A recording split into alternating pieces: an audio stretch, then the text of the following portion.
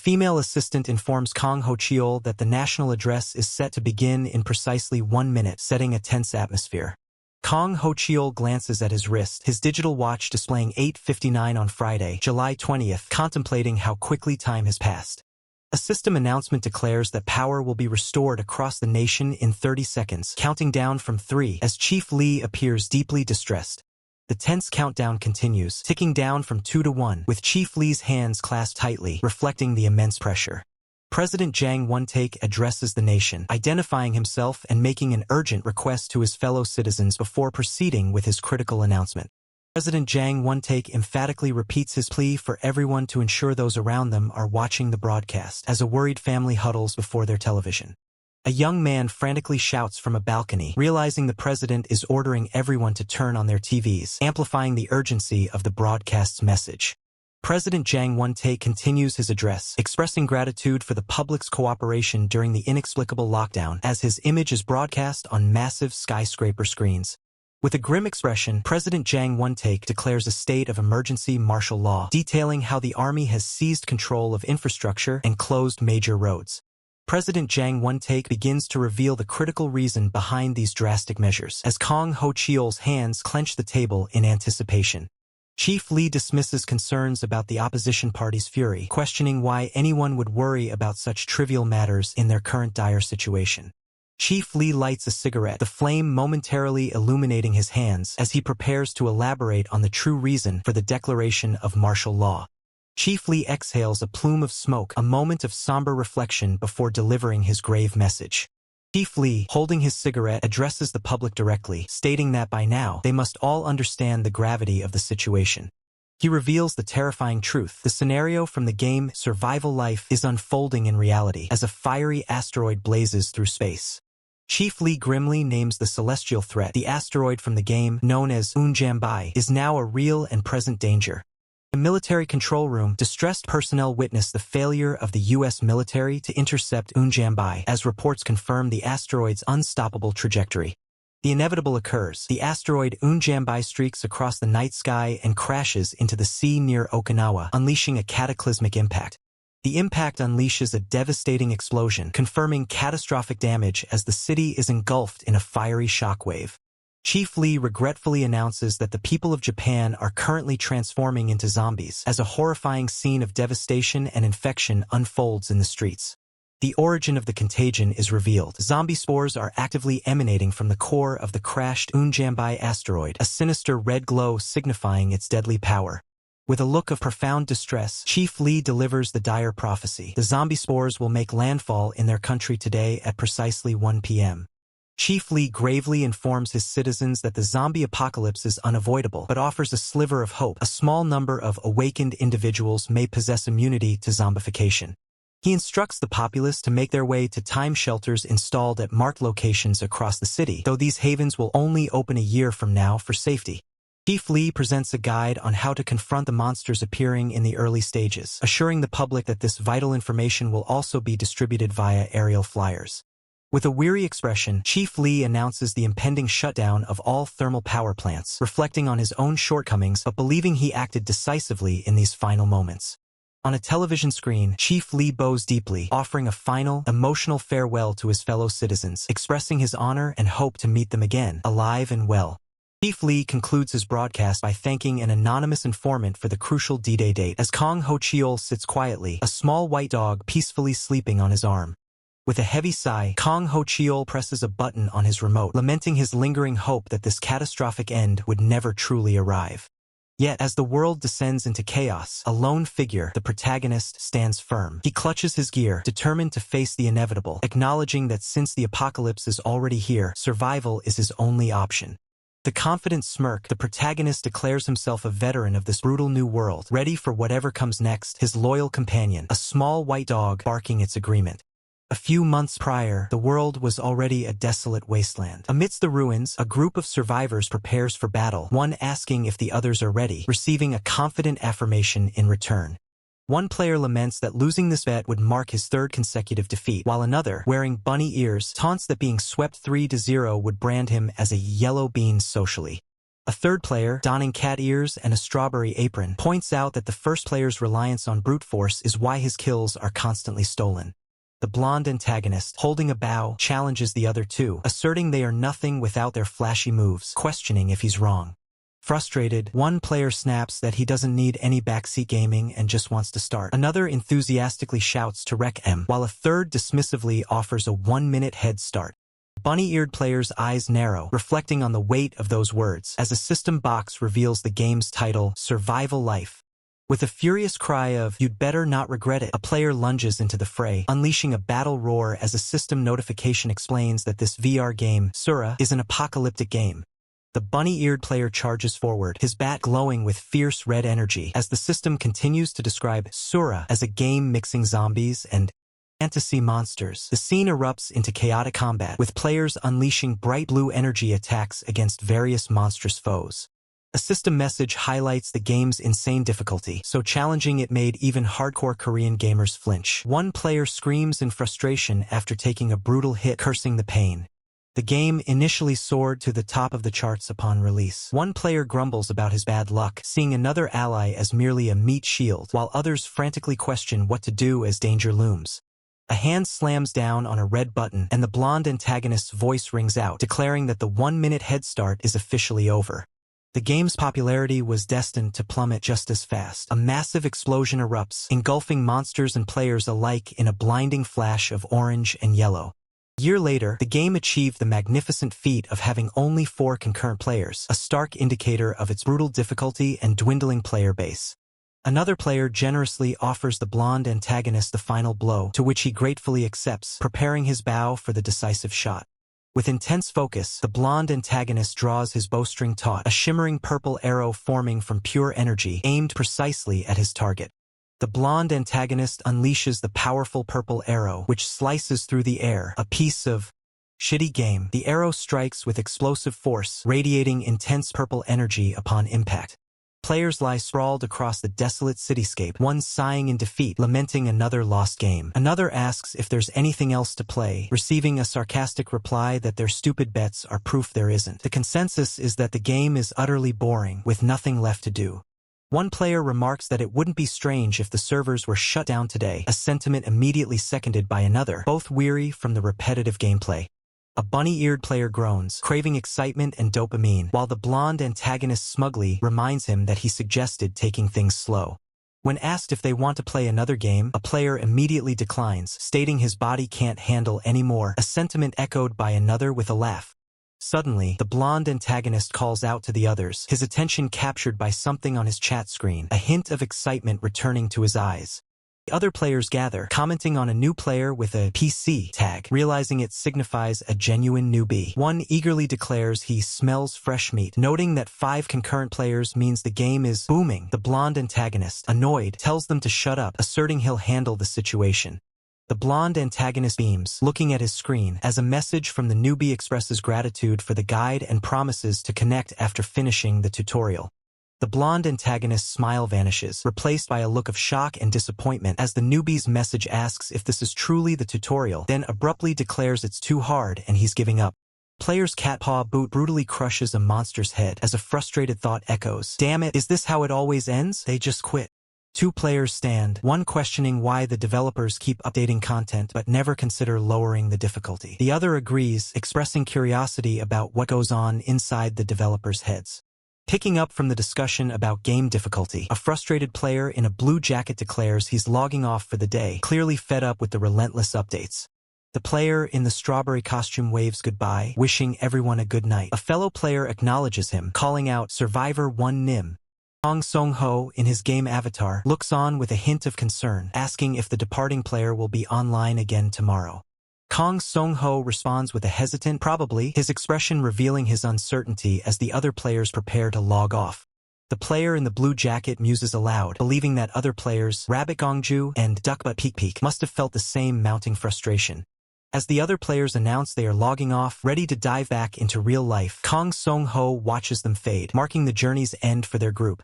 Despite hoping his friends would join his stream, Kang Song-ho couldn't let go, remaining alone in the game as other veterans logged in less and less, facing a horde of zombies. He streamed day and night, recording update videos, all in a desperate hope to enjoy the game with his friends, waiting for their return amidst fierce combat. Several months later, the game's tutorial difficulty was drastically lowered, and the early game experience significantly improved. However, in addition to the existing zombies and fantasy monsters, grotesquely mutated creatures began to appear, escalating the game's horror. Kang Song-ho looks up at the ghostly figures of his friends, realizing they had completely lost interest and no longer logged on. The game's concurrent player count plummeted to 1, prompting Kang Song-ho to declare, "Damn it, this game is hopeless, I'm quitting for real this time." Suddenly, multiple system windows appear, announcing, "Hello, this is the Survival Life Operations Team. In 1 week, Survival Life service will be permanently terminated." Kang Song-ho stares in disbelief, asking, "Huh? What's this? Were they just waiting for me to give up?" A wave of despair washes over Kang Song-ho as he laments, "I wanted to catch these guys with my friends before I quit." He then hits the stop recording button and removes his gear. Kang Song-ho removes his VR headset, disconnecting from the virtual world. He deletes his streaming account and YouTube channel, erasing 5,500 hours of broadcasts, yet can't bring himself to discard the hard drive filled with memories, tucking it away in a storage closet. Rows of hard drives, silent archives of countless hours and forgotten battles fill a shelf. Customer calls out for 2 orders of tteokbokki and kimbap, to which Kang Song-ho, now known as the burnout chef 3 months into his new life, replies, "Alright, just a minute." The narrator reveals the simple reason behind his game ID, kimbapja, as a spatula stirs a vibrant pan of tteokbokki. He narrates that he has been running a snack shop for 3 years, as his hands expertly slice fresh kimbap rolls. Business at his snack shop is booming as customers fill the seats. He then poses the question, "Where do I run my business, you ask?" He reveals his business operates on the first floor of the house he inherited after losing his parents in high school, while the second floor serves as his home. As Kang Song-ho announces, "Hey guys, food's re-dash," a customer excitedly calls out, "Song-ho ajiasi." Young woman, Mikyung, with a bright smile, remarks, "Business is booming today, huh?" The narrator describes Mikyung as a local hairdresser and regular customer, noting her appreciation for the food, saying, "It looks delicious today, too." Mikyung, holding her phone, asks Kang Song-ho, "Oh, but ajiasi, have you seen this?" He responds, "Seen what?" Mikyung explains that the kids told her this post, claiming shouting "status window" brings up a real status window, is trending online. Kang Song-ho replies, "Is that so?" Mikyung admits with a slight pout that she tried it earlier but sadly, nothing came up for me. Kang Song-ho chuckles, telling Mikyung, "Ha ha ha, Mikyung SSI, there's no way that would actually appear. Aren't you a little too gullible?" Suddenly, a glowing blue status window appears before a shocked Kang Song-ho, his outstretched hand reaching towards the impossible revelation. Continuing the previous beat, the protagonist stands frozen, his hand still outstretched as shimmering blue energy pulses around him, indicating the system's sudden activation. A stunned expression washes over the protagonist's face as he whispers, "I knew it was," the blue energy now crackling intensely beside him. Cries out, "UWAH," as the system fully materializes, a massive, glowing blue window crackling with electricity, dominating his vision. With wide, disbelieving eyes, the protagonist exclaims, "Holy crap, for real? It actually showed up?" His voice filled with utter astonishment. The system window displays his initial stats: Health 11, Strength 12, Agility 9, Dexterity 11, Perception 10, and a unique trait, Open Private Portal. He muses, "But I feel like I've seen this somewhere before." His eyes widen in recognition, a chilling realization dawning on him as he shouts, "Survival Life." The image of shadowy, monstrous figures flashes through his mind. He quickly reconsiders, or maybe not. Asura didn't have a trait system, as the unique Open Private Portal trait stands out on the blue screen. A new system prompt appears, detailing, "Open Private Portal can only be used by the trait holder. Command, Open Portal." The protagonist strokes his chin thoughtfully, remarking, The command is a little lame, though." Ignoring his previous thought, the protagonist extends his hand and commands, "Open Portal." Blue energy swirls and expands beneath his palm, initiating the trait. The blue energy coalesces into a vibrant, swirling vortex, crackling with intense light and raw power. A magnificent, glowing blue portal, strikingly similar to the labyrinth gate from Asura, fully manifests before him. The protagonist exclaims, "Whoa, awesome. This looks exactly like the labyrinth gate from Asura." Clasping his head in disbelief, the protagonist questions, "Is this really the survival life system?" as the implications of the portal sink in. A single tear escapes his eye as he whispers, "No, can't be," grappling with the overwhelming reality. With a worried expression, the protagonist pulls out his phone, his mind racing for answers. The news article on his phone confirms a dire prediction: asteroid Unjambai being monitored by NASA. He curses, shit, there actually is one, connecting the dots. Shaking his head frantically, the protagonist tries to rationalize. No. The name could just be a coincidence. It's too early to jump to conclusions. His gaze lingers on the ominous news, a chilling thought echoing in his mind. But what if it's real? He stares at the glowing blue portal, his voice barely a whisper. If it's really happening, the weight of the potential apocalypse pressing down on him. He wonders if the portal holds the key, pondering, could there be some kind of proof inside? Reaching a tentative hand towards the shimmering blue gate, the protagonist murmurs, inside, there might be some proof. He pauses, his fingers twitching with hesitation, a sudden thought stopping him. Wait, he says. His expression shifts to concern as he questions the reckless impulse. Isn't it too dangerous to go in without a plan? Instead of entering, he cautiously extends a ladle into the portal, stating, I stuck a ladle in to feel what was on the ground.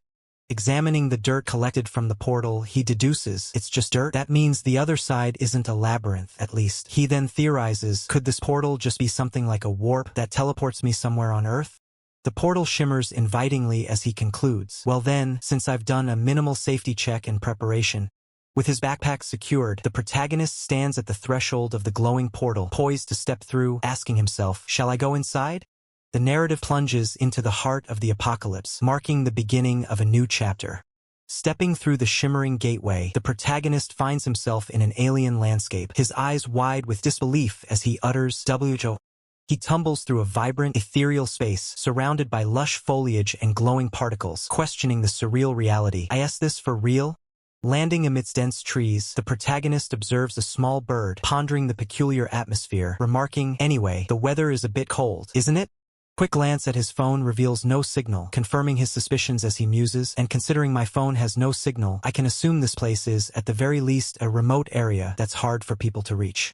Well, for now, there's no way to confirm where I am. The most important thing is to find proof, so let's explore and leave markers. As he continues his journey through the seemingly endless forest, the protagonist expresses his growing frustration, muttering, ugh, seriously. Looking up at the canopy, the protagonist vents his exhaustion, exclaiming, this is killing me. Why is this forest so big? Sweat beads on his brow as the protagonist desperately wishes for some sign of life, unaware of the ominous, shadowy figure with glowing red eyes emerging from the undergrowth behind him, thinking, please, let something show up now. A sudden burst of red energy erupts from the forest, sending the protagonist reeling back in shock as he cries out, whoa! A system window materializes, identifying a majestic valley deer before him. The protagonist, recognizing the game-like interface, questions, Valley Deer? That name and the fact that a system window popped up, does that mean this place isn't Earth? The valley deer stares with intense, unblinking eyes, its presence commanding attention. The protagonist sits on the ground, watching as the valley deer calmly walks away, leaving him to process the encounter. Wiping sweat from his brow, the protagonist reflects on the deer's gaze, concluding, it was staring so intensely, I got scared for a second, but it doesn't seem to be an aggressive animal. He ponders the implications of this new world, contrasting the docile deer with the monsters he knows from his past, stating, anyway, I can't say I found any proof of the apocalypse yet. It'd be a different story if it were stone monkeys or humped boars. I've never seen a valley deer in Asura. His hand instinctively reaches for a hidden weapon, a subtle acknowledgement of the dangers that might lie ahead, affirming, that's right. With cautious steps, the protagonist continues his trek, his mind still racing with uncertainty, thinking, not yet. He draws a small knife, his stance shifting to one of readiness as he acknowledges the unpredictable nature of his new environment, declaring, nothing is certain. Close up on the protagonist's eye reveals a golden, almost glowing, glint of determination. He gazes upon a luminous tree from which a golden sun apple hangs, his curiosity piqued as he states, this is... Holding the radiant fruit, the protagonist hesitates for a moment, weighing the potential risks and benefits, asking himself, it should be fine, right? With a decisive bite, the protagonist consumes the sun apple, a faint glow emanating from the fruit as he does. A system notification confirms the effect. Your stamina has been slightly restored by the effect of the sun apple.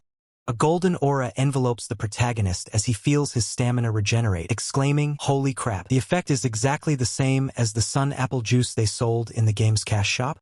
A wry smile spreads across his face, the protagonist acknowledging the undeniable truth of his situation, stating, haha, damn it, this pretty much confirms it.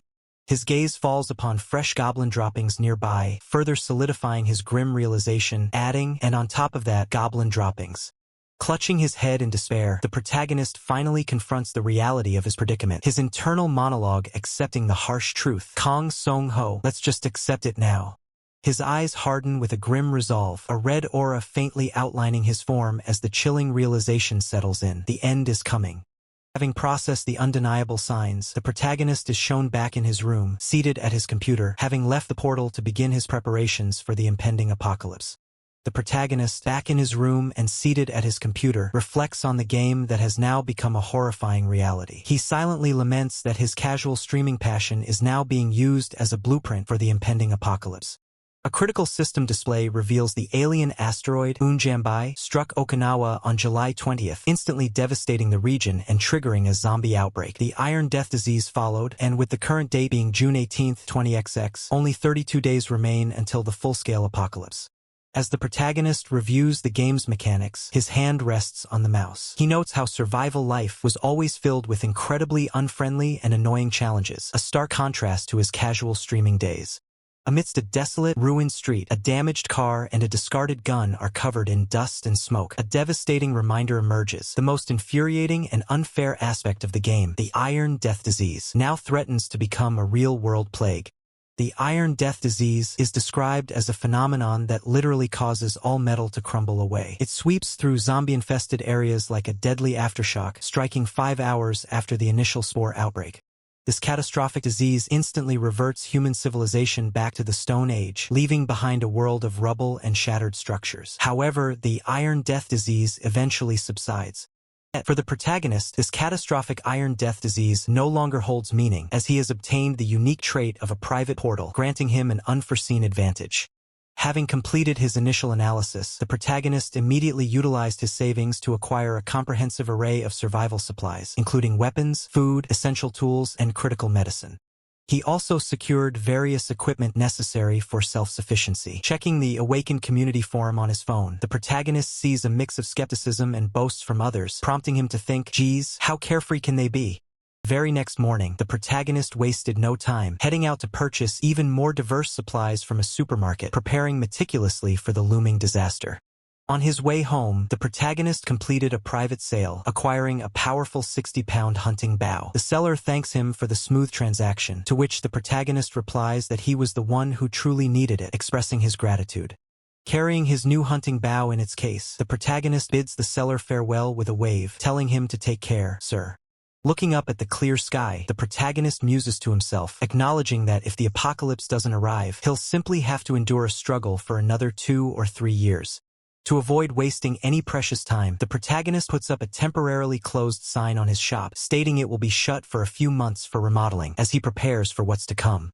With a sigh of frustration, the protagonist wonders what is happening overnight, only to be interrupted by a startled hook, sir, from an unseen person.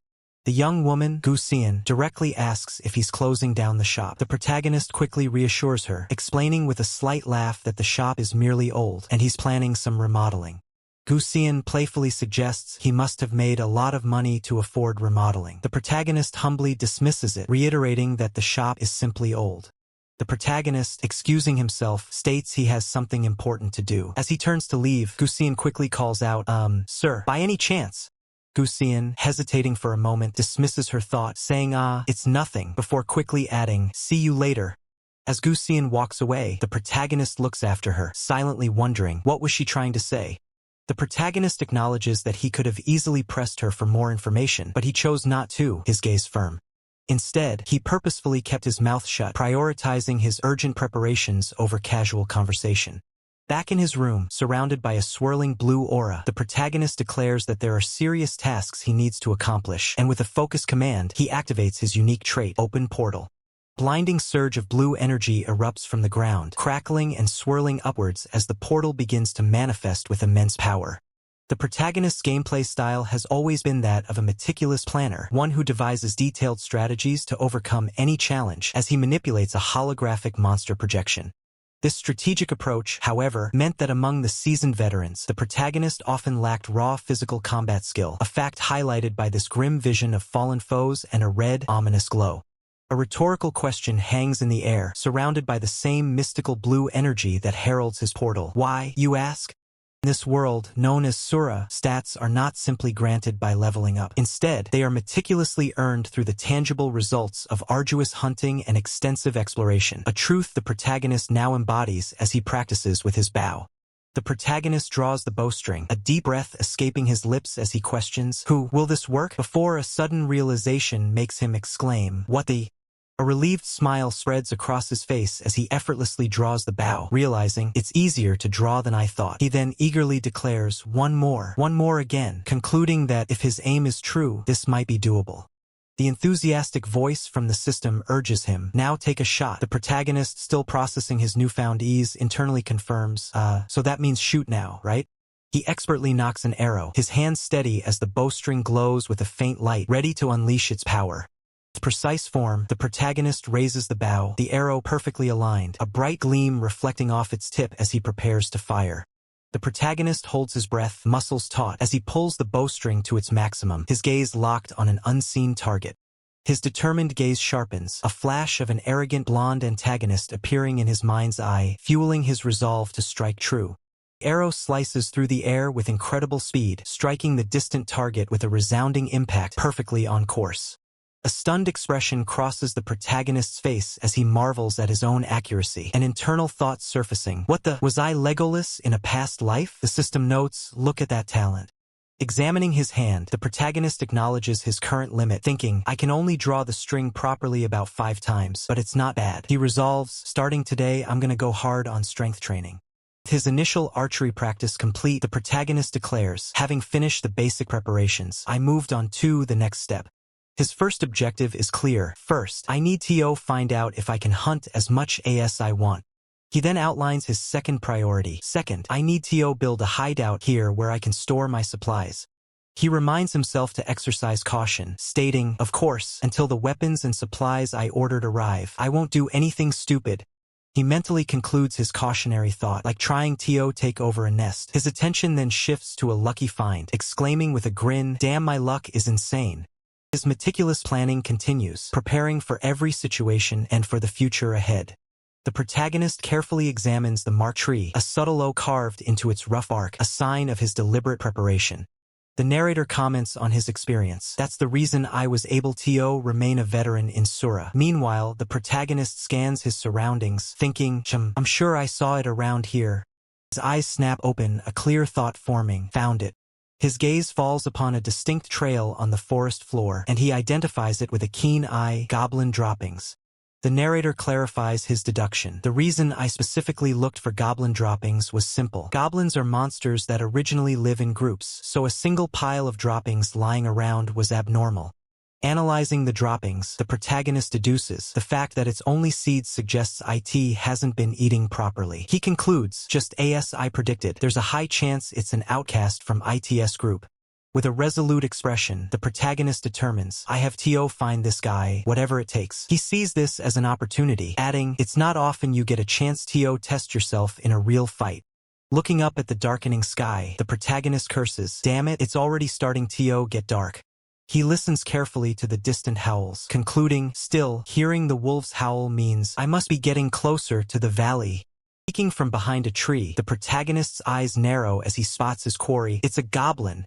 He observes the creature, noting its unsettling familiarity. "It looks creepily identical to the ones I saw in Sura." A system notification appears, providing crucial intel. For reference, monster number 1 goblin, grade, low-tier species. The goblin's main weapons are spears and poison darts. The system continues its warning, highlighting the goblins' cruel tactics. They especially enjoy incapacitating their opponents with paralyzing poison and tormenting them. Goblin monster, unaware of the lurking danger, quenches its thirst by the stream, while the protagonist remains hidden, observing its every move. With his bow drawn, the protagonist takes a deep breath, steeling his nerves and thinking, "Stay calm." With his bow fully drawn, Kang Ho Cheol takes a deep breath, steeling his nerves and thinking, "If I just don't get nervous, I can hunt it." The arrow launches with blinding speed, striking the monstrous beast directly in the head. A guttural scream of Kayaweok erupts from the creature as it collapses. Despite his successful shot, Kong Ho-cheol clenches his teeth, a furious red aura flaring around his arm as he curses. Cook, damn it, the goblin monster lies wounded on the ground. Kong Ho-cheol charges, engaging the goblin monster in a brutal close-quarters clash. Blue and red energies erupt from their weapons as they collide head-on. With a swift, decisive movement, Kong Ho-cheol lunges, his blade glowing with a sharp blue energy as he slashes directly at the goblin monster. Goblin monster retaliates with a powerful swing of its crude club, connecting squarely with Kong Ho-cheol, who lets out a pained cry of KOHOK as red energy explodes from the impact. The blonde antagonist stands before a holographic display in a classroom, addressing his audience. He explains, "Today, continuing from last time, I've compiled a summary of the monsters that inhabit the forest." His chat, however, remains unimpressed, with comments like "woof woof" and "boring, so boring." The protagonist, wearing a VR headset and holding controllers, stares frustrated at his monitor. He laments to his audience, "Hey guys, I even worked hard to prepare this material." A chat notification appears, revealing a donation of 5,001 from BULSSANGMAN, who enthusiastically declares, "Kimbap NIM, I think it's gonna be fun." The protagonist, seeing the donation, smiles as he gratefully addresses the donor. "Oh, it's Bulsangman NIM, thank you for the donation." His streaming avatar, the blonde antagonist, beams happily on screen. Blonde antagonist's avatar on screen looks taken aback, muttering, "Huh? If you put it that way." The chat continues its lively debate, with Gukbatman suggesting the donor buy himself food, and another user defending the donation. Clearing his throat, the protagonist refocuses on his content, stating, "Ahem. Anyway, last time we covered goblins and kobolds, and I also explained that you must avoid the bone creeper at all costs, right?" The blonde antagonist's avatar gestures emphatically as he highlights the forest's deadliest threats, declaring, "But the most dangerous things in the forest are werewolves and owlbears," as their monstrous images appear beside him. The blonde antagonist's avatar continues his explanation, emphasizing, in particular, the fact that an owlbear has established a territory means. The blonde antagonist's avatar finishes his thought with a knowing smile, concluding that the monster ecosystem is balanced. The chat reflects the contrasting personalities of his viewers. Bulsangman, always enthusiastic, exclaims, "Ooh, really? So exciting," while Gukbatman, ever focused on food, complains, "Ugh, the Gukbap has gone from cold to frozen. Stop explaining." The blonde antagonist's avatar eagerly prepares to reveal the way to fight an owlbear is. However, a sudden thought flashes through the protagonist's mind. But why? The protagonist's face is etched with worry, a red hue coloring his surroundings as he ponders. Am I thinking of these happy past memories now? Facing the towering, red-eyed owlbear, the protagonist feels a chilling dread, wondering, is this what they call your life flashing before your eyes? The protagonist looks down, his hand clenching into a fist, as he thinks, at least for me, this is more like a flashback from my old friends, telling me to get a grip. He then urges himself, so think protagonist.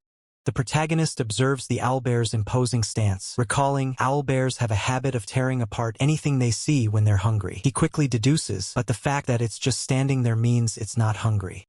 Sweat beads on the protagonist's brow as he concludes, in other words, there's only one thing that's getting on its nerves. He realizes the core issue, the fact that I've invaded its territory, where the red trout live. The vibrant red fish swim calmly in the blue water, oblivious to the tension. Kneeling, the protagonist's eyes narrow in determination as he considers, if that's the case, the way to escape this situation, is there only one? The protagonist's feet push off the ground, kicking up a spray of dust and water as he begins to move. The protagonist crouches low, a spectral image of his blonde antagonist avatar appearing behind him, glowing with a red aura. He thinks, my mind may be Kimbapja, but my body is just protagonist. Protagonist's teeth clench in fierce resolve as he steels himself, thinking, still, I have to do it if I want to live. Kong Ho-cheol roars, his face contorted in a desperate, enraged scream, pushing himself to his absolute limit as he yells, come on. The monstrous owlbear's eye glows with an ominous red, its gaze fixed and predatory, reflecting the intensity of the battle. The protagonist quickly analyzes his foe, recalling that while the owlbear possesses exceptional night vision, it is inherently vulnerable to strong sunlight. He mentally reaffirms his strategy, knowing he has memorized its patterns and only needs to execute. Colossal Claw sweeps down, a blur of red energy, as the protagonist narrowly evades the devastating blow, realizing there is only one perfect moment to strike. The protagonist's face tightens with fierce determination as he endures the crimson energy wash over him, understanding the precise method required to generate a potent light effect in this dire situation. With a burst of speed, the protagonist scrambles up the massive form of the owlbear, his movements swift and calculated, positioning himself for a critical strike. He positions himself precariously on the monster's head, aiming a concentrated beam of light directly into the owlbear's vulnerable, glowing red eye, knowing this is the only way to exploit its weakness. Owlbear lets out a deafening roar of agony as the protagonist unleashes a blinding surge of light energy, overwhelming its sensitive vision and causing immense pain. The silence of a dimly lit room is abruptly broken by the insistent sound of ring ring, pulling the viewer away from the previous intense battle. The ringing intensifies, ring ring ring, as the protagonist lies asleep in his bed, a soft glow emanating from beneath the covers, hinting at his lingering powers. The protagonist slowly stirs, groaning "Agu, my whole body aches," as the persistent ring ring continues to demand his attention. His hand reaches out to silence the blaring alarm clock, which reads 8 a.m., making him wonder if he truly passed out for hours after exiting the dungeon. He concedes that it makes sense given the ordeal. A vivid memory flashes through his mind of fleeing from both a goblin monster and the massive owlbear, causing him to grimace and declare that he never wants to encounter such creatures again. His stomach growls fiercely as he clutches it, realizing he hasn't eaten anything since yesterday afternoon, the hunger a stark reminder of his recent trials. With a weak KOHEOK, the protagonist collapses onto the floor, his body protesting from exhaustion and severe hunger, unable to stand. He laments his lack of strength, his legs refusing to cooperate as his gaze falls upon his backpack, hinting at a potential source of sustenance. A hand reaches into the backpack, pulling out a shimmering golden apple, its surface glowing with a faint, magical aura, promising revitalization. The protagonist takes a large, satisfying bite of the golden fruit, its essence instantly revitalizing him, a visible wave of energy washing over his body. A system notification confirms that his stamina has been fully restored by the powerful sun apple, and the protagonist sighs in relief, feeling a renewed sense of vitality, declaring, "Phew, now I feel a bit more alive." Satisfied smile spreads across his face as the protagonist declares his intention to finally go and fill his stomach, his energy fully restored. As he prepares to leave, the protagonist pauses, a hesitant escaping his lips, indicating an unexpected encounter has just occurred. His eyes widen in surprise, wondering, "Why is Mikyung here?" She beams, explaining, "I came to eat. Of course this place is number 2 on my list of favorite restaurants." The protagonist tries to ask why she's sitting with him, but she playfully interrupts, asserting, "Hey, it's nice to have a meal buddy." While the protagonist eats, the female character casually asks, "By the way, did you ever try that thing I mentioned before?" He looks up, asking, "The status window?" She excitedly presses him, asking, "Yes, did you try it?" While the protagonist internally realizes why Mikyung had stopped herself from speaking about it earlier. The female character insists, "I'm telling you, I think it's real," showing him a news article on her phone about a bundle of cash disappearing from a convenience store. She ponders if the thief was naive or something more. The protagonist inwardly scoffs, thinking, "Isn't it way too obvious what you want to ask?" Then outwardly replies, "Yes, I tried, but unfortunately, it didn't show up for me." He justifies his lie, believing it was necessary in this situation. Protagonist stands calmly within a shimmering blue, data-streamed portal, observed by several onlookers, hinting at his unique abilities and departure. His expression is thoughtful as a system message clarifies that his skill set is specialized for solo play, rather than team engagements, emphasizing his unique path. A hand hovers over a holographic interface, interacting with the system, as the narration emphasizes the precariousness of his current situation where his safety is not guaranteed. Kang Ho-cheol knew that to reveal his true power now would be akin to an open invitation for destruction in this apocalyptic world, a dangerous gamble with his very existence. Despite the risks, the protagonist couldn't shake the unsettling feeling that Mikyung was still probing about his awakening. She suddenly apologized to him, calling him Ajiasi. The protagonist, surprised, asked what she was apologizing for. Mikyung hesitated, admitting there was something she had lied about. The protagonist internally mused that Mikyung was a genuinely good person, then reassured her that she didn't have to confess anything immediately.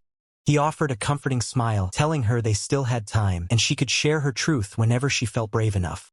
Back at his home, the protagonist watched as numerous packages were delivered, internally admiring the efficiency of the delivery service. His ordered items were finally arriving, and the protagonist thanked the delivery man for his hard work, who humbly replied it was simply his job. He diligently moved the less urgent items to the rooftop for storage, while the immediate necessities were brought to the second floor, a sign of meticulous preparation. With careful precision, the protagonist began unsealing one of the packages, revealing the contents within. He meticulously selected the crucial items for his upcoming operation, laying out a gas mask, fireproof suit, pepper spray, fire axe, gasoline, a plumbing pipe, portable telescope, and a fire extinguisher. His grip tightened around a sturdy handle, the weight of the tool a tangible promise of the action to come. Clutching the axe, the protagonist plunged through a shimmering blue portal, resolute in his internal declaration that he had to secure his objective, no matter the cost. He traversed a winding forest path, the natural terrain providing ideal cover. Locating a suitable hideout proved surprisingly easy. His gaze fixed on a shadowy cave entrance. The protagonist recalled marking this suspicious location during his hunt for the old goblin monster. Cautiously, he peered through the thick foliage, his eyes scanning the surroundings, ensuring his approach remained undetected. From his concealed position, the protagonist observed the cave, recognizing it as a perfect spot for his clandestine operation. He raised his portable telescope to his eye, his expression serious as he pondered the critical question of what type of monster inhabited the cave. Through the lens, a series of distinct, clawed footprints became visible, leading deeper into the cavern's ominous darkness. A sudden realization struck him as he recognized the distinctive tracks, exclaiming internally, "Aren't those kobold footprints?" A genuine smile spread across his face. The discovery was a stroke of incredible luck, aligning perfectly with his plans. Crouching low, he held a leaf aloft, meticulously checking the wind direction, confirming his plan would be effective against these low-tier monsters. Deep within the cave, the nocturnal kobolds lay dormant, unaware that the protagonist's impending assault would be fatal to their slumber. Protagonist swiftly began gathering firewood, a crucial component of his strategy, noting internally that the task was proving tougher than he anticipated. He carefully arranged the collected firewood at the cave's entrance, mentally confirming that the amount should be sufficient for his purpose. With a steady hand, he then doused the pile of firewood with gasoline, preparing for the next phase of his calculated attack. Just as he prepared to ignite the gasoline-soaked wood, a sudden, guttural sound of kobold cut through the air, interrupting his final action. From the darkness of the cave, two lean kobolds emerged, their eyes wide with surprise and aggression as they confronted the protagonist. The kobolds snarled, their sharp teeth bared, repeating kobold in a low, menacing growl. Caught off guard, the protagonist offered an awkward, hesitant hello to the suddenly awake monsters. Before he could react further, a kobold lunged, forcing the protagonist to execute a swift, desperate dodge as an axe blade sliced through the air where he had just stood. The protagonist narrowly evades the kobold's attack, a shimmering blue energy blade slicing through the air where he'd been moments before. Another kobold lies incapacitated nearby, evidence of the intense struggle. With a decisive swing, the protagonist finishes off the lunging kobold with his axe. He ponders if drowsiness was a status effect, surprised by the possibility of a one-turn kill. A system notification confirms his level has risen to 1, granting him 4 new points. He decides to postpone analyzing the system, focusing instead on the immediate threat. He must act quickly before more monsters awaken, as a lighter glows ominously on the ground. The embers ignite, a small flame beginning to spread across the dry kindling. A small fire now blazes brightly at the cave's entrance. The protagonist recalls a crucial detail from the game Asura. All low-tier monsters shared a specific vulnerability. Smoke billows into the cave, the protagonist shields his face, knowing these creatures were particularly vulnerable to sudden, unexpected phenomena. A kobold inside the cave twitches, clearly affected by the smoke. The protagonist considers that burning them directly would be more effective than merely smoking them out, but there's a practical constraint. The kobold's eye narrows in discomfort. The protagonist realizes that as the new occupant of this space, a direct incineration would create a massive, undesirable mess. The guttural roar of kobold, the monsters emerge from the smoke, disoriented and confused. The protagonist's strategy was clear: weaken them first by sowing chaos. As the disoriented kobolds stumbled out of the cave and past the blazing fire, the next phase of his plan was set to unfold. His intention was to eliminate them all in a single, decisive strike. He notes the presence of 3 kobolds, musing that he expected at least 5, given a typical pack size of 7. One kobold snarls, its eyes burning with rage as a blue energy hints at the protagonist's ongoing assault. The narrator reveals the count of remaining enemies. The protagonist, masked and determined, carves through the remaining kobolds, confirming there are indeed only 3 left to contend with, their green blood splattering across the cavern. The 3 remaining kobolds roar in unison, one of them screaming kobold as they prepare for a desperate counterattack. With a powerful, sweeping motion, the protagonist brings down his axe, infused with a vibrant blue energy, cleaving through another charging kobold. A kobold lets out a desperate cry of gobble as the protagonist closes in, preparing to deliver another devastating blow. The protagonist quickly pulls out a yellow bottle and sprays its contents directly at a charging kobold, eliciting a piercing shriek of "K-U-E-K" from the creature. The kobold continues its agonizing cry, "Kobul," its mouth agape in pain and shock from the unexpected assault. Swift, decisive blue energy strike impacts the disoriented kobold, causing a violent spray of green blood as it falls. The protagonist surveys the scene, his weapon held ready, noting the final remaining kobold. He remarks to himself, "Now it's just you left, huh?"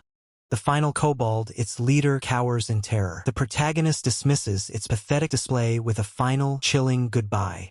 With a final, brutal strike, the protagonist eliminates the last threat, blood splattering across the cave floor. He declares his intention to make good use of this newly claimed hideout. Exhausted, the protagonist slumps to the ground, letting out a weary hua. He reflects that while the fight was relatively easy, his lack of stamina made it incredibly tough. He observes his status screen, noting his level at 1 with 14 points, but his stats are debuffed. Health 8, Strength 10, Agility 7, Dexterity 8, Perception 5, all showing a downward arrow. His trait is Open Private Portal, and he's afflicted with exhaustion. He comments on how accurately this mirrors the game, especially the exhaustion debuff and the absence of status points upon leveling up. Despite the challenges, the protagonist acknowledges the significant progress, as leveling up has unlocked crucial convenience systems, including an online shop displaying various weapons. He concludes that today's gains are substantial. Standing firm in the now-cleared cave, the protagonist realizes the greatest benefit. He now possesses a secure, private space. A wide, triumphant smile spreads across the protagonist's face as he revels in the thought of having a personal sanctuary that only he can utilize. Gazes into the dark, debris-filled depths of the cave, sighing softly. While it's his, he acknowledges that he'll have to clean the nest first. Without delay, the protagonist dons his cleaning gear and immediately begins the arduous task of clearing the debris-filled cave, sweeping away the grime with determined strokes. Having secured his own sanctuary in this alternate dimension, the protagonist commands, "Open the dimensional gate," ready to dispose of the collected refuse. He steps through the activated dimensional gate, grateful for the ability to freely utilize its properties, which promise to make his task somewhat more manageable. The initial relief quickly fades as the protagonist, utterly exhausted, collapses over his work. He laments internally, "Easier, my ass. I was so damn tired I thought I was gonna pass out. Ah, what a life." This is an advertisement banner. The system reveals another property. Objects from one dimension can now interact within the other, hinting at new possibilities for the protagonist's domain. After relentless effort, the protagonist surveys his handiwork. The cave path, once a mess, now gleams with a newfound cleanliness. He muses, "It looks pretty decent after cleaning." His thoughts turn to further improvements, realizing he must first remove all remaining bloodstains and then pour concrete to create a proper storage area. The protagonist considers the extensive work ahead, pondering the time commitment. Won't the mortar work take a few days? And then the sandwich panels too. Ha! His gaze falls upon glittering crystals embedded in the cave walls. He identifies them with excitement. Those are luminous stones and ignition stones. Holding the precious stones, the protagonist marvels. Wow, these were essential items for newbies in Siora. This is a total gold mine. A wide smile spreads across the protagonist's face. He decides, "I guess I'll have to start mining as soon as the construction prep is done." Next day dawns, D29. A pained groan escapes the protagonist. Ugh, hi. Still aching from his intense labor, the protagonist questions, "Did I overdo it? There's not a single part of me that doesn't ache." He observes his arm, now covered in numerous scratches and scars. A surprised "whoa" escapes him. Protagonist notes the ingredients laid out on the table, including the valuable stones. He thinks, "It's not bad enough to eat a sun apple, though." Holding a mysterious pod and a pouch, the protagonist contemplates, "To check the effect, should I try making an ointment?" Following a precise recipe, guaca powder is poured into vegetable oil, mixed in a perfect 5:5 ratio. The mixture is then vigorously stirred until it achieves a hardened consistency. A system notification confirms the creation of a fairly useful ointment, capable of healing wounds slightly. The protagonist chuckles. Heh, for someone who works in a kitchen, this is a piece of cake. Applying the newly crafted ointment to his arm, the protagonist feels a noticeable effect. He confirms, it definitely feels like it's healing. He considers the implications, holding a dab of ointment to his chin. But isn't it a bit much if it's like this every time? a grim resolve, the protagonist acknowledges the grind. To raise my stats, I have to keep doing what I'm doing now. Yet a darker thought surfaces as he envisions a monstrous future. But I feel like I'm going to die before the disaster even comes. Lost in thought, the protagonist strategizes, considering various weapons. So, a sling, which is smaller than a bow that's heavily dependent on terrain. Or even a gun that can take down one or two of them right at the start. Suddenly, a spark of realization ignites in the protagonist's eye. Oh, wait a minute. A new idea forms, and the protagonist grins, pointing a finger. There is one thing that comes to mind, he declares as a massive blood-stained ship looms in his imagination. As he enters his room, the protagonist's thoughts race. But that's not even the main story of Siora. It's just a background story. But will that actually happen in reality? Engaged with his computer, the protagonist concludes, well, whatever the case, it's not completely useless information. The protagonist, still deeply engrossed in his findings, concludes that the information will be immensely beneficial, making it entirely worth his continued investigation. The narrator explains that the protagonist ascended to the rooftop as planned to prepare for construction. The protagonist then internally expresses surprise, realizing all the materials had truly been moved up to the rooftop the previous night. Fortunately, the bags of mortar the protagonist had ordered the previous night were already neatly piled, allowing him to effortlessly manipulate them with a vibrant blue energy, ensuring the construction work proceeded without a hitch. With the rooftop work underway, the narrator continues, the protagonist then descended to the first floor to collect additional items he had ordered. As the protagonist moved a pile of packages, a cheerful voice calls out, addressing him. A woman greets the protagonist cheerfully, wishing him a good afternoon. The protagonist internally notes the change in her form of address, wondering if their relationship has grown closer. The protagonist remarks that he's been seeing her quite frequently lately. She responds with a surprised huh, before clarifying that she's been coming to Itakbaki every single day.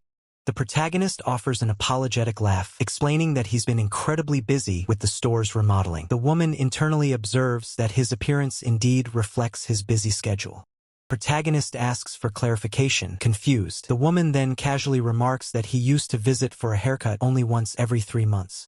The protagonist internally rationalizes that he needed a haircut for the upcoming exploration anyway, so this impromptu visit isn't bad. He then agrees, stating, yes, let's do that. The woman, now acting as a hairdresser, asks the protagonist how he would like his hair cut. The protagonist responds decisively, telling her to chop it all off. Surprised by his request, the woman questions, huh? Why? The protagonist explains his desire to shave it all off, signifying a new start. As she continues cutting, the woman observes that the protagonist's shoulders seem to have broadened. The protagonist responds with mild surprise, attributing it to his recent workouts. The woman then shares a piece of information she heard. The status window appears to be related to survival life. The protagonist expresses surprise, asking, oh, really? She continues, revealing that awakeners are supposedly people who have played the game at least once. The protagonist reacts with further astonishment, exclaiming, whoa, really? Protagonist, now serious, questions her directly, asking, but Mikyung SSI, where did you get that information? The woman hesitates, beginning to answer, oh, that's... A detailed shot focuses on a heavily tattooed arm, adorned with an intricate snake design, as a soft step sound echoes. The blonde antagonist, sporting numerous tattoos, speaks into his phone, questioning why Inhak is calling him at such an hour, then states he came to share some information. The narrator reveals that this Inhak character previously fought with Kong Seongo over loud singing. Meanwhile, the protagonist internally realizes that this front-wave head bastard was Mikyung SSI's source of information. The blonde antagonist reveals that his group is actively trying to locate that guy. The woman tentatively questions if such an action isn't illegal. The protagonist, overhearing, wonders, find out who? Blonde antagonist expresses his frustration, addressing Mikyung SSI with a strained tone, then vehemently asks if they are truly in a position to be choosy. From an overhead perspective, the blonde antagonist loudly declares that catching the Kimbapjo a son of a bitch and sharing his information is for the public good. The woman weakly protests, no, but still. Below, the protagonist's internal monologue reveals a chilling realization. He had a bad feeling from the start, and they are indeed looking for him. The blonde antagonist's voice cuts through, urging Mikyung SSI to be bold and asking if she has decided about joining their team. She hesitates, replying, no, not yet. The protagonist, getting his hair cut, finds the entire situation utterly ridiculous. The blonde antagonist, with his arm around the woman and scissors in hand, expresses his exasperation, declaring her frustrating. He insists that events are unfolding exactly like Siora. The protagonist, observing this, finds his arrogant, all-knowing demeanor utterly disgusting. The blonde antagonist smirks sinisterly, licking his lips as he asserts that if that bastard had simply posted the information, they wouldn't be resorting to these measures. The protagonist glares, internally thinking anyone would think they had him tied up. The blonde antagonist's voice, though off-panel, reiterates his impatience, stating he cannot wait much longer. The woman, looking deeply worried, internally questions the consequences if the community truly floods with curses directed at her. The blonde antagonist, still off-panel, demands a swift decision from the woman, his voice laced with impatience, then directly calls out to her, saying HYU. A new figure, the protagonist, calmly interjects, his presence unexpected. He asks the blonde antagonist to defer their conversation, stating, I don't know what you're talking about, but can't you talk about it later? The blonde antagonist's face contorts in surprise and irritation, his gaze fixed on the protagonist as he challenges, What? Who are you to? Suddenly, the protagonist's eyes glow a menacing red, a dark aura radiating from him. He warns the blonde antagonist to leave while he is being lenient, adding a chilling reminder, if you don't want a repeat of last time. The blonde antagonist's bravado crumbles, his face pale and eyes wide with fear as he lets out a choked sound of distress. K. Defeated and disgruntled, the blonde antagonist concedes, stating, It seems today's not the day. I'll be on my way. The unnamed woman behind him, visibly relieved, offers a polite farewell. Yes, see you later. The unnamed woman sighs in relief, the tension visibly draining from her. The protagonist then addresses her by name, Mikyung SSI. The protagonist smiles, holding out his phone to the unnamed woman, suggesting they exchange numbers as a precaution, remarking, that guy's a bad apple. The narrator recounts the protagonist's decision to pause his construction work and turn on his computer, driven by a new purpose. On the computer screen, a search bar appears, with the term Kimbapjoa being entered, indicating the protagonist's intent to investigate online.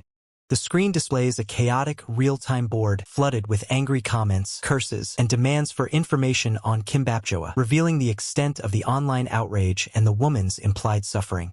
Amidst various forum posts, including Early Game Honey Tips 1 and its comments, the protagonist finally spots a user ID that seems to belong to the person he's searching for. The protagonist's cursor clicks on the ID, towing 6974. He internally curses the crazy bastard, questioning why he would verify his real name only to use a generic nickname. The protagonist discovers disturbing posts discussing plans to target Jong Mikyung, specifically a message from a group leader instructing them to seduce the hairdresser. He seethes, labeling the person a filthy bastard. The protagonist, feeling a profound sense of misanthropy, shuts down his computer. He acknowledges his disgust but clarifies that he is merely sick of them, not mentally broken. A sudden shift in atmosphere occurs, as indicated by the narrator's simple declaration. But then, protagonist looks up, surrounded by swirling blue energy, his mind clearing as he utters a command, open the dimensional gate. Seeking an outlet for his stress, the protagonist aggressively mines luminous and ignition stones with a pickaxe, sparks flying with each strike.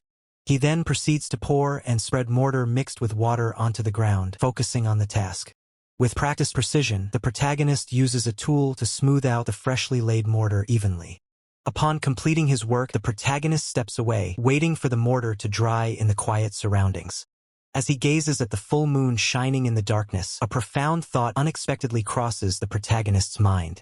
Protagonist clenches his fist, resolving to respond to injustice in kind. He muses that he is not a hero and, as an ordinary person, has no need for a grand sense of mission. Looking up with newfound resolve, the protagonist affirms that, in the end, his sole objective is simply to survive. It is at this pivotal moment, having made his resolution, that the protagonist turns around, a sharp clack sound accompanying his movement. The protagonist's eyes widen, his expression shifting to one of alert surprise as he senses something behind him. Chilling bone creeper monster materializes before him, surrounded by a dark purple aura, prompting the protagonist to exclaim, "You son of a bitch." The bone creeper's eyes glow with an ominous light as it looms closer. The protagonist, already in a foul mood, mutters, "I'm already in a shitty mood." A massive, fiery explosion erupts, engulfing the area. The protagonist sarcastically remarks on the dire situation, stating, "This situation is really just great." The air itself screams and distorts from the sheer force, leaving a desolate, dust-filled landscape in the wake of the explosion. Protagonist lies sprawled on the ground amidst debris, the impact of the blast leaving him disoriented and stunned. A hand twitches, covered in dust and grit, as the protagonist struggles to regain consciousness after the devastating explosion. The protagonist gasps for air, a choked sound escaping his lips as he pushes himself up, his eyes wide with shock and pain. Kneeling amidst the eerie silence, the protagonist clutches his head, a single thought echoing in his mind. What happened? Scattered among the rubble, a broken jawbone reveals the presence of a formidable foe, as the protagonist recalls a bone creeper suddenly appearing. His gaze fixed on his dirt-stained hands, the protagonist ponders the impossible, questioning how he managed to survive such an overwhelming attack. A chilling memory flashes through his mind, the glowing, skeletal form of the bone creeper, already on the verge of exploding the moment he saw it. He recalls being violently thrown back by the ensuing blast, barely managing to create enough distance to avoid instant death. The protagonist examines his arm, now pierced by multiple bone fragments, a pained groan escaping his lips as he questions the nature of his injuries. Despite the agony, the protagonist extends his hand, summoning his status window to assess the damage. His status window appears, revealing a critical health of 2, a level up to 2 with 19 points, but also significant stat reductions: Strength 3, Agility 4, Dexterity 5, and Perception 4. He notes the severe stat reduction but finds relief in the absence of any tears or ruptures. Observing his increased level and points, the protagonist deduces that the system registered his survival as if he had defeated the bone creeper. Damn it, the protagonist mutters, his head throbbing as he struggles to process everything, feeling his mind refuse to cooperate any further. With a final surge of will, the protagonist utters the command, "Dimensional Gate, open." His eyes, glowing with a fierce determination, reflect the intense energy as he activates the dimensional gate. The story transitions to Chapter 5.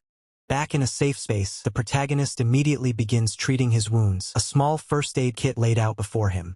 The arduous process of removing the embedded bone fragments begins. Gritting his teeth, the protagonist painfully extracts a bone fragment from his shoulder, a guttural ugh-hi escaping his lips. "Damn, that really hurts," he groans, applying a special ointment made from Gau Kaa powder to staunch the bleeding, as healing energy emanates from the wound. He then meticulously wraps a bandage around his arm, attempting to secure the wound and assess his overall condition. Overwhelmed by exhaustion, the protagonist collapses onto the couch, passing out and falling into a deep sleep, his body wrapped in bandages. Time passes, and the bright morning sun pierces through the clouds, signaling a new day. The protagonist stirs awake, still sprawled on the couch, a weak groan escaping him as he laments, "Ugh, I'm really going to die like this." Sitting up, the bandaged protagonist sighs in frustration, regretting not checking the ointment's effectiveness before succumbing to sleep. Checks his status window again, noting his health is now 9, Strength 10, Agility 8, Dexterity 9, and Perception 8. Seeing the improvements, he lets out a relieved phew. I guess it worked properly. A new thought crosses his mind, but where did the bone creeper suddenly come from? He also feels a sudden pang of thirst. Reaching for his water bottle, he rationalizes that the vastness of the forest makes unexpected monster appearances unsurprising. Taking a long drink, the protagonist resolves to increase his perception stat, recognizing its importance for improving his detection ability in the future. The system reveals there are 2 main ways to improve character stats, the first being through direct stat points.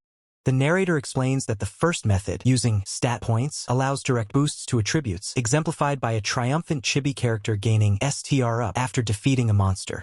However, the narrator warns that Asura is a hardcore, unforgiving game, making it incredibly difficult to acquire items with desirable stats.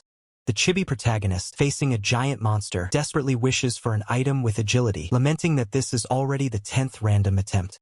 The system explains that high-level monsters possess skills acquirable under specific conditions. The chibi protagonist, however, sighs in frustration, realizing the acquired skill doesn't suit him at all. Protagonist, determined, decides to look into the background story he remembered, plugging a device into his computer.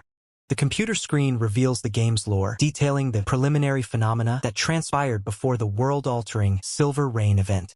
The protagonist ponders the implications, realizing these preliminary phenomena would only be relevant if they actually occurred in reality and brought strong monsters with them.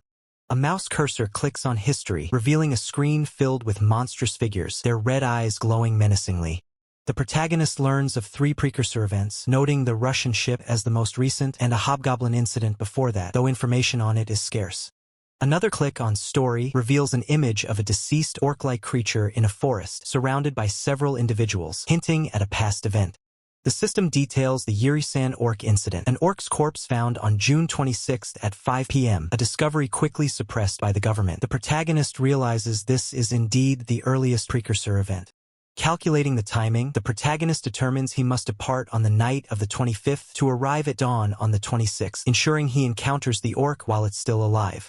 A sudden urgency grips the protagonist as he realizes he needs to get ready and fast for this critical temporal intervention.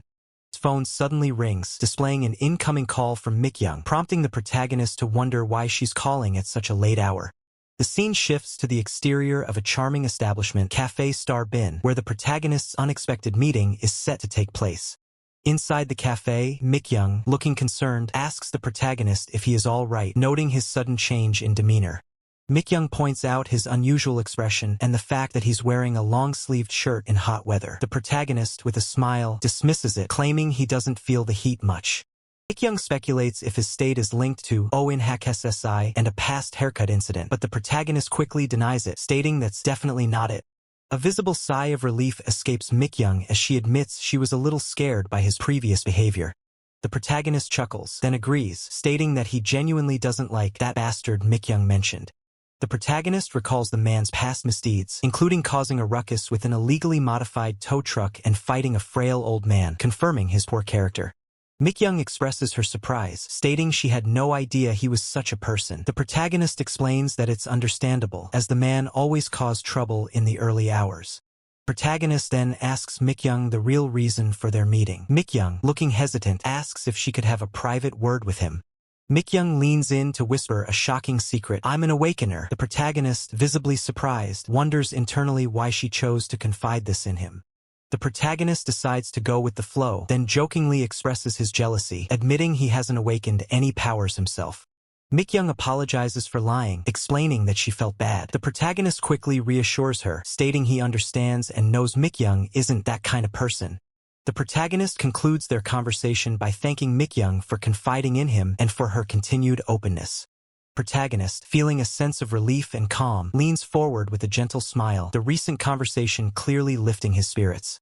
He admits to Mikyung that he feels significantly better, confessing his initial apprehension about the remodeling but expressing genuine gladness for having come. With a confident glint in his eye, the protagonist promises to see her again, intrigued by her survival life and now considering studying it himself. Feeling much better and refreshed, the protagonist sits on his bed, contemplating his next move as he gazes at his phone. He finalizes the purchase of a state-of-the-art drone, intending to use it for scouting the forest ahead. The protagonist also secures a rental car, ensuring he has reliable transportation for the duration of his mission. With all preparations complete, the protagonist drifts into a deep sleep, ensuring his condition is at its absolute peak for what lies ahead.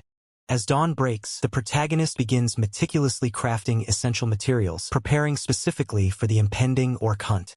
Donning a protective mask, the protagonist carefully crushes ignition stones, a delicate process demanding extreme caution due to their volatile nature.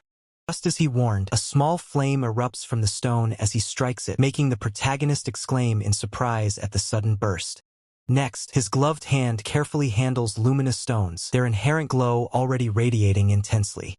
The intense light from the stones bursts out repeatedly, stinging his eyes, yet the protagonist endures the discomfort, knowing the performance of his crafted items will be worth it. Having completed the basic material setup for the orc hunt, the protagonist now prepares an array of powders and liquids for further refinement. He meticulously pours a vibrant red powder into a can, mixing it with various other components like sugar and solvents. A dropper carefully adds a precise amount of liquid into the mixture, ensuring the concoction is just right. After fixing the dimensional gate coordinates to a desk, the protagonist steps through, emerging into reality from his crafting space. Inside the car, the protagonist looks around, letting out an impressed wow at the quality of his rental. A wide smile spreads across his face as he confirms his satisfaction, glad he splurged on renting such a high-quality vehicle. Peering into the trunk, the protagonist confirms he has everything he needs, from a duffel bag to a fire extinguisher, all neatly packed. Settling into the driver's seat, a confident smile plays on his lips as the protagonist asks, "Shall we get going now?" The car speeds through the city streets under the night sky, heading directly towards Yurisan, the designated location where the orc is expected to appear. Arriving at the Yungsunri camping ground parking lot just before midnight, the protagonist finds himself in the midst of a heavy downpour. Using the remaining time, the protagonist engages in intense image training, visualizing himself battling a monstrous foe on his smartphone screen, hearing the creature's roar. After his mental preparation, the protagonist meticulously checks his gear, reaching for his helmet and weapon laid out on the car seat. As the digital clock flips to exactly midnight, signaling the start of the new day, the protagonist knows his mission truly begins. Clad in a green poncho and headlamp, the protagonist steps out into the pouring rain, his determined gaze fixed forward as he earnestly begins his search. As he ventures deeper into the forest, the protagonist notes the rain intensifying, questioning if the downpour is getting even heavier. The protagonist's gaze is obscured by the relentless downpour, making it impossible to see clearly ahead due to the thick mist. With each step, the protagonist splashes through the deepening puddles, his mind racing to understand where the orc could have emerged from. Wiping the rain from his face, the protagonist acknowledges that these are indeed the precursor phenomena now manifesting in reality. A deafening roar, KOW, rips through the air, causing the protagonist to flinch as he turns towards the source, a sense of dread washing over him. His eyes widen in pure shock, a silent gasp escaping his lips as the full impact of the sound registers. Illuminated by the faint glow of his headlamp, the protagonist stares up at the monstrous, red-tinged silhouette, realizing with a jolt, it's an orc. The protagonist calmly reminds himself to stay composed, activating a signal flare. He trusts his plan, confident that if he executes it perfectly, he can surely capture the creature. The massive, crimson-skinned orc, its eyes burning with malevolent red light, strides forward with a crude axe in hand, a formidable presence emerging from the mist. Attracted by the signal flare lying on the ground, the enraged orc lets out a guttural roar, its red eyes glowing with fierce intensity as it lunges towards the distraction. As the orc's movement abruptly ceases, the protagonist seizes the opportunity, extending his hand and initiating an open portal directly towards the stunned monster. Yelling KO, the protagonist unleashes a blinding burst of energy, activating the flash can to overwhelm the orc with a powerful light-based attack. Following the flash, the protagonist lunges forward, aiming to rupture the orc's muscles with a swift, energy-infused strike. He precisely strikes the orc's leg, the green energy of his weapon tearing into the relaxed muscles, exploiting the status effect to restrict the monster's movement. The orc lets out a pained, guttural cry, Kuiak, its face contorted in agony from the devastating blow. Despite its injury, the enraged orc retaliates, swinging its axe with a furious, red energy-imbued strike, forcing the protagonist to react instantly. The protagonist holds his glowing weapon steady, his expression resolute as the orc's powerful, red-streaked attack narrowly misses him. Blinding speed, the protagonist delivers a powerful, blue energy-infused kick directly to the orc's midsection, sending ripples of green impact energy through the monster. Another choked cry of pain, Koyak escapes the orc as it reels from the protagonist's relentless assault. The protagonist quickly pulls out a small prepared flame can, his eyes fixed on the orc as he prepares to unleash a fiery attack. Protagonist forcefully shoves the prepared flame can deep into the goblin monster's maw, intending to detonate it from within. A blinding explosion erupts from within the goblin monster, obliterating its head in a fiery blast as the protagonist pulls his hand back from the devastating impact. With a triumphant, almost manic grin, the protagonist challenges the aftermath, confident that even an orc could not have survived such an overwhelming attack. Unexpectedly, the protagonist is thrown backward, collapsing onto the rain-soaked ground with a pained grunt, clearly having sustained a surprise impact. The protagonist curses his own carelessness, frustrated that he let his guard down like a fool after what he thought was a decisive victory. Protagonist watches in disbelief as the goblin monster, despite the point-blank explosion, remains standing, now wreathed in roaring flames and emanating dangerous energy, prompting him to exclaim in frustration. A wave of despair washes over the protagonist as he stares, drenched in rain and sweat, grappling with the terrifying thought that this might be the end of his journey. Amidst the dying flames of the goblin monster, a system notification flashes, declaring that the protagonist's level has increased to 3. As a radiant light envelopes the protagonist, 2 more system alerts appear, confirming the acquisition of 10 points and the new skill, Survival Instinct. Exhausted and soaked, the protagonist sighs deeply by a crackling fire, lamenting that he can't continue facing such brutal challenges indefinitely. The protagonist then scans his surroundings, his focus shifting to the potential rewards as he wonders aloud about the location of the drop item. A bright light emanates from the protagonist's wrist, revealing a transformed watch now granting perception +2, a welcome relief as he notes how difficult it would have been to find in the rain otherwise. Staring down at the lifeless, decaying form of the goblin monster, the protagonist ponders his next move, wondering how to deal with the remains.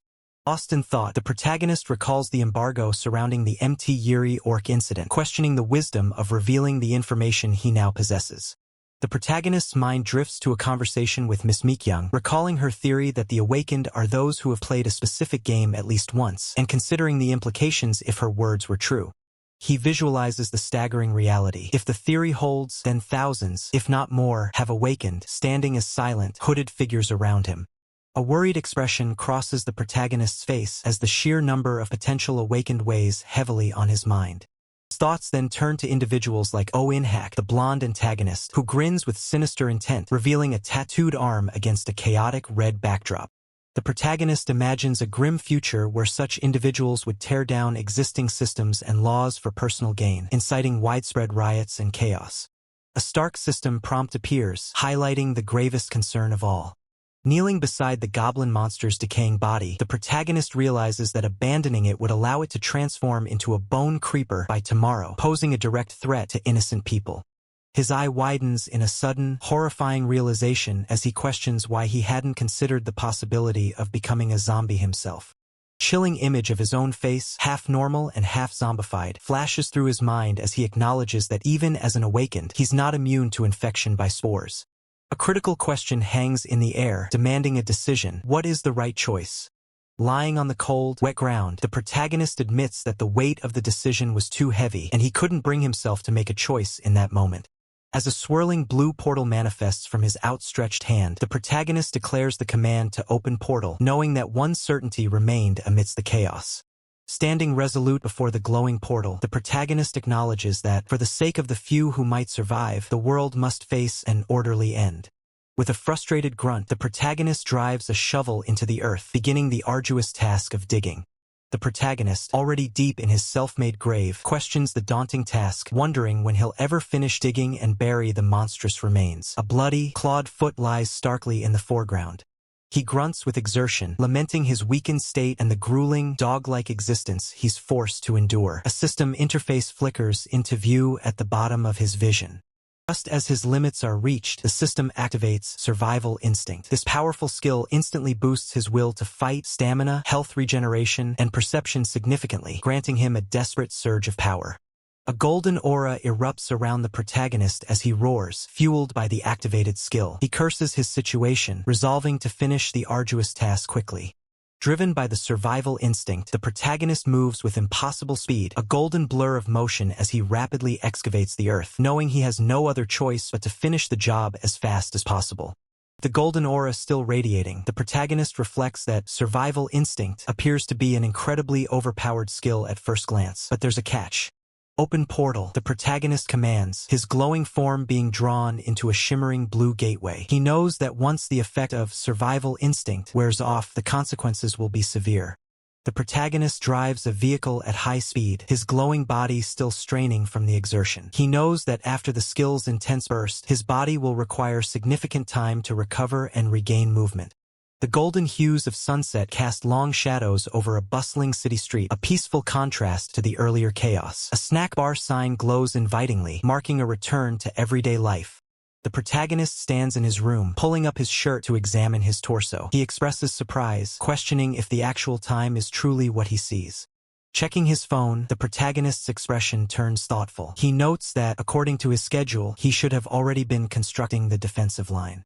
The protagonist scrolls through news on his phone, a headline about abnormal climate patterns catching his eye. He wonders if the traces of the red orc are finally gone.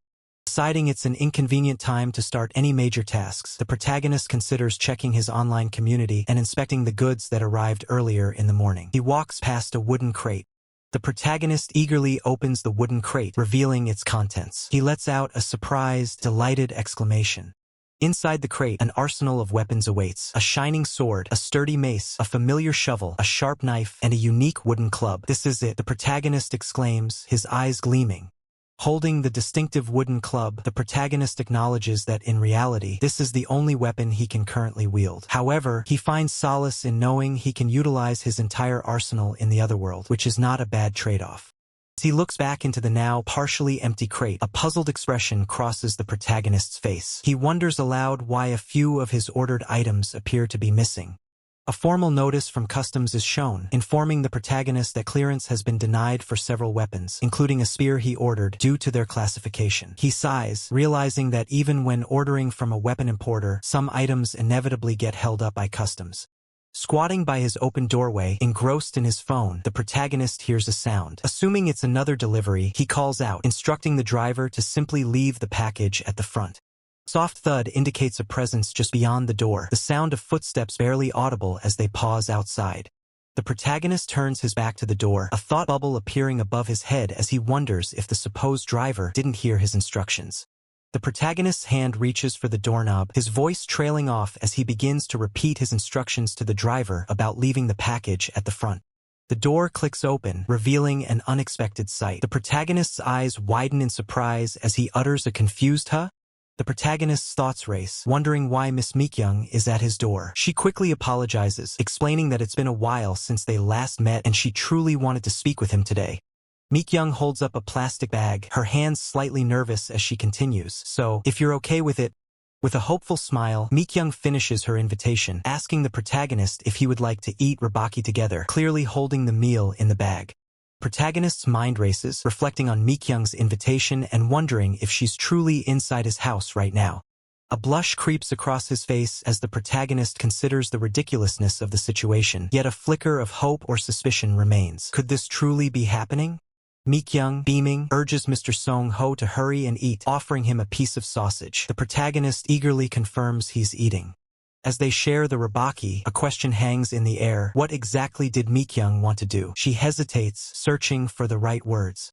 Meekyoung clarifies, reminding the protagonist that he'd promised to look up information about Seola last time, and she wanted to share some information. Meanwhile, the protagonist internally laments, realizing his romantic hopes were shattered. Damn it, I knew it. The end is just around the corner. What romance? Despite his initial disappointment, the protagonist nods, recognizing that, coming from Meekyoung, sharing information is the right thing to do.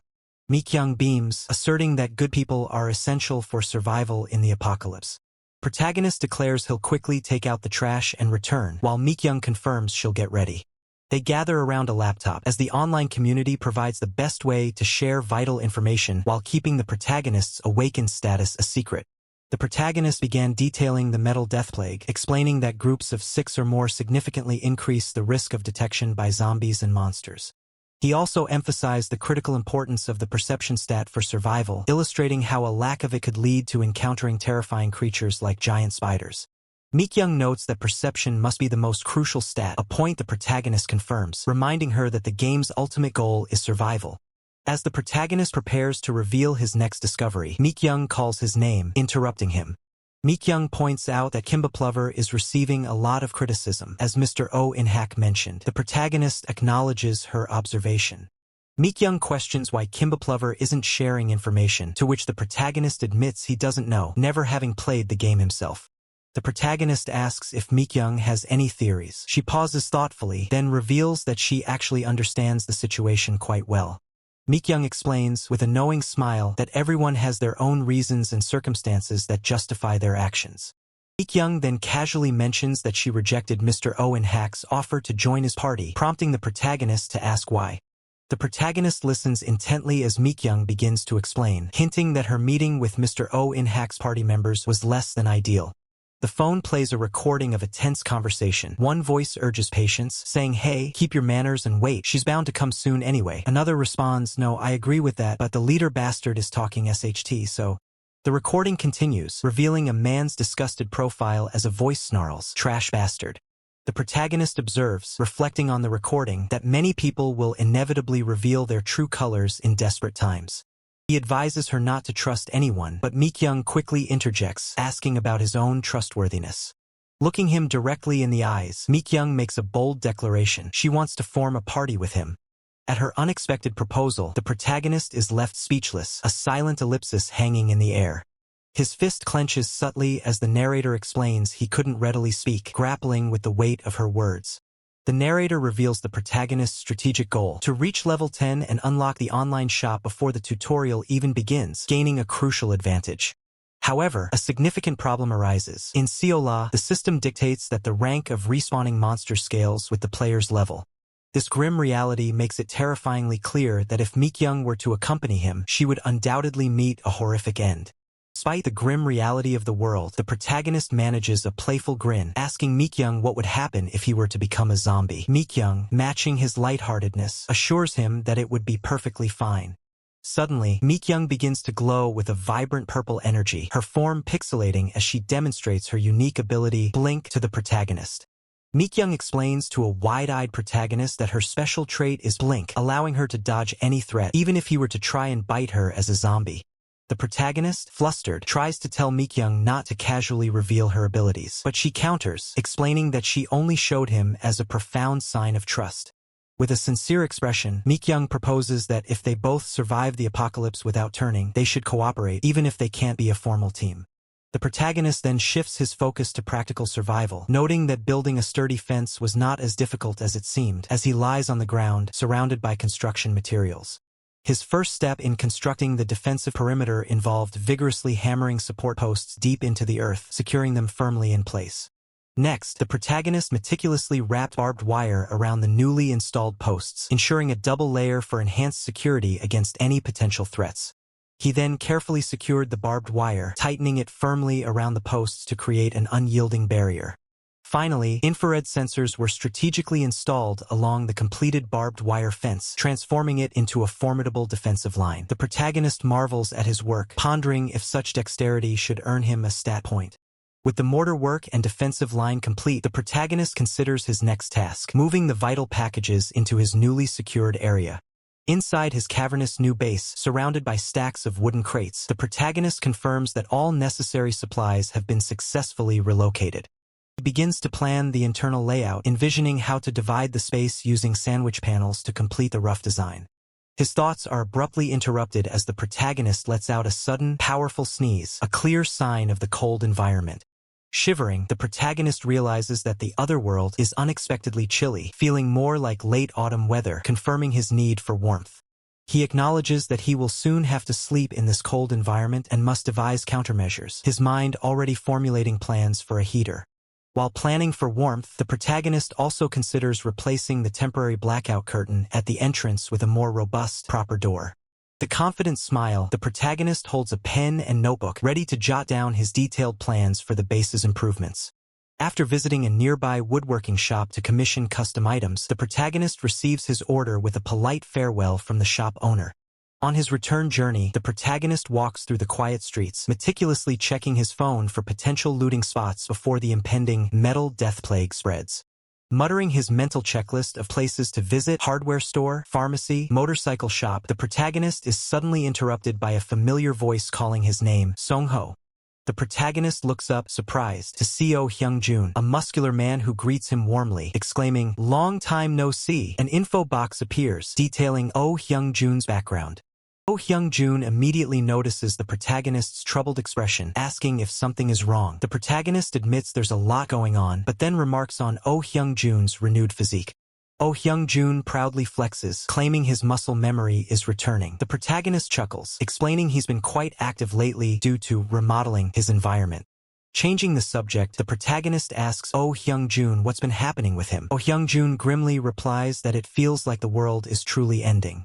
Surprised, the protagonist asks if Oh Hyung-jun has heard the rumors too. Oh Hyung-jun confirms, mentioning a gym member told him about status windows and zombies.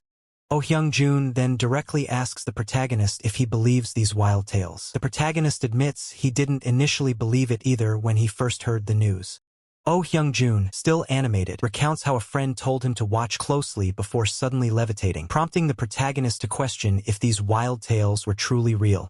Oh Hyung-jun confirms he saw it clearly, calling it a 100% superpower. The protagonist then inwardly laments not awakening himself, a sentiment Oh Hyung-jun silently echoes. Shifting the topic, Oh Hyung-jun mentions the awakened individual plans to go to a broadcasting station to make a quick buck, leaving the protagonist wondering about his motivations. Oh Hyung-jun shrugs off the protagonist's unspoken question, reiterating that the awakened person has a meeting scheduled with a broadcasting station PD. Protagonist considers if ordinary people will soon discover the existence of the awakened, but Oh Hyung-jun suggests something far more concerning happened today.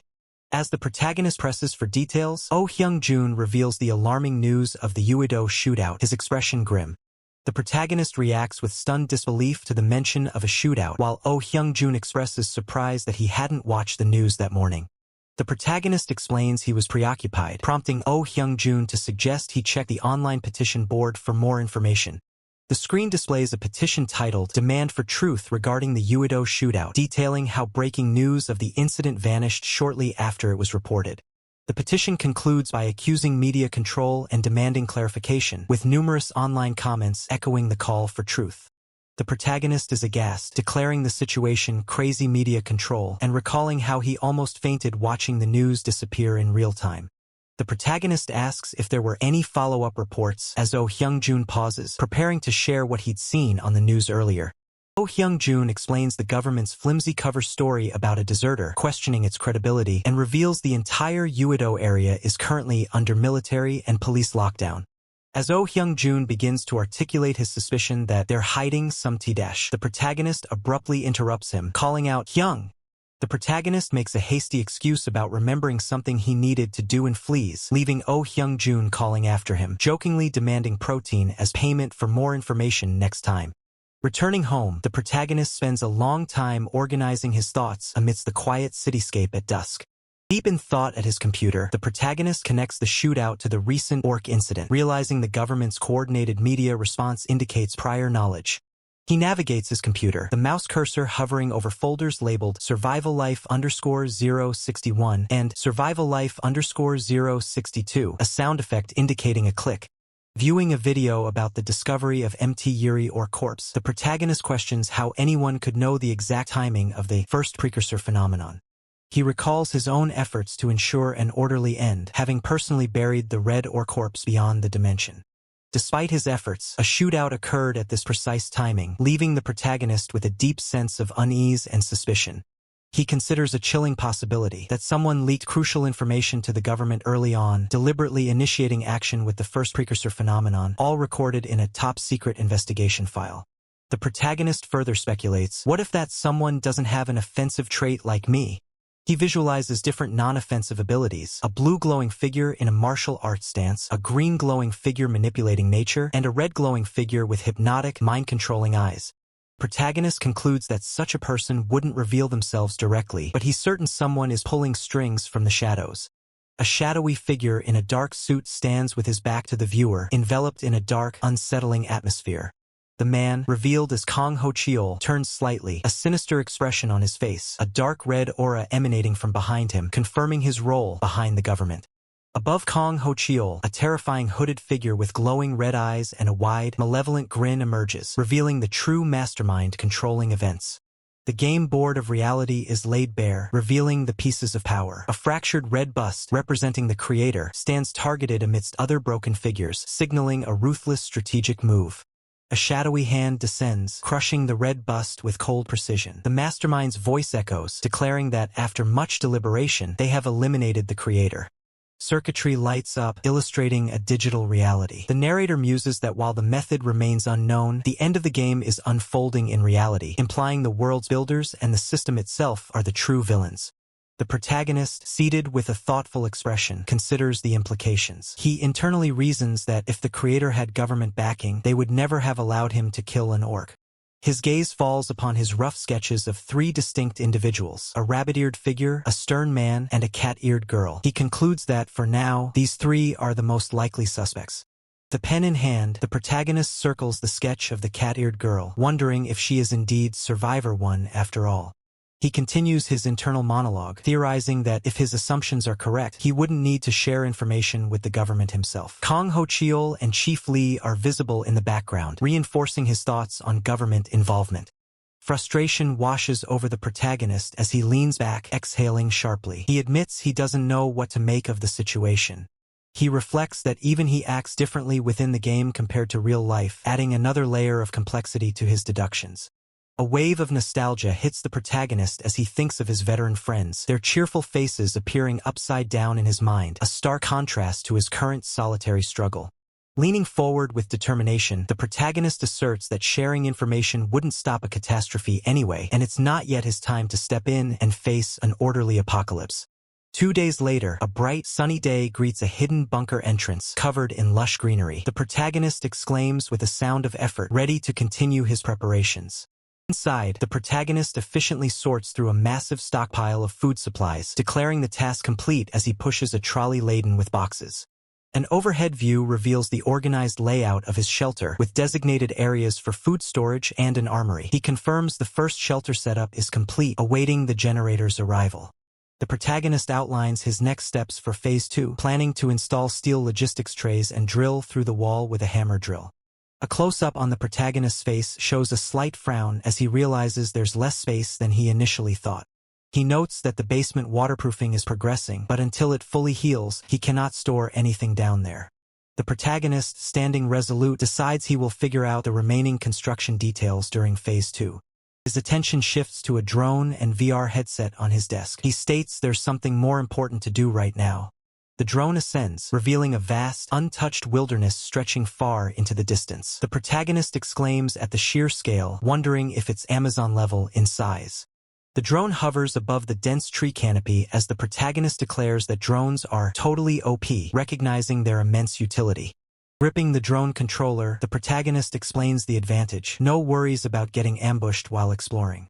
A map lays spread on his desk, and he continues, noting that making real-time maps is incredibly easy, calling the drone god tier for its capabilities. Wearing his VR goggles, the protagonist grins widely, pleased with his purchase. He's glad he bought the expensive one, seriously. The drone soars skyward, a beacon of exploration. The protagonist confirms he set the shelter as the center point and began a full-scale terrain exploration. The drone flies over snow-capped mountains to the northwest, encountering signal interference. The protagonist expresses frustration at the interruption. Despite the interference, the drone continues its journey, revealing a vast ocean to the south, expanding the known territory. The drone's surveillance confirms the Southern Ocean is teeming with prey and devoid of formidable monsters. Protagonist contemplates setting up fish traps to capitalize on this abundant resource. His drone then shifts its focus, meticulously examining a lush valley ecosystem near the shelter. A sense of relief washes over protagonist as he notes the absence of any owlbear signatures. The drone's camera smoothly adjusts, its lens whirring as it continues its aerial reconnaissance, capturing every detail of the terrain below. As the drone hovers over a familiar clearing, protagonist recognizes the spot where he once encountered an owlbear. A chilling realization strikes him. The corpse is inexplicably gone. Wearing his VR goggles, protagonist questions if the large owlbear itself consumed the body. Yet, the distinct skeletal remains he observed earlier were certainly not those of a goblin. He quickly dismisses his initial thought, recognizing that the numerous, varied footprints scattered across the ground make any immediate conclusion premature. A closer inspection reveals unmistakable goblin tracks among the prints, escalating the suspicions surrounding the missing corpse. The drone's telemetry confirms the valley is approximately 1.5 kilometers from his shelter, a distance that now feels uncomfortably close. This discovery forces a grim realization upon protagonist. His shelter might be far more perilous than he had initially estimated. Decisively, protagonist activates the return to home function on his drone controller, unwilling to risk losing his valuable golden treasure to unforeseen dangers. Even as the drone makes its way back, it continues to relay crucial data about the forest ecosystem. Protagonist pores over a map, identifying a swamp zone filled with boars, deer, and rabbits. The detailed map on his desk illustrates the diverse terrain and wildlife distribution, providing a comprehensive overview of the surrounding wilderness. Protagonist resolves to personally inspect each area. He believes this is the only reliable method to gather the truly detailed information he needs. Fully geared in tactical armor, protagonist prepares for his expedition. He plans to start with the nearest swamp, assessing its potential for farming. Suddenly, a distinct sound catches protagonist's attention. He stops, phone in hand, his expression shifting to one of alert surprise. Now wearing his helmet, protagonist stands in a forest clearing, observing the ground. He remarks on the impolite presence of goblins, indicated by the tracks. He kneels, examining the footprints. The tracks suggest a smaller hunting party, perhaps 6 to 8 goblins, rather than a full horde. A subtle smirk plays on protagonist's lips beneath his helmet. The timing is perfect, as these creatures were already on his mind. Protagonist follows the clear trail of footprints winding up a forest path, noting how the goblins are conveniently walking directly into his path. A faint glow emanates from his wrist device, prompting protagonist to wonder if his increased perception stat is responsible for his heightened awareness.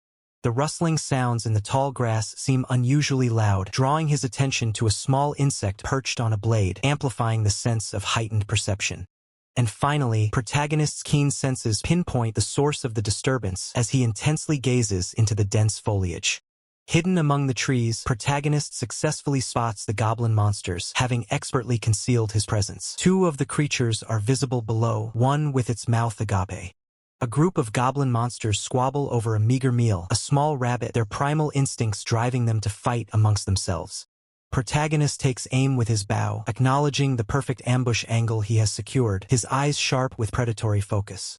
With a powerful draw, protagonist releases his arrow, which transforms into a glowing, ethereal projectile, streaking through the forest with immense speed and power.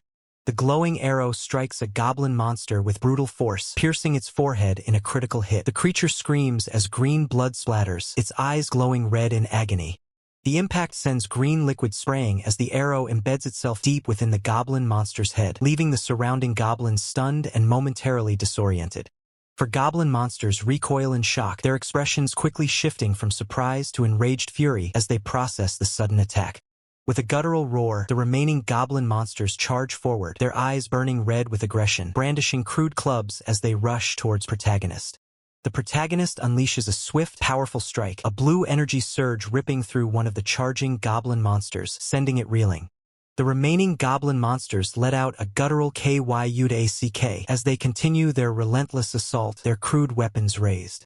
As more goblin monsters emerge from the dense foliage, brandishing their makeshift weapons, the protagonist swiftly grasps a gleaming axe, ready for the next wave. With blinding speed, the protagonist delivers a devastating blow, his weapon glowing with vibrant energy as it connects with a goblin monster, sending it flying. The protagonist moves with incredible agility, a blur of motion as he navigates the chaotic battlefield, his knife held ready. A brutal, precise strike. The protagonist's blade pierces a goblin monster's neck, a spray of green blood erupting as the creature falls, another casualty already on the ground. Surveying the fallen foes, the protagonist coolly observes that makes 4 down. As the protagonist advances past more defeated enemies, he challenges the 2 remaining goblin monsters, asking, "And you guys, what now?" even as they launch small red projectiles. The projectiles harmlessly deflect off his helmet as the protagonist retorts, "Hey, even villains wait when someone's talking, aren't you being rude?" Enraged, the goblin monsters shriek "Kuk" as they abandon ranged attacks and rush the protagonist in a desperate melee charge. Surrounded by the goblin monsters, the protagonist muses, "So melee combat since poison didn't work?" confirming his analysis of their previous ranged attempts. As he deftly evades their crude attacks, the protagonist declares, "Excellent choice," implying their shift to melee plays right into his hands. Protagonist's hand clenches around a small, glowing red orb, a glint of determination in his eyes as he begins, "For me." With a sudden, blinding flash, a powerful burst of energy erupts from the protagonist, repelling the surrounding goblin monsters as he finishes his thought, "Of course." The goblin monsters writhe on the ground, groaning clearly disoriented as the protagonist observes, "Looks like the status effect hit properly." Gripping his knife tightly, the protagonist prepares for the final blow, a grim resolve in his posture as he states, "Then." With a decisive lunge, the protagonist's glowing blade slices through the weakened goblin monsters, declaring, "Time to finish this." A system notification flashes, announcing you leveled up to level 4, followed by another you have gained 16 points. Letting out a relieved phew, the protagonist surveys the defeated goblin monsters, admitting, "I only tried because they were weakened from confusion."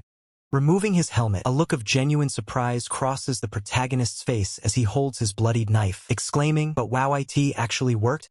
With a golden aura surrounding him, the protagonist digs vigorously with a shovel, remarking to himself, "This is really funny, you know?" A slight smile plays on the protagonist's lips as he continues digging, pondering the ironic activation conditions of his skill. The survival craving didn't trigger during battle, but it triggers while I'm digging. Multiple golden-shrouded forms of the protagonist work in unison, rapidly excavating a pit as he exclaims in disbelief, "RG, why is the efficiency so good?" The contemplative expression, the protagonist observes his glowing hand, concluding, still, well, this skill activation wasn't completely useless. The protagonist continues his self-analysis, noting, unlike with the ORC, if only my health stat has dropped, I was able to confirm that the recoil isn't severe. Standing over a neatly mounded grave, the protagonist announces, that's the end of burying the corpses, his task completed. Turning his attention to a small pile of loot bags, the protagonist eagerly asks, now I should check the loot, right? The protagonist examines a peculiar red fruit, a system notification identifying it as a Gau Kaa fruit that restores health. He marvels, wondering if this is its original form before being processed. Observing the surrounding loot bags and the presence of vegetable oil, the protagonist deduces there must be a nearby source for harvesting these resources. Reaching for one of the boss's pouches, the protagonist prepares to uncover its contents. His eyes widen in surprise as he exclaims, questioning the unexpected item he just discovered. Cupped carefully in his hands, a small, blue toad-like creature is revealed, prompting the protagonist to identify it with a hint of disbelief. The protagonist tilts his head, wondering aloud why a living toad would be carried as loot instead of a dead one, implying a deeper mystery. Leaning closer, the protagonist catches a distinct musty scent emanating from the creature. The noxious green liquid seeps onto his gloved hand from the toad. The protagonist's expression shifts to alarm, a chilling realization dawning on him. The protagonist recoils, a sudden shockwave of understanding hitting him as he identifies the substance as the paralysis poison commonly used by goblins. Despite the danger, the protagonist resolves to raise the creature, gently patting the now helmeted toad. The protagonist's thoughts race, acknowledging the toad's unexpected cuteness while realizing its true value, the ability to extract paralysis poison, offering him a unique opportunity to enhance his poison resistance. Donning his helmet, the protagonist affectionately pokes the toad, declaring its new name, Jaduk, and promising to provide it with ample food. System notifications flash, confirming that due to its sleeping state, the protagonist has successfully empathized with the poison toad, now officially named Jaduk, and it is now his property. Protagonist, holding Jaduk, stares at the system messages, flustered by the unexpected development and wondering if such a mechanic existed in the game Asura. Behind his visor, the protagonist's eyes narrow in thought, pondering if this is a hidden gimmick integrated into reality, similar to the dimensional gate characteristics. Two system messages appear, a thank you to Survival Life users and a stark announcement that the service will be terminated in 1 week. The protagonist, bewildered, wonders if an update was conducted during the last week when he wasn't logged in. Kneeling, the protagonist dismisses the idea of a recent update, finding it illogical to update a server right before its scheduled shutdown. The protagonist, shaking off his concerns, decides to stop overthinking the problem. He declares his immediate priority is exploration and activates the dimensional gate, plunging into its bright energy. The protagonist steps through the glowing blue dimensional gate, repeatedly traversing it to finalize his reorganization. After completing his reorganization, the blue energy of the dimensional gate disperses, and the protagonist immediately begins searching his surroundings. Protagonist discovers a pristine spring, a hidden resource he couldn't detect even with his drone. He expresses surprise, realizing such a place existed so close to his hideout. Kneeling by the spring, the protagonist scoops water with a ladle. He is relieved to find it's just ordinary, drinkable water, easing his earlier worries. The protagonist diligently notes his discovery, realizing the spring solves his drinking water problem and removes the immediate need to venture into the swamp. Surveying the area, the protagonist confirms his earlier inference. Other valuable items are present, including a Gau Kaa tree and vegetable oil buds, just as he had suspected. The protagonist frantically begins harvesting Gau Kaa fruits, each acquisition confirmed by a flashing blue system window. Crouching amidst the plants, the protagonist decides to leave some behind, keeping them as a reserve for future needs. To ensure he can always find his way back, the protagonist diligently places markers throughout the forest. A satisfied smile on his face, the protagonist holds a marker, contemplating his return. From an aerial perspective, a building rooftop is revealed as a voice calls out affectionately, "Come on, our Jaduk." A figure in a sterile hazmat suit gently coaxes, holding a grasshopper with tongs, "Come on, our Jaduk." Saya, the blue, frog-like creature stares up, ready to strike. In a flash, Jaduk's long tongue whips out, snatching the grasshopper midair with a swift chap. The caretaker claps with satisfaction, noting, "I decided to raise Jaduk in the second-floor house for the time being. Good, it's eating well, hopping around." Observing Jaduk in its terrarium, the caretaker meticulously maintains its environment, recalling that toads live in environments around 18 to 25 degrees. Carefully, the caretaker pours a glowing green liquid into Jodok's habitat, thinking it would obviously die. Yet they murmur affectionately, "Ah, so cute." Beyond caring for Jodok, the caretaker had a multitude of tasks. As they poured liquid into a test tube, they acknowledged there were tons of things to do. Among the many duties, the most time-consuming was the creation of a special ointment. The caretaker's gaze fixed on the glowing test tubes. The process resulted in an overwhelming amount of product. The caretaker stands amidst countless containers, realizing no matter how I look at it, I accidentally made way too much. My hands are naturally big. Pondering the surplus, the caretaker muses, but I can't give it to Mikyung, who's an awakener, either. How should I handle this? Alright. A sudden realization sparks in the caretaker's eye, the solution to their dilemma becoming clear. Transitioning to a new scene, a modern building stands illuminated against the twilight sky, its upper windows glowing brightly. A man's throat bobs as he takes a satisfying gulp, the sound echoing loudly. The muscular man grins, exclaiming, "Kook!" As expected, protein drinks bought by my younger brother are the truth. The protagonist, his younger brother, smiles apologetically, "Ahaha, I'm a bit late, right?" The muscular man replies, "It's fine. Honestly, I expected you to come the next day, so I was a bit disappointed." The protagonist playfully retorts, "Hey, come on, but I came with both hands full." The muscular man concedes, "I'll admit that. I didn't expect a whole container of protein, kid." Holding up a small container, the muscular man asks, "But what's this ointment?" The protagonist explains, I bought too much. It's supposed to be good for wounds." The protagonist scratches his cheek, a hint of suspicion in his eyes. You're not doing multi-level marketing, are you? I'm not that much of a sucker, you know?" The muscular man smiles, holding up his phone. "Anyway, thanks, even for sending me Sur-related information through messages." The protagonist replies with genuine gratitude, "I'm the one who's grateful. If it weren't for you, I wouldn't have known about the shooting incident." Looking around the unusually quiet gym, the protagonist asks, "By the way, isn't the gym too quiet?" The muscular man explains, Everyone went to make plans." The protagonist, confused, queries, "Plans?"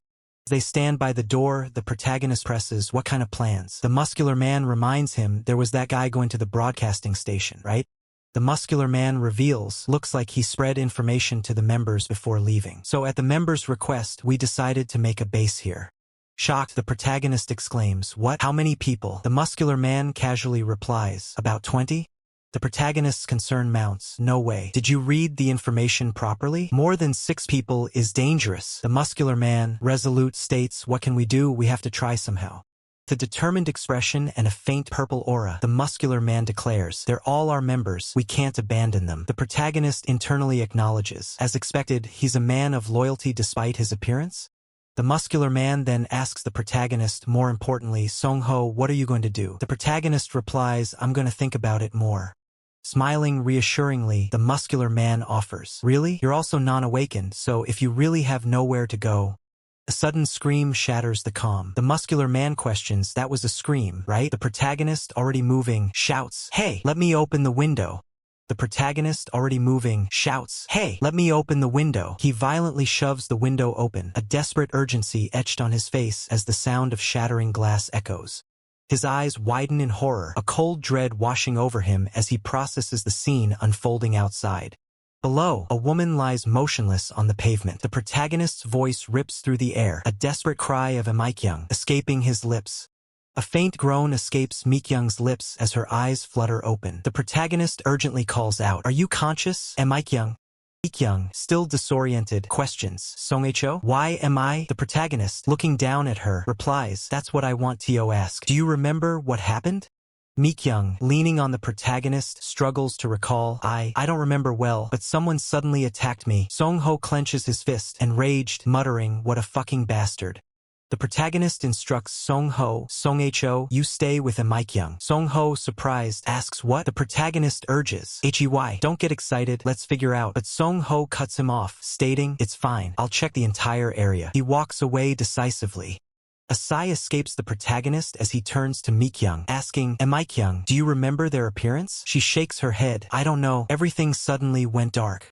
Protagonist echoes, "It went dark?" Mikyung, looking troubled, explains, "Yes, I know the explanation is strange, but it wasn't like someone covered my eyes. It just..." Her voice trails off, unable to articulate the sensation.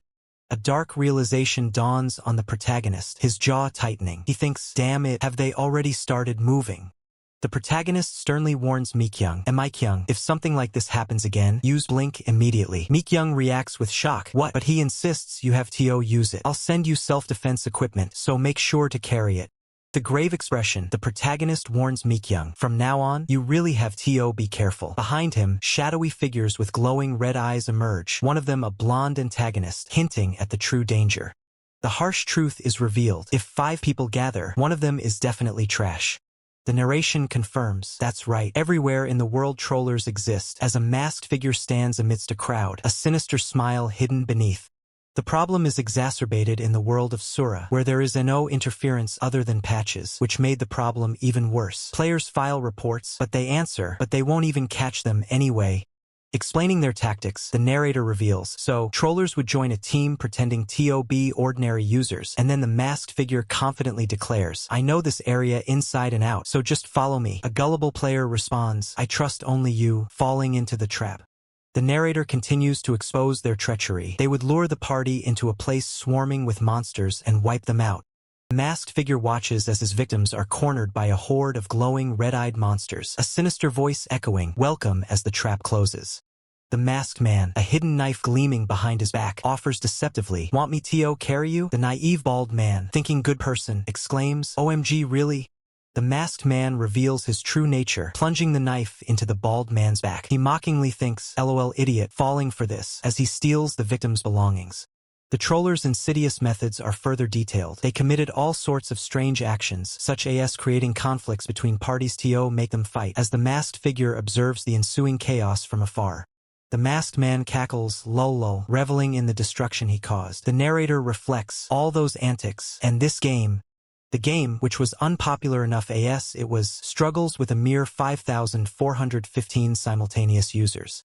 The narrator concludes, they played a significant role in making this game totally fail in just 1 year, as the simultaneous user count plummets to a dismal 4. The reason simultaneous users dropped to 4 was because we severely disciplined the few remaining ones, as a diverse group of heroes stands victorious over the defeated mass troller. The narrator explains that the game's downfall occurred because it was the perfect timing for trollers to run rampant. The protagonist, deep in thought at his computer, begins, to summarize the information I've found so far. His research reveals a critical piece of lore. The Awakener communities were integrated after the Uedo shootout, hinting at a larger, more dangerous world beyond the game.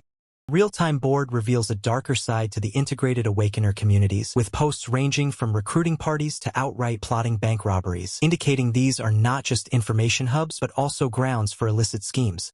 The protagonist stares at his screen, a look of disbelief on his face as he realizes someone is even selling his own gameplay videos. His eyes widen further, a sharp intake of breath escaping him as the implications sink in.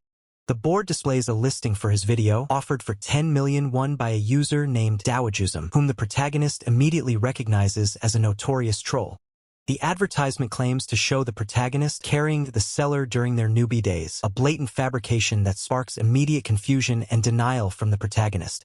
Leaning back, the protagonist speculates whether Dawajuzum is attempting to bait viewers with cleverly spliced footage, attempting to profit from his reputation. The audacity of the scam leaves the protagonist utterly flabbergasted, wondering at the sheer nerve and warped logic of the person behind it. Shaking off the irritation, the protagonist stretches, realizing that to truly deal with such troublesome individuals, he needs to prepare himself. A surge of blue energy emanates from him as a renewed resolve hardens his expression. He declares his intention to intensify his training. He recalls how he meticulously studied weapon usage and combat techniques from Survival MeTube whenever he found a spare moment, constantly seeking to improve. Yet he acknowledges that most of his accumulated knowledge, like methods for attacking monsters in their hideouts, was primarily geared towards PvE combat. Furthermore, many of the weapons and strategies he learned failed to account for the devastating wire disease that plagued the world. With a determined smile, he announces a new directive for himself, starting from this very day. He declares his intention to select a primary weapon versatile enough to be effective even against the wire disease. His search is for a weapon capable of both anti-personnel combat and monster extermination, as he meticulously sifts through a collection of crude armaments.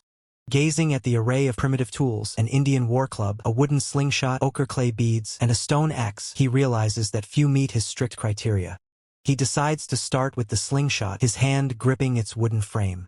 He acknowledges the slingshot's versatility, noting its high utility in various situations, but a caveat quickly follows. The snap, he fires the slingshot, a glowing blue projectile hurtling towards a wooden target with impressive speed. The projectile strikes the target with a flash, but he observes that the ochre clay beads, despite the energy infusion, possess ambiguous and ultimately weak power. He then picks up the Indian war club, realizing that with the wire disease as the primary threat, its effectiveness becomes surprisingly clear. A brutal illustration demonstrates the most efficient method to combat zombies, a blunt weapon to crush the parasitic spores within their skulls. He reveals his plan to acquire an ebony wood club from the level 10 shop, necessitating a significant increase in his blunt weapon proficiency. He practices a powerful downward swing with the Indian war club, infused with blue energy, pondering if its effectiveness extends to human opponents as well.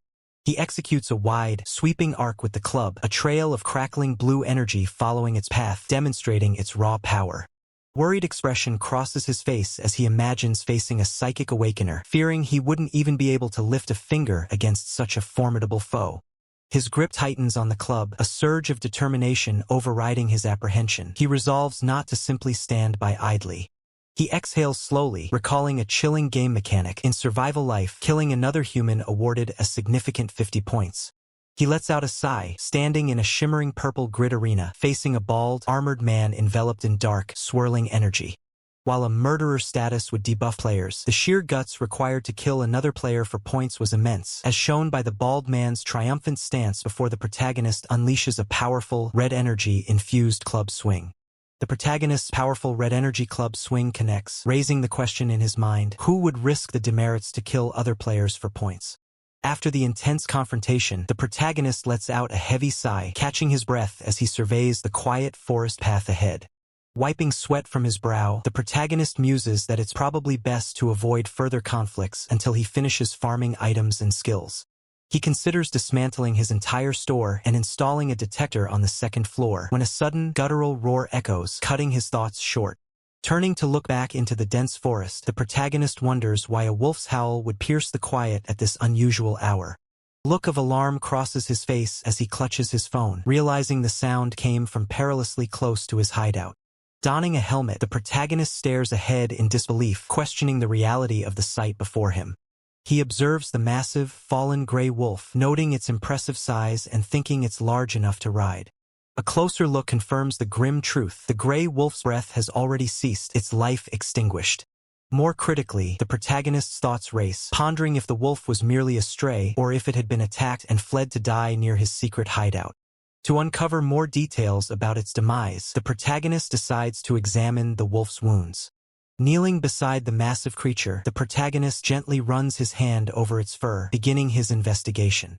As he examines the fallen beast, a tiny, white wolf cub suddenly leaps into view, startling the protagonist. The small cub collides with the protagonist's side, eliciting a surprised gasp from him. His eyes widen in pure astonishment, reflecting the unexpected arrival of the tiny creature. The protagonist looks at the agitated cub, barking fiercely beside the deceased large wolf, realizing this must be its mother. The protagonist, his expression thoughtful beneath his helmet, wonders how to handle this unexpected predicament.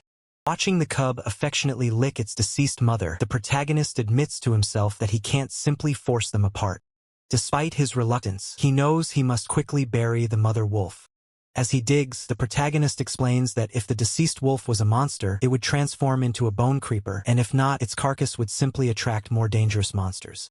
Letting out a tired sigh, the protagonist surveys the large grave he has just finished digging. He gazes at the small cub, finding its plight deeply touching, as it reminds him of his own younger self.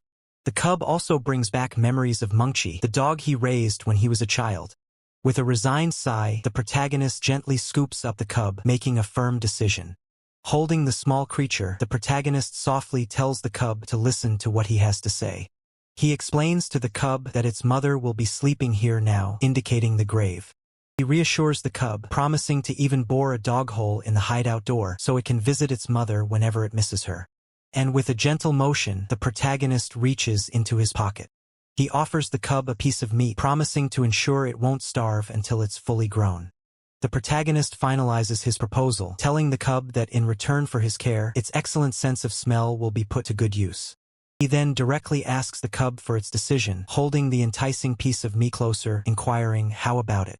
With a hopeful smile, the protagonist extends his hand, asking the cub, "Will you come with me?" The cub lets out an excited woof, and the protagonist, beaming, confirms, "Oh, you said yes, right?" The protagonist gently pets the now named Dingo, declaring, "Then your name from now on is Dingo. I'm counting on you." Dingo responds with an eager yip yip. System notifications flash, confirming the successful naming of the gray wolf and the establishment of communication with it. A final system message appears, stating that Dingo is now the protagonist's property, followed by an ominous declaration, "Until the apocalypse." Later, the protagonist calls out to Dingo, who playfully jumps, asking if it's ready. The protagonist smiles, encouraging Dingo, "Do it again just like I taught you." Dingo responds with a sharp bark. Dingo skillfully extends its paw on command, then gracefully executes a turn, demonstrating its learned tricks. The intelligent cub then sits obediently, followed by lying down on cue, showcasing its impressive training. Protagonist gently shushes Dingo, who lets out a soft wong in response. The protagonist instructs Dingo to wait, and the cub remains still, watching him expectantly. The protagonist pulls a final treat from his pocket, announcing, "Okay, now the last one." He shouts "Jump" as he tosses the treat high into the air, and Dingo barks, eagerly leaping to catch it. Dingo agilely leaps over a stack of boxes, snatching the treat with impressive precision midair. The protagonist laughs, musing, "Ha, must be because he's a creature from another world," as Dingo proudly holds its prize. Petting Dingo, the protagonist praises its tracking abilities, calling it a bundle of luck, a blessing. He affectionately cuddles Dingo, cooing, "Ah, my baby," before a thought crosses his mind about something happening at this rate. Soon, his phone vibrates, and the protagonist notes, Hyung contacted me first? That's unusual." The message from Oh Hyungjin Hyung simply instructs him to search levitation on the internet. The protagonist reads an article about a self-proclaimed first superhuman who claims zombies and monsters will soon appear, bringing disaster. He observes the article about the superhuman's dire predictions has already hit rank 1 on today's news rankings. The protagonist, sitting with Dingo, scrolls through tons of comments from ordinary people who don't know about eras, and then comments range from dismissive, calling the man an idiot with a smooth brain, to mocking his levitation power as useless against future zombies. Even some awakened individuals are freaking out too. The protagonist finds the reactions hilarious, his hand resting on the tablet as he observes the online chaos. He leans back, covering his eyes, reflecting on how people hate it when the info they know gets spread, while Dingo rests on his lap. Still with his hand over his eyes, the protagonist wonders, anyway, how will the government respond? The scene shifts to a chaotic rally, bathed in red light as the protagonist observes, looks like some people are trying to use shock and superpowers as a reason to hold rallies. Protagonist, deep in thought, decides against delving further into the unsettling implications of the rallies, concluding he shouldn't dig too deep into this. As a small white dog nudges his arm, the protagonist continues to ponder, noting that once the second omen manifests, they will naturally see the government's reaction and direction. His gaze drifts, perhaps envisioning the monstrous threats that loom in the world. Standing resolute, the protagonist declares his need to use his time even tighter, informing Dingo that starting today, they must begin exploration immediately. Dingo responds with an eager bark. Dingo barks excitedly, its wide eyes and open mouth conveying its readiness for the upcoming adventure. As the protagonist and Dingo trek through the dense forest, a thought crosses his mind. Among all the things I could do, the protagonist holds out a small bag to Dingo, explaining that the reason I chose interdimensional exploration with Dingo was this. He then challenges Dingo, asking, "Well, think you can find it?" Dingo sniffs the ground intently, letting out a low growl and a bark as the protagonist reveals the first reason to prepare for the upcoming hobgoblin event.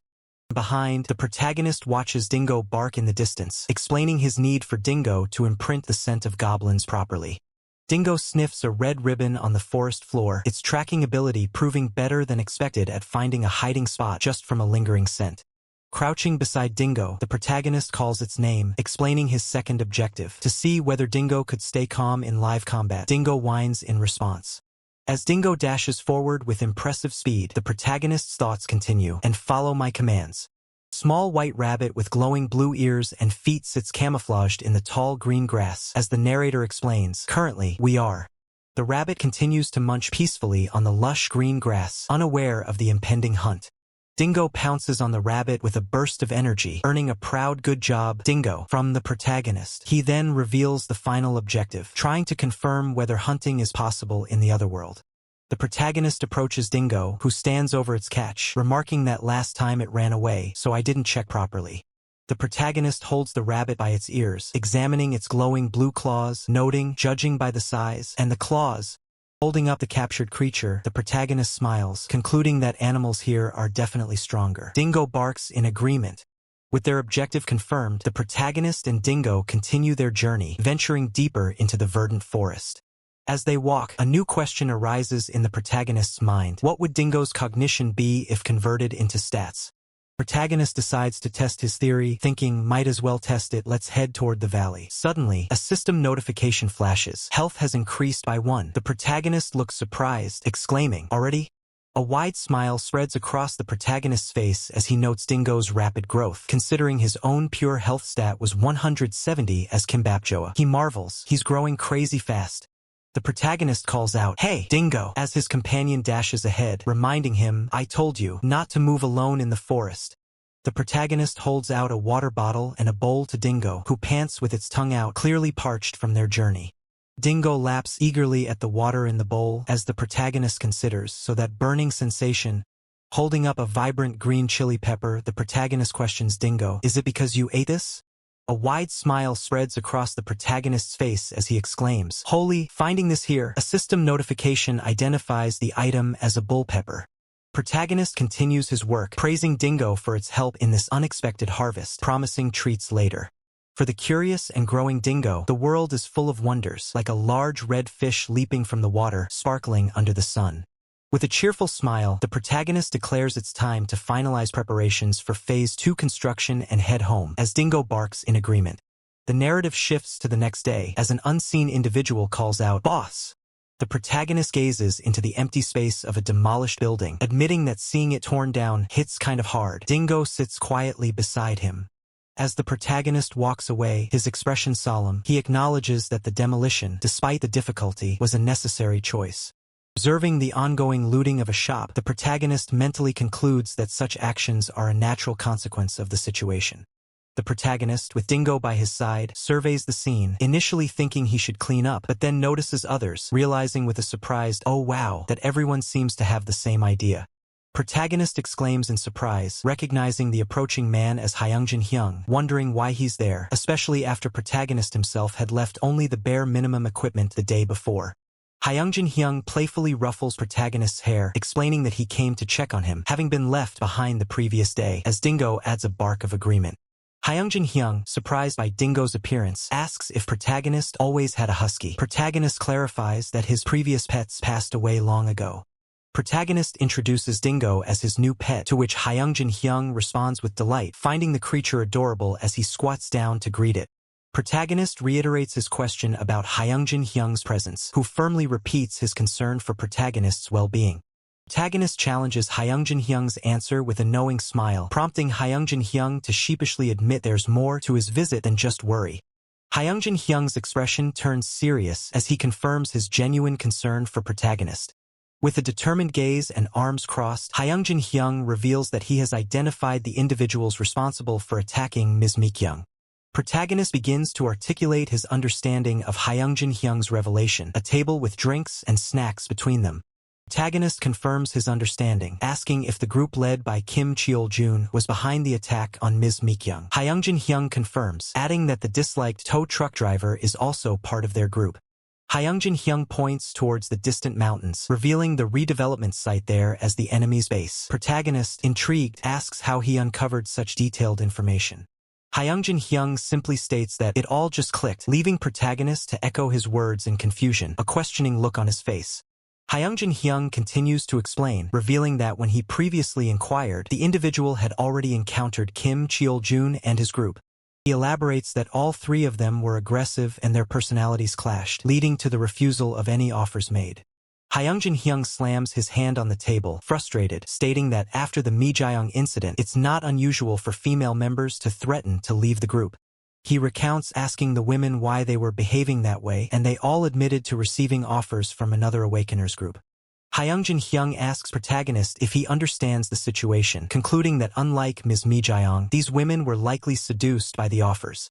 Protagonist listens intently, arms crossed, absorbing the grim reality of the situation.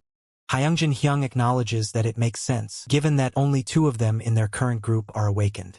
Protagonist remarks on the irony, stating that despite trying to help, this is often the outcome, as people ultimately only look out for themselves. Hyungjin Hyung reveals his deeper worry for his daughter, Jiyoon, wondering if he should call his ex-wife. Protagonist acknowledges that his friend's situation is different from his own. Protagonist looks up, stating there's just one thing he wants to know. He asks what Hyungjin Hyung would do if, when the end comes, someone becomes a threat, then answers his own question with a chilling resolve. He would kill them. Hyungjin Hyung, clenching a glowing fist, asserts that while he doesn't believe in hurting others, absolute evil must be eliminated in a lawless disaster. He then questions protagonist's unusual inquiry. Hyungjin Hyung repeats that the question is unlike protagonist, who gives a nervous laugh, admitting he just doesn't know how it came up. Suddenly, protagonist cries out in pain or surprise.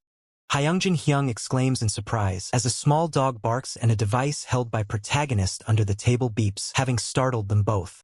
Protagonist, pointing at a map with an orange star marker, calls out to Hyungjin Hyung.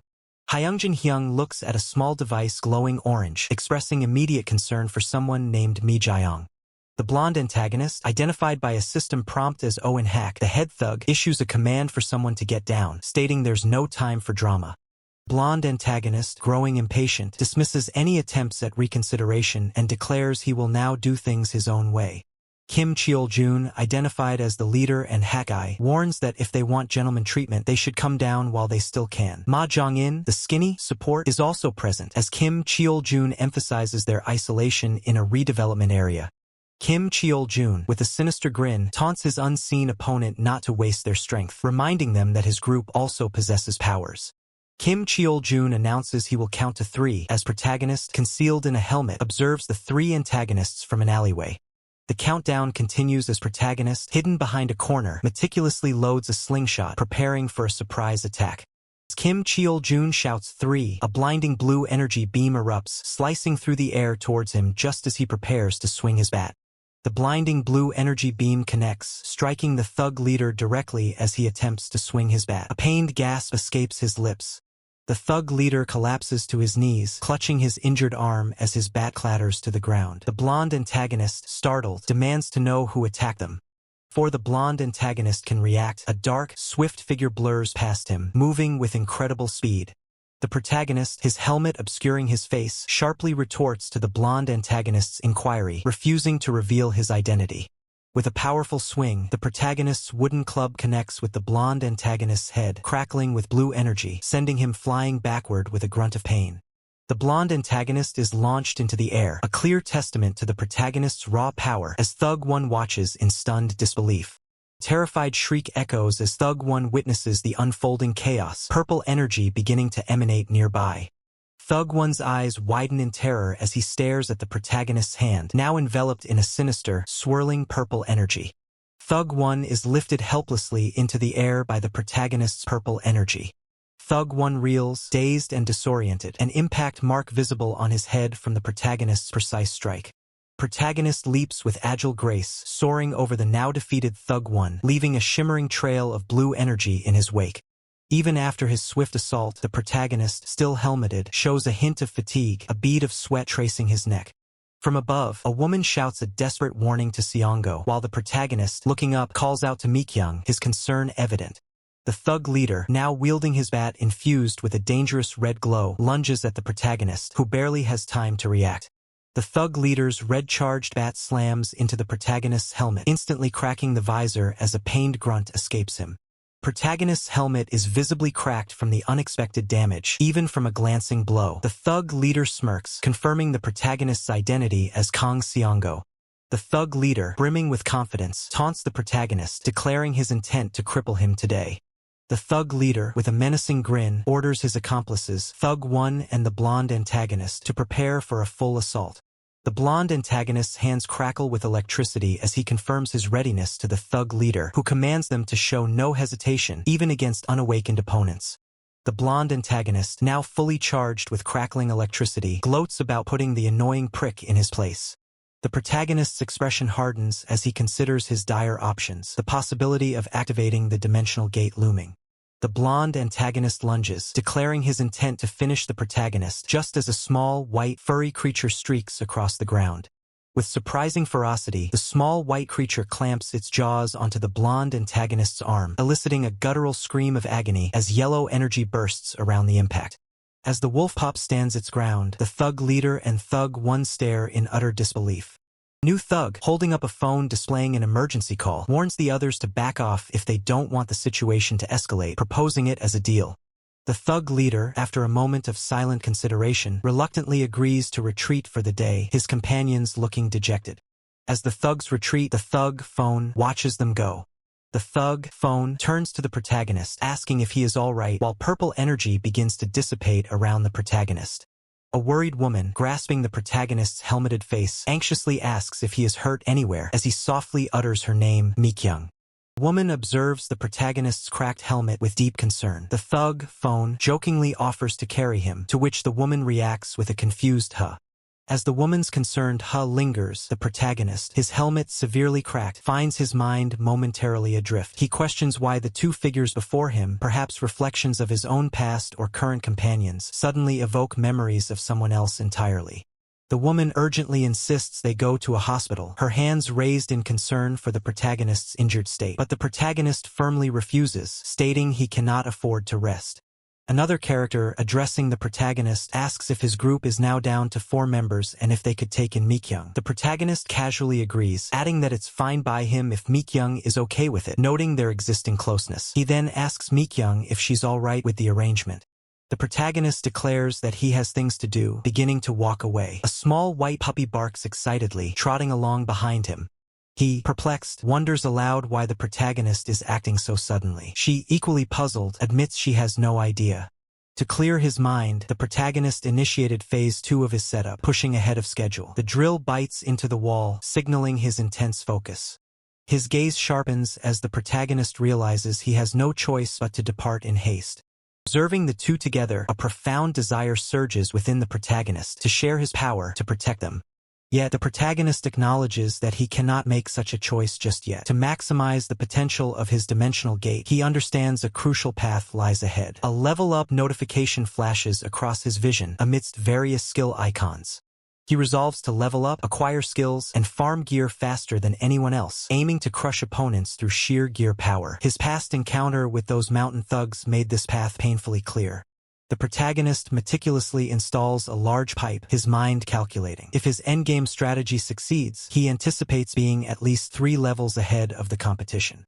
A worried expression crosses the protagonist's face as he considers the consequences. The monsters spawning nearby would become too formidable, making it even harder to party up with his companions. He reflects on his relentless efforts, having worked non-stop. Time, he notes, simply flew by. A cozy fireplace radiates warmth, and the protagonist expresses relief, realizing he can finally sleep here at night. The protagonist observes the small white puppy, Dingo, curled up and sleeping soundly by the fireplace. He finds contentment in Dingo's comfort. A confident smile spreads across the protagonist's face as he holds a solar panel. He muses that once the remaining deliveries arrive and everything is set up, his hideout will be essentially complete, with a generator and security camera already in place. With a determined grin, the protagonist decides to pull an all-nighter, committed to finishing everything today. The protagonist immediately heads towards the hardware store and pharmacy, driven by the need to establish minimal defenses before allowing himself any sleep. A deep yawn escapes the protagonist, who has been awake for 68 hours, as he grumbles about the ill-timed attack of the maned wolves. He considers the recent encounter, admitting that perhaps he got off easy. If they had been true werewolves, he realizes there would have been no viable counter-strategy at all. As a traffic light counts down, the protagonist reflects on his previous mindset, concluding that he had become complacent. He realizes his oversight, having focused solely on the monsters known to inhabit the immediate vicinity, completely neglecting unforeseen variables. Given the current situation, the protagonist decides that after conducting further ecological surveys with his drone, the most effective strategy would be to expand his territory and construct a larger shelter. From behind, the protagonist spots 2 figures in the distance, recognizing one of them as his friend, Song-ho. He simultaneously plans to secure more land for farming and storing vital supplies. Protagonist continues to strategize, envisioning the construction of a moat to establish a crucial second line of defense. Suddenly, he calls out, "Song Ho!" Still deep in thought about installing more Bluetooth beacons to expand his reception range, the protagonist is startled as a voice from off-panel calls out, "Hey, Kong Song Ho." He waves in surprise, asking the protagonist why he is there. She, standing beside him, echoes the question, wondering why the protagonist is there himself. The protagonist, with a confident smile, explains his presence, stating he came to acquire something. The man, clearly skeptical, challenges him, asserting he isn't there for weapons. The man scoffs at the notion of purchasing weapons at a hardware store, prompting the protagonist to clarify that he isn't the one making the actual purchase. The protagonist then explains that one of their members is the actual buyer. The man expresses disbelief, questioning how the protagonist found a member simply hanging around the hardware store. The man, looking surprised, admits that even if he presented the facts, she wouldn't believe him. He questions why the protagonist didn't simply show her the initial summary. The protagonist, looking at Gau Kaa, explains that he did, but she struggles to accept the reality of the wire disease. The protagonist inwardly notes that Gau Kaa has been silently observing him, then a sudden realization dawns upon him. Gau Kaa, realizing her oversight, apologizes for her rudeness. Gau Kaa introduces herself, offering her business card. The man responds, identifying himself. The protagonist's eyes widen in sudden, shocked realization. A jolt of understanding hits the protagonist. She's a doctor. Gau Kaa stands confidently, her business card prominently displayed, confirming her profession as a doctor from Calypso Hospital. The protagonist explains that he taught Gau Kaa the fundamental knowledge about Asura, just as he had previously instructed Hyungjin and Mikyung. Gau Kaa, deep in contemplation, admits her reluctance to fully engage with the topic. The man acknowledges the explanation but states he has another pressing question, prompting the protagonist to inquire what it is. The knowing smile, Gau Kaa directly asks the protagonist if he is, in fact, an awakener, catching him completely off guard. Gau Kaa clarifies that the certainty in his explanations led her to that conclusion. The protagonist nervously dismisses the idea, while internally noting the sharp perception of both Gau Kaa and Mikyung. Gau Kaa expresses her profound gratitude, emphasizing the trustworthiness of the assistants. The man then interjects, questioning the fundamental difference between the protagonist and himself. Gau Kaa looks at him incredulously, then calmly explains that he and the protagonist possess entirely different depths. Gau Kaa then directly addresses the man, preparing to make a proposition. With a warm smile, Gau Kaa extends her hand, proposing that they become friends. The protagonist chuckles softly as he observes a spear blade, noting its simple construction as merely a blade attached to a shaft. The protagonist affectionately calls out to his small companion, Dingo, who responds with an enthusiastic bark. Protagonist continues to playfully engage with Dingo, who responds with excited huffs, gently nipping at his arm. Protagonist gently squishes Dingo's cheeks, his tone shifting to a grim warning. Even if their actions aren't revenge, anyone discovering their hideout must be found and eliminated swiftly. Dingo responds with a soft woof. Now fully geared up, protagonist looks down at Dingo, sternly asking if he understands the gravity of their mission, reminding him that today he too must pull his weight. Dingo barks a firm affirmation. As they move through the dense forest, protagonist observes 4 maned wolves in the distance, a question forming in his mind. He ponders the unusual sight, wondering why there are only 4 maned wolves present. His gaze sharpens, realizing the alpha wolf, typically leading such a pack, is conspicuously absent. A sudden thought reveals the cause. A monstrous owl-like creature, clutching its prey, confirms his suspicion. He muses that these neighbors are reliable, as long as one keeps their distance. The narrator explains that a maned wolf pack, stripped of its alpha, becomes significantly easier to manage. Without their leader, their coordination crumbles, leaving them disoriented and vulnerable, almost as if their very minds have been stripped away. This disarray presents an opportunity, allowing them to be systematically picked off one by one. Hanging inverted, protagonist confirms his strategy, demonstrating exactly how he intends to handle the leaderless pack. The trapped maned wolf struggles violently, letting out desperate whimpers, but protagonist calmly reassures it that everything will be all right. With a decisive strike, protagonist promises to end its suffering swiftly as the wolf lets out a final yelp. A system notification confirms, "You have defeated a maned wolf and gained 3 points." The remaining 3 maned wolves snarl, their eyes burning with renewed aggression, sensing the threat. The ferocious growl and a bark, the remaining wolves launch a coordinated charge, their forms blurring with savage speed. Protagonist crouches, narrowly avoiding the aerial assault of a maned wolf as it soars over him, other pack members closing in. Reacting instantly, protagonist unleashes a dense cloud of deterrent spray from a yellow canister, creating a barrier. The maned wolf recoils mid-leap, howling in discomfort as the spray hits, giving protagonist a momentary reprieve. Another maned wolf closes the distance, its fangs bared, lunging directly at protagonist with savage intent. Just as the wolf attacks, Dingo intervenes, launching himself at the beast and sending it sprawling with a yelp, earning a grateful commendation from protagonist, who declares he will handle the rest. The system confirms another victory. You have defeated a maned wolf and gained 3 points. Standing over the fallen beast, spear still embedded, protagonist declares his new strategy, indicating a change in approach. His eyes glint with cold determination as he states his brutal, simplified plan. He will simply stab them to death. 2 more system notifications flash, confirming you have defeated a maned wolf and gained 3 points twice, followed by a triumphant you have reached level 5.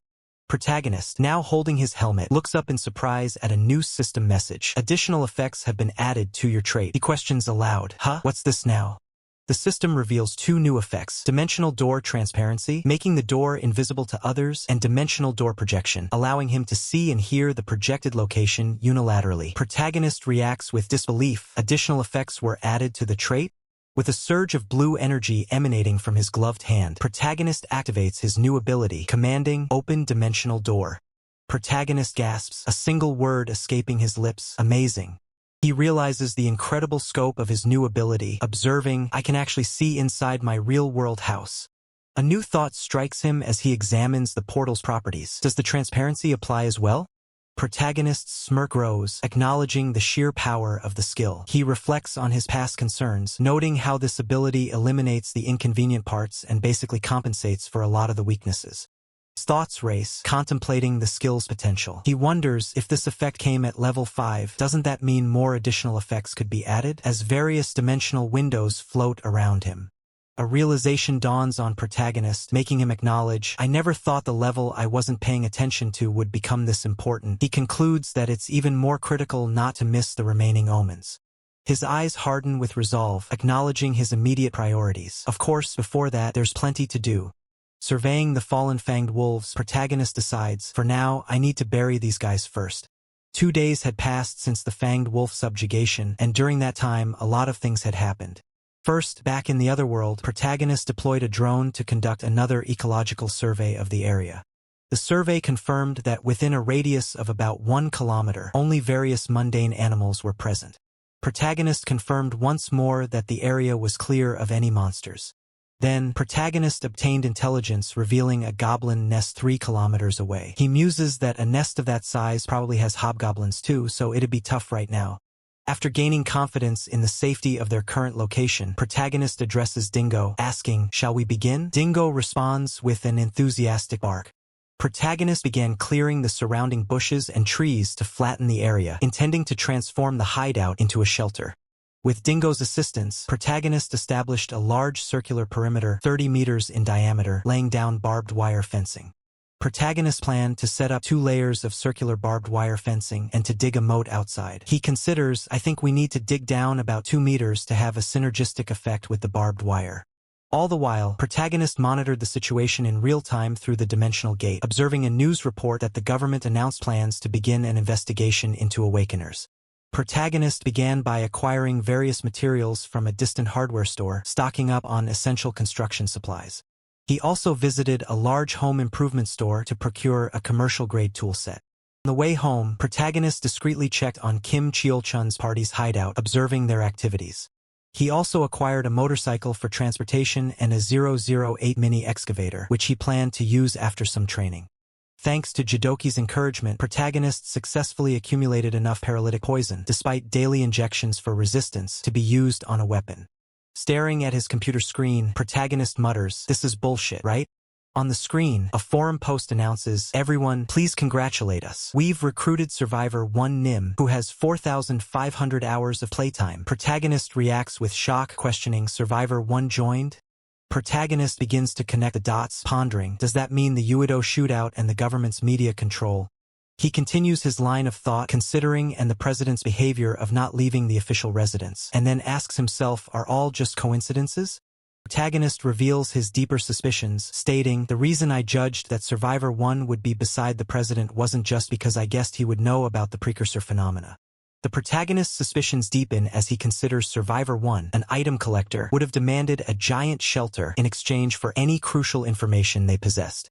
He continues his internal monologue, assuming that among all possible candidates for cooperation, Survivor 1 would naturally choose the president, the highest authority available. The protagonist, deep in thought, acknowledges the growing possibility that this entire situation could be a bluff. He questions why My Dream would orchestrate such a deception. Frustration flickers across his face as he runs a hand through his hair, realizing that merely pondering the problem won't lead to a solution. He lets out a quiet sigh. With renewed determination, the protagonist concludes that if Survivor 1 has truly allied with My Dream, he must swiftly adapt and change his own strategic approach.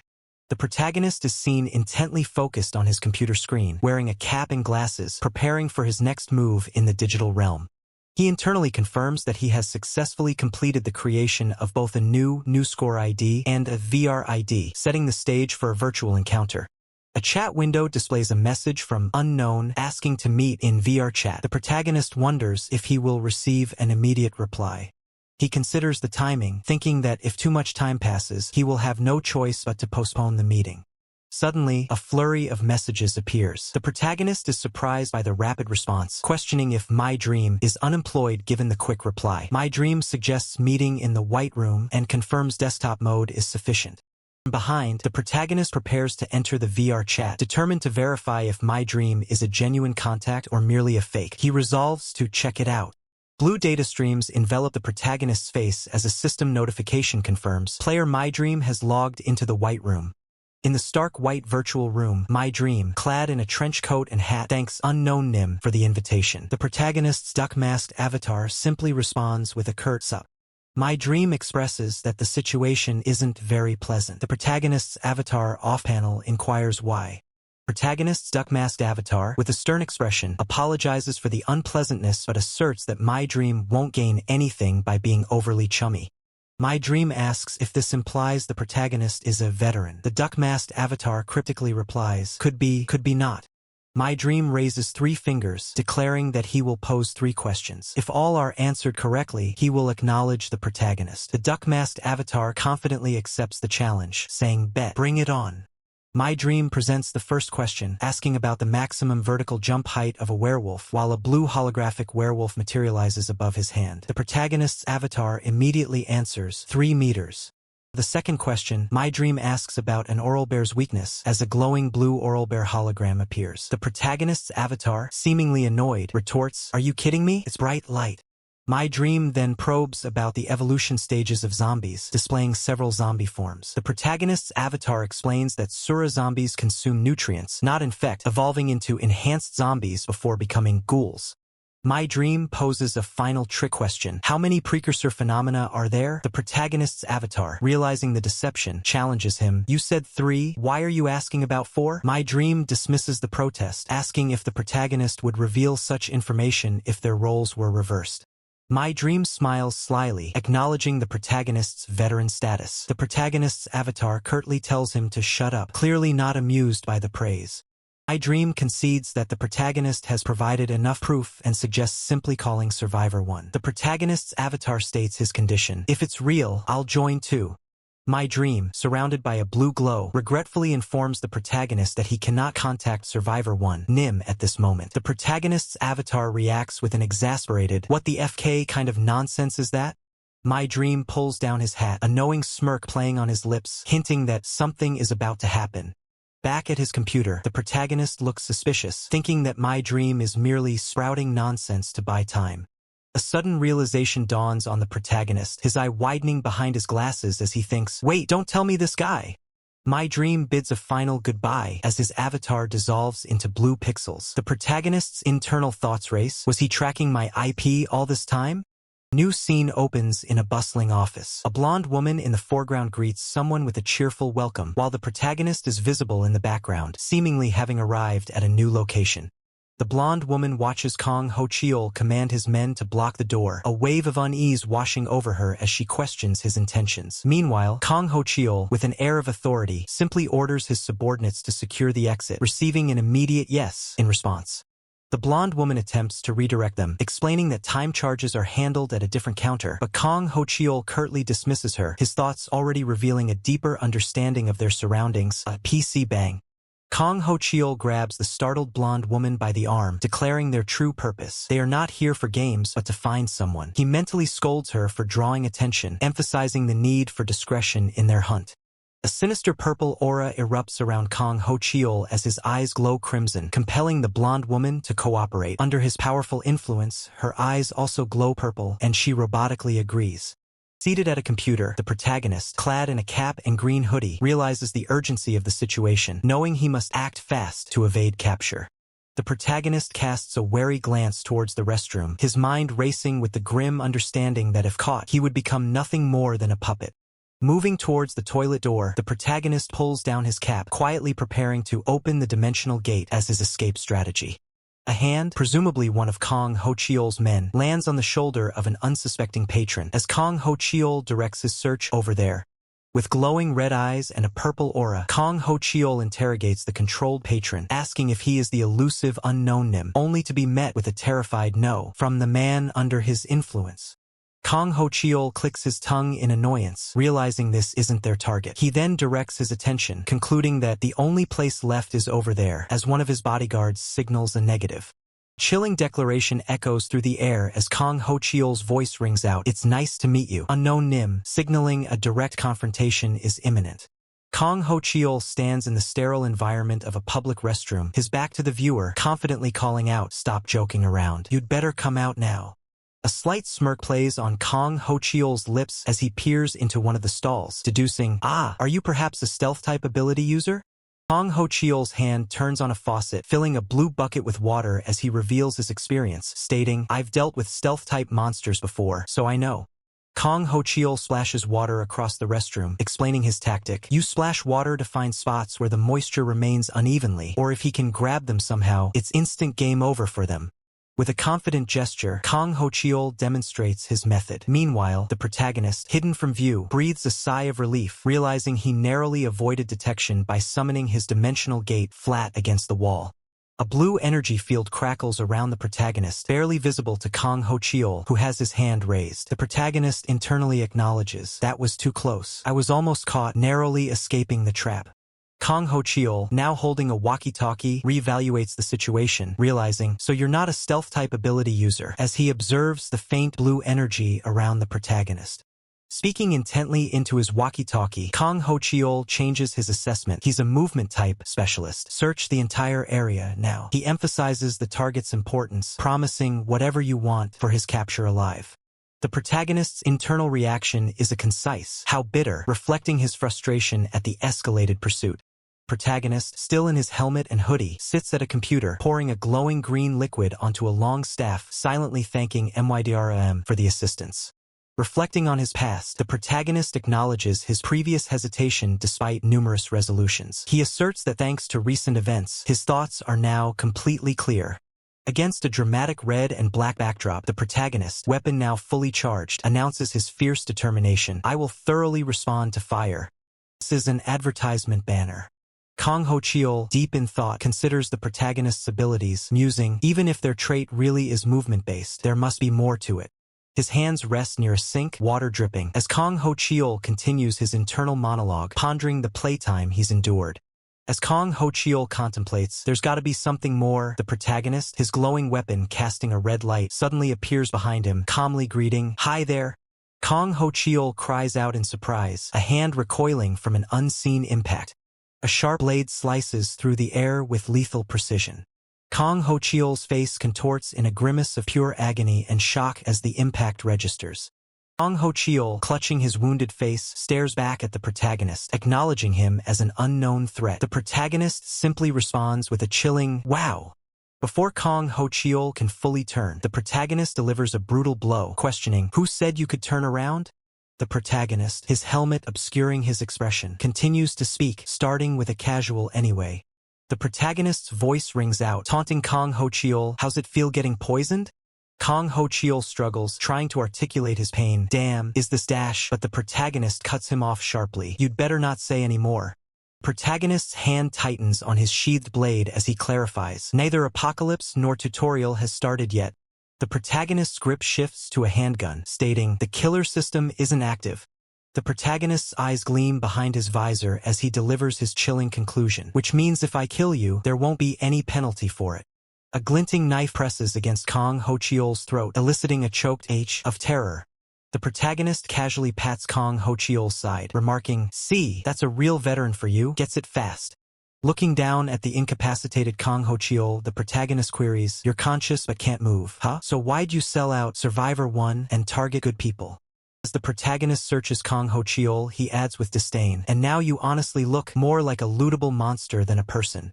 Kang Ho-cheol curses him, you bastard, to which the protagonist retorts, that's the price for trying to trick and enslave me. The protagonist stands, holding both his wooden club and his handgun, ready for whatever comes next. Towering over the cowering Kang Ho-cheol, the protagonist issues a final, chilling warning, next time, I won't hold back. The scene fades, leaving behind the lingering tension. A system prompt appears, setting the stage, before Midream's goons arrived. Now unmasked, the protagonist examines an ID card on a table, deciding, first things first, better check their ID. The ID card reveals the name Kwon Kyung-jun, age 38. Further details emerge about Kang Ho-cheol's past. He was a golf club owner who owns 3 bunkers, using his golf club as a base. The system continues to list his traits, including many affairs with women. The information continues, revealing that Kang Ho-cheol apparently gets better traits the more he plays, and was testing his mind control ability. The protagonist picks up his phone, concluding, that's about all the useful info. The protagonist ponders, but in SL, just having more playtime doesn't guarantee stronger traits, right? He then muses, well, if you consider the main goal of SL as survival, then for veteran players, my trait is practically a cheat code. As he expertly loads his weapon, the protagonist decides, better keep this hypothesis as probably credible until more veteran traits are seen. Holding his dual weapons, the protagonist concludes, as the apocalypse closes in, just like in the game, the one thing I'm certain of, simply being awakened amps a person. The protagonist, now focused, grips a pistol, his gaze sharp and unwavering as he prepares to fire. Up your physical stats over a regular person. He fires a precise shot, hitting a wooden target with a sharp thwack. He advises himself to practice shooting without a loaded magazine next time, as he efficiently reloads his pistol. A system notification glows beside him. A sudden system alert pulls his attention, making him question, HM?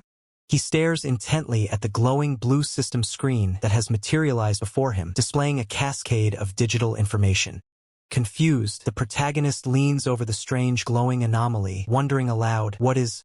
His eye widens, reflecting the intense blue light as a sudden realization dawns upon him. Breaking news alerts flood the screen, reporting monsters sighted at Gaiason, weird screams, a darkened sky, lightning strikes, and even a photo of a golem-like creature, all pointing to a major goblin event. Looking up with a grim expression, the protagonist realizes the gravity of the situation. The second omen just started. Protagonist's car speeds through the winding mountain roads at night, its headlights cutting through the darkness. A glance at the dashboard clock reveals the late hour, 10:30 p.m., as the protagonist curses, crap. Of all places, Gaiason, he grips the steering wheel tightly, his expression etched with worry. His phone displays a chilling message, saw goblins at Hwangsan Reservoir, scary as hell. He confirms, last spotted at Hwangsan Reservoir. The determined glint in his eyes, the protagonist drives on, his focus solely on the road ahead. He pulls his car discreetly off the main road, parking it amidst the trees. He deduces that with such a significant commotion, the police would undoubtedly cordon off the area. Secondly, knowing goblins are roaming monsters, he concludes they would establish a makeshift base under Hobgoblin command. He calls out Dingo as his loyal companion trots beside his boot. As they move through the dense forest, the protagonist asks his canine companion, you picked up goblin scent, right? Dingo responds with an affirmative, woof, woof. Dingo's nose twitches, sniffing the air with intense concentration. Its ears perk up, eyes wide and alert, having caught a distinct scent. Dingo barks excitedly, woof woof, confirming its find. The protagonist, following close behind, exclaims, oh, looks like you really found something. Dingo dashes ahead, leading the way down a narrow forest path. The agile dog weaves through the undergrowth, its swift movements kicking up leaves in its wake. Protagonist follows, moving with practiced stealth and speed through the rustling foliage. The protagonist surveys the terrain, wondering, is there a better path? Dingo barks, woof, urging him forward. As Dingo barks, urging him onward, the protagonist's gaze falls upon a grim scene. 2 fallen officers and 3 incapacitated goblin monsters litter the forest floor. One officer, barely conscious, lets out a desperate, "Oh hell!" The protagonist's hand rests gently on the injured officer's chest, a calming presence as he urges, "Calm down, Siongo." Green, virulent poison visibly spreads across the officer's neck. The protagonist observes the fallen officer closely, a wave of relief washing over him as he realizes, luckily, they're still alive.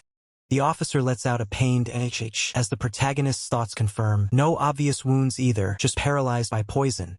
His gaze drops to the empty holster on the officer's hip. The protagonist questions, so who took the gun? Or maybe it was taken away as soon as they were attacked. The protagonist assesses the injured officers, concluding they should be fine after resting 20 to 30 minutes. With the officer stable, the protagonist's focus shifts. He resolves his next task. Next up, check the goblin monster corpse. Examining the lifeless goblin monster, the protagonist spots bullet holes, confirming bullet holes show for sure police had firearms. Kneeling beside the goblin monster, the protagonist's mind races. So why take the guns now, in this mess? A chilling realization dawns on the protagonist, his expression one of profound shock as he whispers, "Oh, no way." His eyes widen in dawning horror, a terrifying thought striking him. Wait, is there a gold goblin in the group? A cold resolve settles over the protagonist. If so, he declares, can't let it escape. The protagonist swiftly retrieves a phone from the officer's pocket, calling emergency services. He mentally notes, just borrowing this a sec. As the protagonist walks away with Dingo, he recalls texting their location and instructing the authorities not to leave the goblin monster body out to rot. He understands the gravity of the situation. With monsters going viral on social media, no hiding it anymore. Grim determination settles on the protagonist's face. He realizes it's a real race against time now. The protagonist looks down at Dingo, entrusting him with a vital task. "Dingo, I'm counting on you," he states, to which Dingo responds with a loyal woof. Suddenly, a brutal force strikes with devastating impact, accompanied by a guttural jar of pain. A powerful kick from the sword-wielding fighter sends a goblin monster reeling, the fighter shouting, "Ugh ha," while the creature merely cackles, "heh heh," in defiance.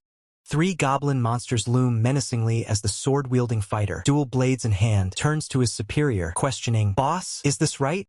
The telekinetic fighter, a faint aura shimmering around him, expresses his frustration. "Am I really supposed to be the tank when I'm not even awakened?" He then resigns, "Can't be helped." 4 rocks levitating around him, the telekinetic fighter explains his unique ability. "My trait is telekinesis," he states, adding, "It takes a while to cast." He offers a quick reassurance to his comrade, "But don't worry." With a surge of power, the telekinetic fighter launches the rocks, sending them streaking forward with intense blue energy. The rocks impact the goblin monster with brutal force, eliciting a pained "queak" as the telekinetic fighter confidently declares, "I'll cover you for sure." As the sword-wielding fighter parries a blow, he urgently asks, "Are the other party members really on their way?" The telekinetic fighter confirms, "They made it to Gaiason, that's for sure." However, the telekinetic fighter adds a crucial detail, revealing that apparently it's hard for them to get up here, as other police officers look on with worried expressions. The sword-wielding fighter exclaims in disbelief, "What, shouldn't we run too?" But the telekinetic fighter, ever strategic, simply advises him to see it as an opportunity. As goblin monsters charge from all sides, the protagonist internally observes that these creatures are just like their game counterparts, analyzing their movements. He quickly realizes they lack their typical main weapons, such as poison darts or spears, a crucial detail in the midst of the chaotic skirmish. Yet, the protagonist voices his concern, "But boss," only for his glowing ally to calmly instruct him, "Don't worry, just keep doing what you're doing." His ally then outlines their strategic advantage. If they can handle the current threat and intercept the separated hobgoblin squad, they will gain a significant upper hand. He emphatically tells the protagonist to cease complaining and focus on the task at hand, his aura flaring with determination. But in a sudden turn, he is struck in the head by a projectile, forcing a pained grunt as he exclaims, "Ugh, damn!" Kneeling and clutching his arm, he internally questions the unexpected counterattack, wondering if even a mere goblin monster could devise such a tactic. From an overhead view, the protagonist and his injured ally are shown surrounded by the relentless goblin monsters. As the protagonist internally ponders, "Now what do we do?" The protagonist courageously shields his ally from the onslaught as the goblin monsters cry out KYHAAK, intensifying their attack. Suddenly, a glowing blue arrow pierces a goblin monster directly through the eye, eliciting a sharp, dying cry of KIEK. More blue energy arrows rain down, impaling 2 additional goblin monsters through the head and chest, each letting out a final, guttural KIEK. His ally, startled by the unexpected aid, exclaims, "What?" as another goblin monster collapses with a final, choked kikik. Against the backdrop of the forest canopy, he internally questions the sudden appearance of the arrows, wondering about their mysterious origin. The protagonist turns, scanning the dense forest behind him, his shield resting on his back, searching for the source of their unexpected salvation. The protagonist, now revealed to be holding a bow, reflects internally. Was it pointless to butt in when I've got my own problems? With his eyes closed in contemplation, the protagonist firmly dismisses the thought, concluding, "No, I paid a fair price." Observing a glowing blue portal, the protagonist reflects that the struggles of his past self and his ally revealed that awakened users cannot pass through this specific gate. He continues his internal monologue, realizing that this knowledge granted him the opportunity to target a weakened goblin mob. The protagonist picks up a soda can, his expression resolute as he internally states his new imperative. From now on, I need to move fast. Now clad in tactical gear and a helmet, the protagonist holds the soda can, mentally outlining his detailed plan for dealing with the goblin group. His plan begins with a precise throw, a small rock striking a goblin monster's head to successfully draw aggro and initiate the engagement. As the angry goblin monster charges, the protagonist's strategy unfolds. Lure them all the way to the gate where his true trap awaits. A glowing blue spear impales the goblin monster through the chest, green blood gushing as the soda can spills its contents nearby, marking the brutal execution of his plan. The protagonist's voice echoes in his mind. Hurt them as much as possible so they scream, as the impaled goblin monster lets out a piercing KWHHHHH. Wielding a long weapon, the protagonist uses the glowing blue gate as a strategic wall, cornering the goblin monster for maximum efficiency. He meticulously pulls out an embedded spearhead from the dying goblin monster, ensuring no physical evidence is left behind, a crucial step in his covert operation. His internal monologue continues, setting the stage for the next phase, targeting the high-insight hobgoblin. The formidable hobgoblin, with its sharp tusks and piercing red eyes, stands alert in the forest, unaware it has just become the protagonist's next calculated target. The formidable hobgoblin, with its sharp tusks and piercing red eyes, stands alert in the forest, unaware it has just become the protagonist's next calculated target. It surveys the scene, observing its collapsed underlings. The guttural roar, the hobgoblin points a commanding finger, ordering the remaining smaller goblins to move. The weakened and anxious goblins respond, their forms tense as they prepare for the impending confrontation. Just like previous encounters, a familiar surge of light blue energy manifests, signaling an impending ambush. The protagonist bursts forth from a swirling pool of blue energy, blade drawn, launching a swift assault on the smaller goblins. Mid-air, the protagonist unleashes a powerful sweep, intending to slice through the surrounding goblins in a single decisive strike. Having dealt with the minor threats, the protagonist now shifts focus, contemplating the movements of the primary monster. Suddenly, the protagonist's eyes widen behind the visor, a look of surprise crossing their face at an unexpected turn of events. The protagonist watches in disbelief as the monsters themselves appear to be arguing, a peculiar sight amidst the chaos. Deciding to commit fully, the protagonist charges forward, resolving to go all in against the hobgoblin. The protagonist and the hobgoblin clash violently, the monster letting out a fierce cry as it swings its massive club. With no other option, the protagonist parries the hobgoblin's brutal attack, a burst of red energy erupting at the point of impact. The force of the blow sends the protagonist crashing against a tree, a pained grunt escaping their lips. Slumped and injured, the protagonist acknowledges the unexpected pain, while the hobgoblin's sinister laughter echoes through the forest. As consciousness wanes, the protagonist struggles to stay awake, watching the hobgoblin raise its club for a finishing strike. Devastating red energy blast descends, threatening to obliterate the protagonist.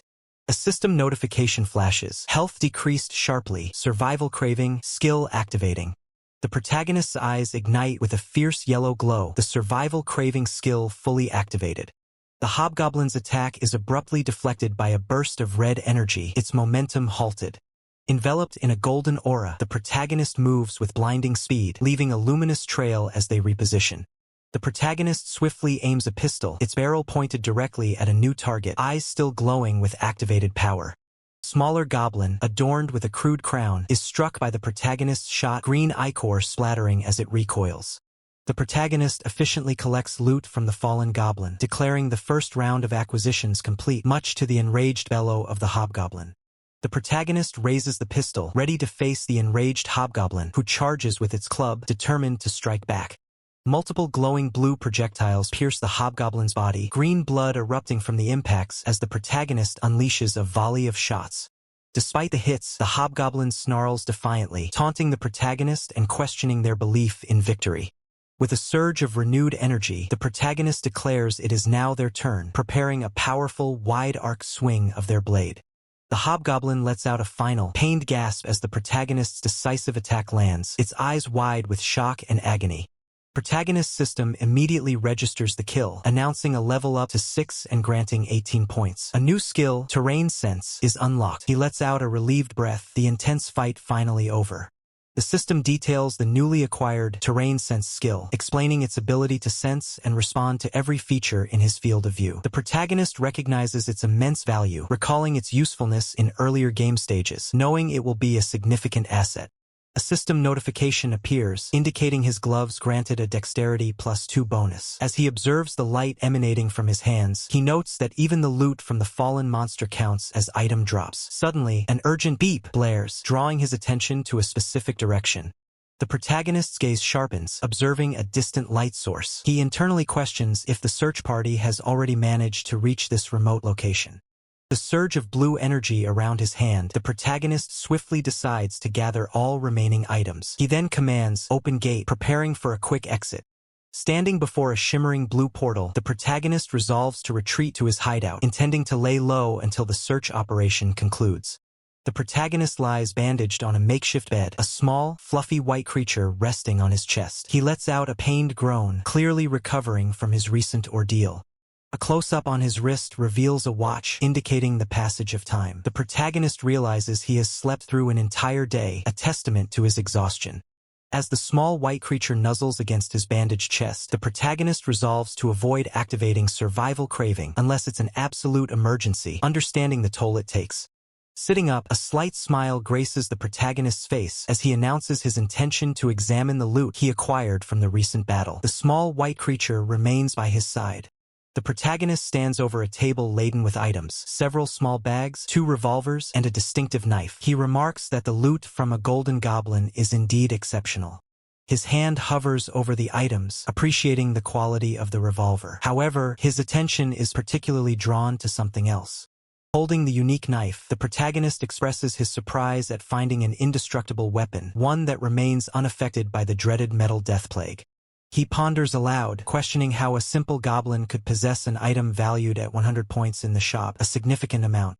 The protagonist inspects the knife closer, a thoughtful hum escaping him as he notices the unusual bumpy texture of its surface. His eye widens in sudden realization. Wait a minute, he thinks, a new idea forming. Deep in contemplation, the protagonist questions whether the goblins in the otherworld possessed metal weapons. He considers their primitive civilization level, concluding that crafting such items themselves would be impossible. His thoughts race, conjuring images of goblins engaged in smithing and alchemy. Don't tell me, he wonders, a chilling possibility emerging. Did a mutation occur? Despite his unsettling theories, the protagonist offers a small, dismissive smile, musing that such a drastic mutation might be too far-fetched. Deciding to postpone further speculation, the protagonist reaches for the loot bags, stating he'll have a chance to investigate later. For now, he focuses on checking the items. His eyes light up as he discovers a bunch of glowing shadow grapes. The system confirms their effect, increases night vision. He exclaims, realizing he's hit the jackpot.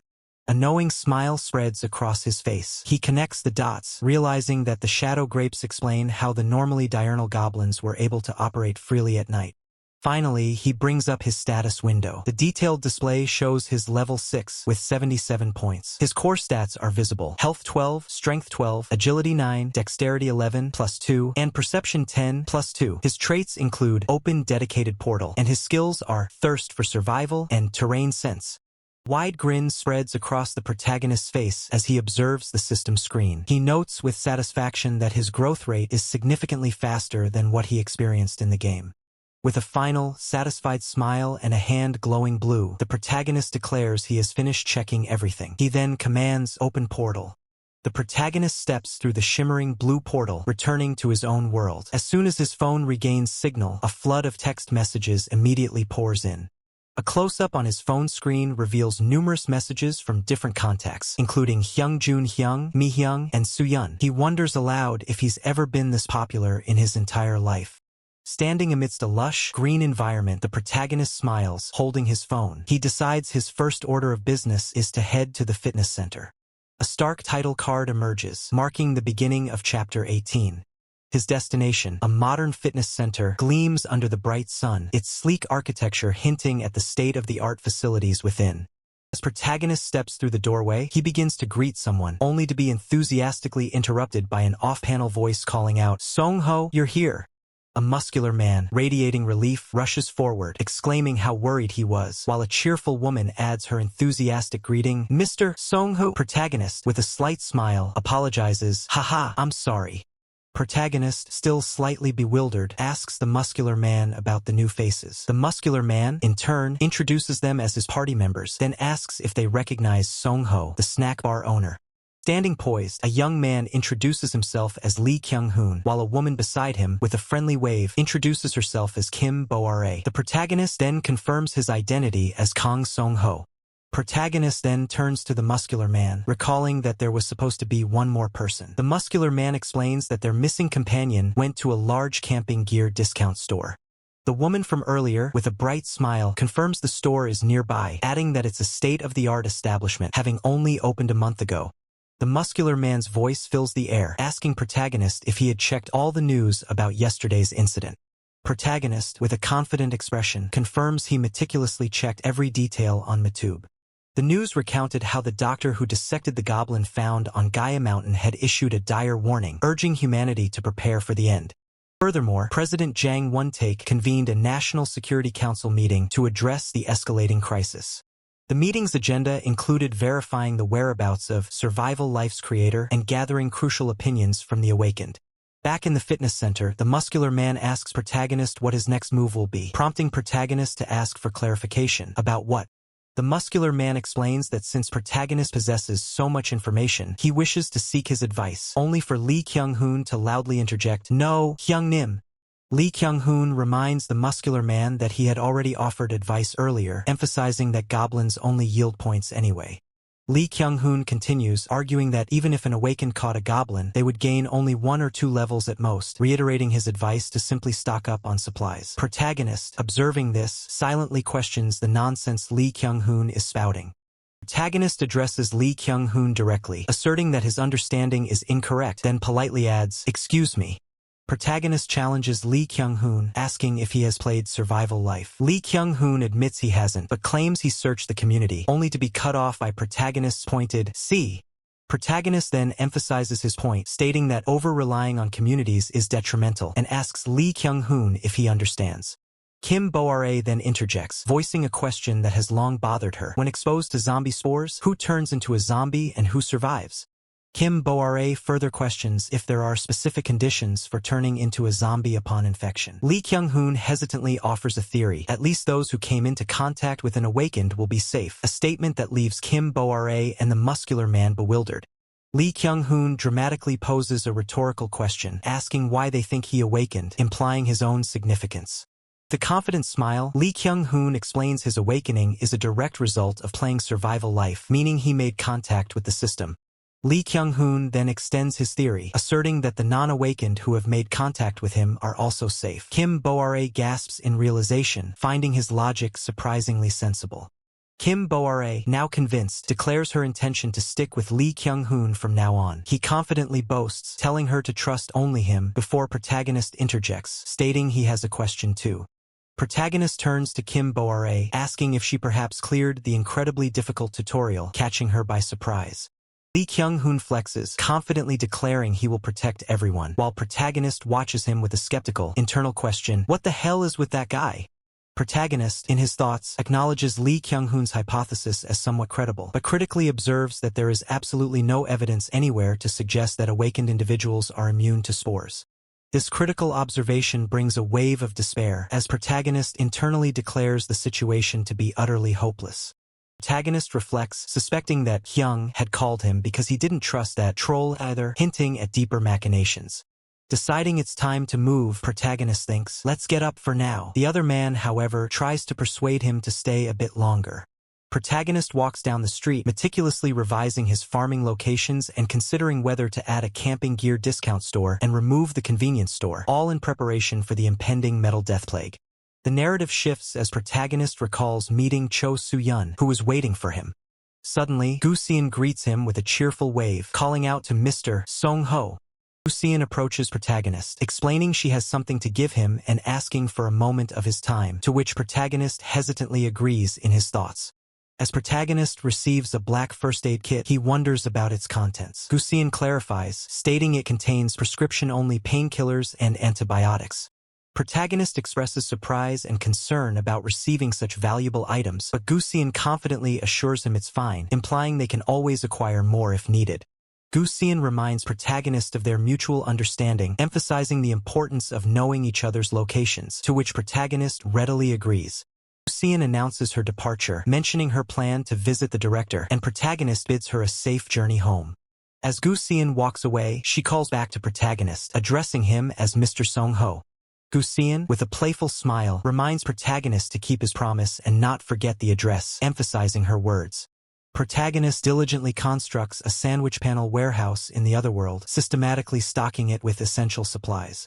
Having acquired a reserved mini-excavator, protagonist dedicates his spare time to constructing a protective moat. Meanwhile, a sense of unrest sweeps across the world as citizens take to the streets in protest, their voices echoing through megaphones amidst a downpour. On television, a heated debate unfolds between fatalists and skeptics, their arguments clashing as they discuss the unfolding crisis. The global situation escalates, prompting an emergency meeting at the United Nations, while news articles report an urgent visit from the U.S. president to Korea. The vast expanse of space, a fiery object identified as Nzambi Beta hurtles towards Earth, marking the beginning of a new threat. Following closely, an even larger, more destructive entity, Nzambi Alpha, is seen accelerating through the cosmos. The chilling announcement reverberates across the galaxy. These celestial threats are confirmed to be on a direct collision course with Earth. For days swiftly pass, a brief lull before the storm. Above, birds soar freely in a serene blue sky, unaware of the impending catastrophe. As the world remained blissfully ignorant, a lone figure, the protagonist, meticulously confirmed the port's emptiness. With no prying eyes, he slipped into a derelict building, beginning his solitary preparations for what was to come. With a decisive gesture, the protagonist's hand ignited with vibrant blue energy, issuing the command to open portal. His presence here, risking zombification, was driven by a singular, urgent purpose. The threat was clear. A zombie spore, a pathogen in the form of a highly permeable particle beam, spread unseen and relentlessly. It was a pervasive, inescapable menace, silently infecting its victims as they succumbed to its insidious green tendrils.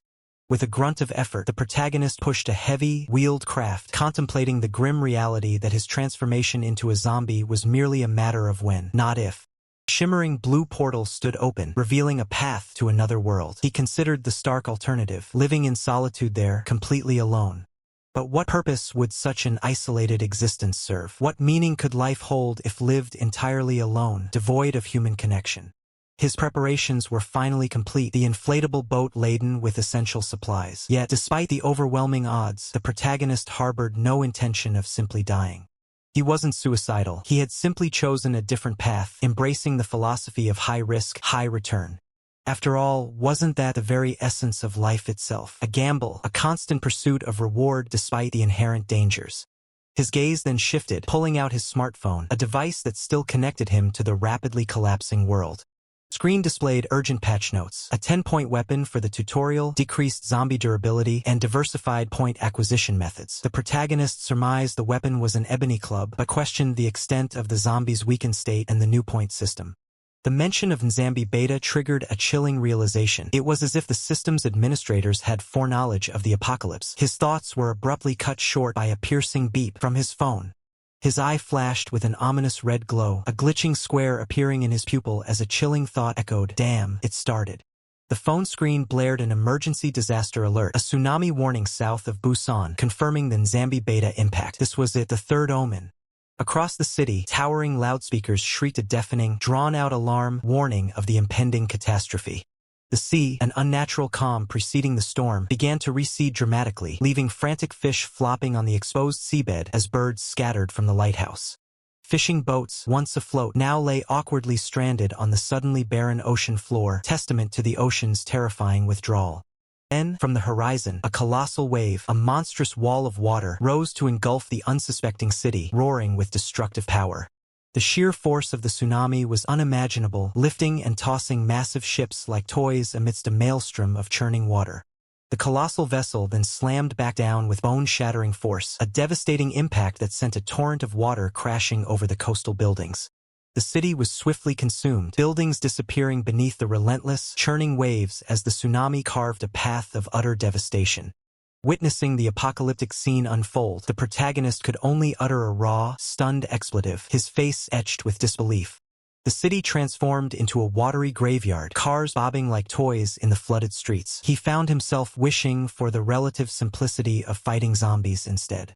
Through his binoculars, a distant ship appeared in the crosshairs, a stark reminder that he would rather face any monster than this overwhelming, unstoppable force of nature. The sheer scale of the natural disaster left him feeling utterly helpless, a profound sense of powerlessness washing over him as he gripped his binoculars.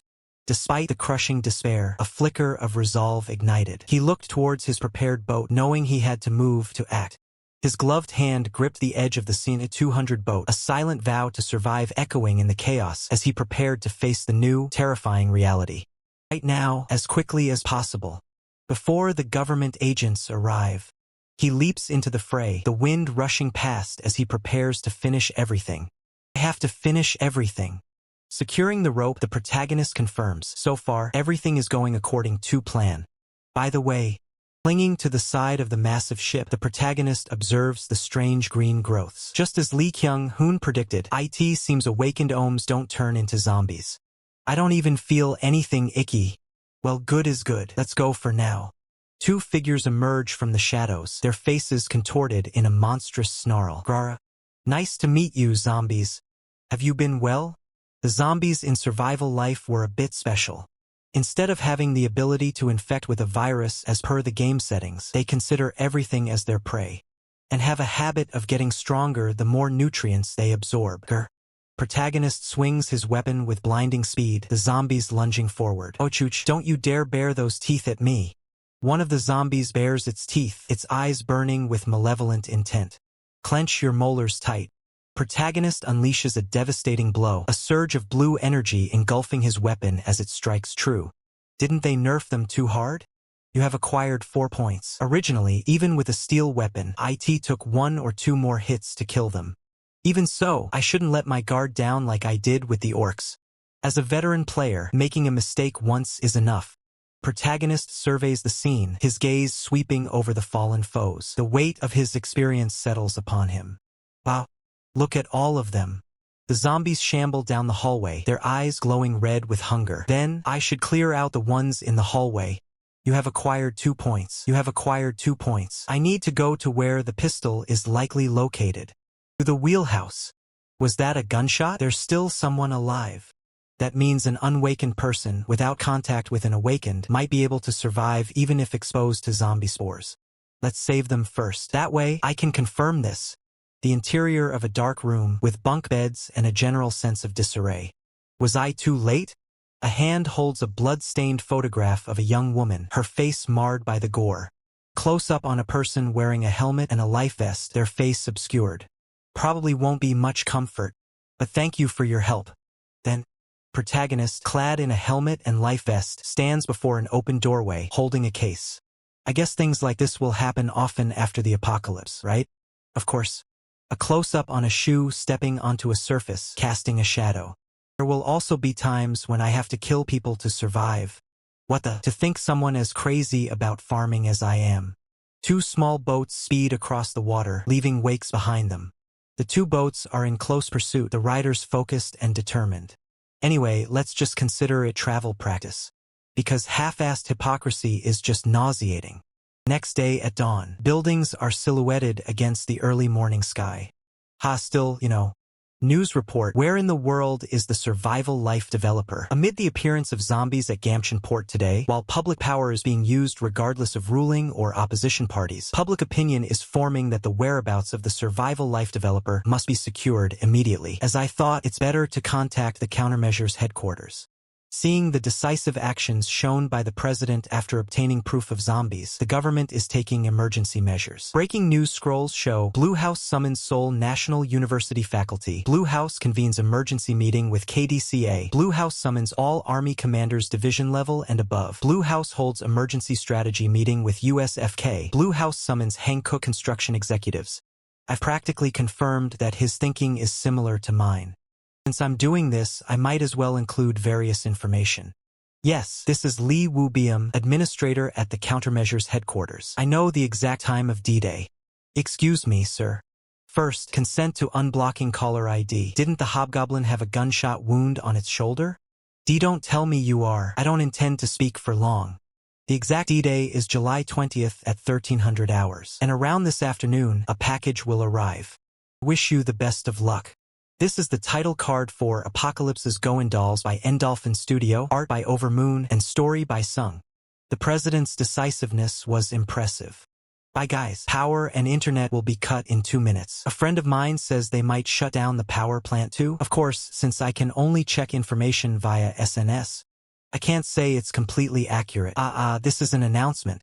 Secure enough food and water for 4 days by this evening and return to your families. I repeat, cease all business activities and return home. An announcement regarding the current situation is scheduled for around 9 a.m. on July 20th. The response is perfect, to the point that I almost regret not informing them sooner. If I knew they'd handle things this well, I might have taken the risk with my trait and just, from the start, no. Even so, the disaster couldn't have been stopped, so let's drop the what-ifs. Let's not forget the resolve I made that day. I'm not a hero, I'm just an ordinary person. Since I couldn't do anything in reality due to the lockdown, I naturally decided to stay in the other world for longer. On D3, I worked on digging the remaining moat. Even with this, it'll probably take a few more days. Organized the videos I had saved up. Wild animal cooking videos here, farming basics over there. On D2, while scouting with Dingo, wow jackpot. I discovered that solar apples grow in just a month. I need to confirm this, but maybe the entire forest is magically fertile land? On D1, a problem arose. Why are 2 sweet potato jellies missing? What's this shriveled grape? Did you eat them, Dingo? Whimper. Looking at his reaction, it doesn't seem to be Dingo. Woof. Woof woof. You're saying you're innocent and that I should check the CCTV? Let's see. So Pongdeng-I came in through the doggy door, left a grape as a trade, and took the jelly? Look at how it acts. Is it self-aware? Why is it so smart? I really want to go find it right now, but let's just lock the doggy door for now. Because there will be guests coming today. Open portal. Thank you for making the effort to come. Everyone gathered on time despite the lockdown. But who is this? He's the last member of our gym party. So I brought him along to introduce him. Hello. I'm Yu Hyun. I also awakened, but I turned the game off immediately, so I don't really know anything, but I study electrical engineering, so I'm confident in that field. An engineering student, good recruit, pass. Nice to meet you. I'm an unawakened Kong Song-ho. Yes, I've heard a lot about you from the director. Please treat me comfortably, Hyung. Then, let's wrap up introductions here for the sake of time and share the information we each know. You go first, Hyung. Me? Was on a call with my ex-wife and it suddenly cut off. So I was worried about my daughter and drove over to see them. The protagonist drives, his expression filled with worry. But on the way back, he encountered barricades set up on the highway. According to others, citizens living near the Ulsan petrochemical complex were being evacuated. How about you, Ms. Suyun? I was with my party members. I only have one piece of info. That a shelter has been built in the citizens' park. Is that possible? Hard to believe, right? I saw it myself and I still don't believe it. Protagonist questions the information while the other party members look on. Next, Ms. Mikyung? I overheard something at the mart with Yu Hyun. They said high-ranking officials who opposed the president's decision were detained. I see. This information isn't bad. They're all actually better than I thought. There was a reason I asked them for information. To make someone understand, you need sufficient reasons and information. Of course, revealing that I'm a veteran player could easily persuade them, but that is problematic and I have a set order for things. Everyone, please listen without being alarmed.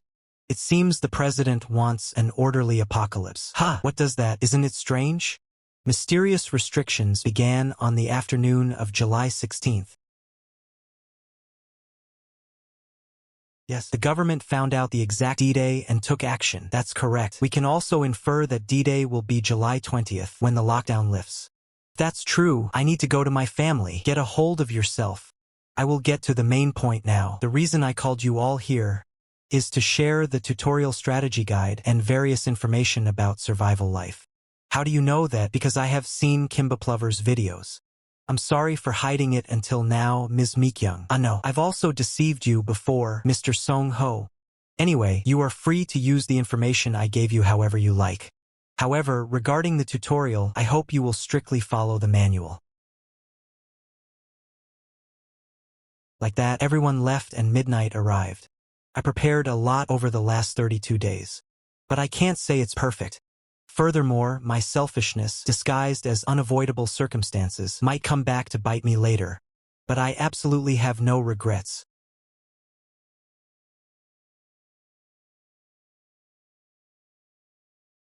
Damn it. As expected, the apocalypse is unavoidable.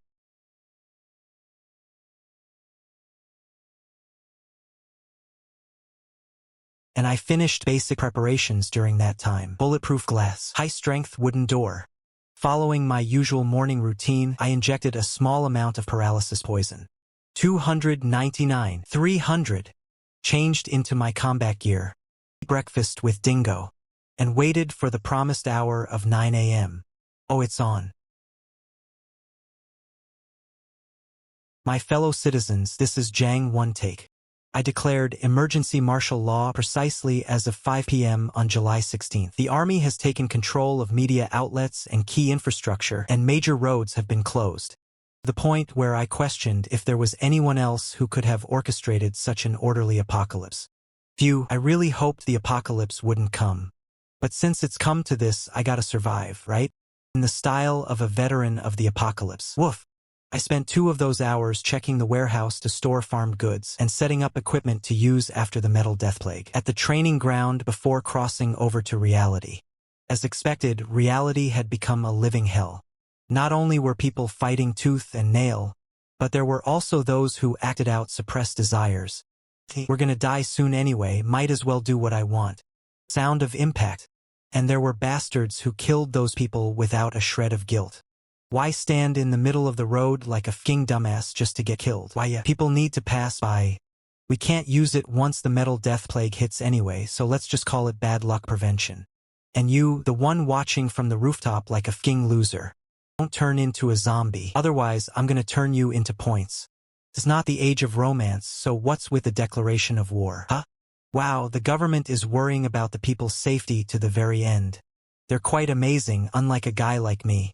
If there were more people like this, the apocalypse might be bearable. What can you do? Human nature is different. Then, shall I go prepare again?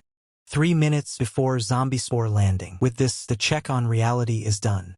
But will these be enough to use before the metal death plague? I definitely memorized the farming route correctly, right? Did I perhaps forget to take off anything that isn't magic metal before the metal death plague? Ha, I'm acting like I have safety paranoia. I've done everything I can. From now on, I can only pray it goes according to plan. Save me, real zombies. Grah, grah, quia, keek. The protagonist speeds down the street on his motorcycle, weaving through the chaos. Number of zombies is less than expected. I see. But, by the way, isn't there someone who hasn't turned into a zombie? Well, for now, that's actually better. Honestly, while farming, they'd just be in the way. The shutter isn't down? That's lucky. Protagonist smashes through the glass with his hammer. Open portal. From now on, I need to move fast, since it takes time for the spores to completely take over the zombies. If I loot the hardware store within that time, I can avoid unnecessary fights.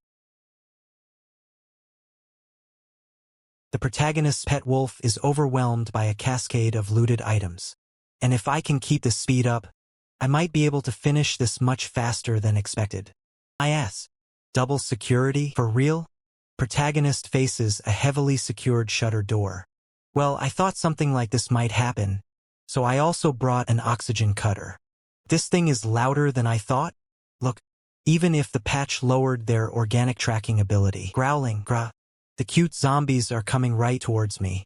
This is a character montage showcasing various individuals with distinct appearances and weaponry, hinting at a larger narrative. This chapter was brought to you by the Vortex Scans team. Show your support and join their storm at vortexskins.org. You've seen it during the Russian skin incident, so you should know the zombies are coming right towards me. Zombies in their early stage before they've absorbed any nutrients are weak. RRRK. And at that level, after even getting next, even a newbie can deal with them easily as long as they know the weak points. The protagonist is caught in a desperate situation, surrounded by zombies, with Gau Kaa in immediate danger. It's true, the difficulty in real-life areas has become lower than it was in the game. You have gained 2 points. You have gained 2 points. You have gained 2 points. Even earning points is easier now, it seems. Anyway, what should I do about this? Normally, the standard tactic would be to lure them into an alley and take them out one by one. Right now, my movement is restricted. Well, since I happen to be carrying an oxygen cutter, I'll just stick it in and kill them all at once. Say this in advance, you bastards. Until now, the only reason I avoided you was because I didn't want to waste my farming time. The protagonist unleashes a devastating attack, cleaving through the zombie horde with blinding blue energy. Not because I was scared. The protagonist unleashes a powerful wave of energy, obliterating the surrounding zombies. Think carefully. Someone who dumped over 5,500 hours into that trash game. There are no ghouls here. Do you really think I'd lose to the likes of them? I haven't even gathered a proper swarm yet. The protagonist expertly dodges and strikes, dispatching the remaining zombies with swift, brutal efficiency. Still, it was fun. So consider this my reward. I'll send you off with a bang. Title: Apocalyptic Goons. Original: Sliver, Manhwa, Kyo. Episode 22. I finished farming the hardware store and headed toward the local police station. Unfortunately, the armory had already been looted. Am I one step too late? Among the corpses scattered across the parking lot, I found one corpse with a backpack. I was able to get exactly what I wanted. Meanwhile, by the time I was moving to the fourth farming location, things were still manageable. Thanks to the terrain detection skill I got from the hobgoblin and the stat boosts to perception from items, that I could easily avoid the zombies that were slowly starting to gather and chase. When I arrived at the motorcycle specialty shop, figures everyone thinks the same way. I put the one remaining ATV and various supplies into storage.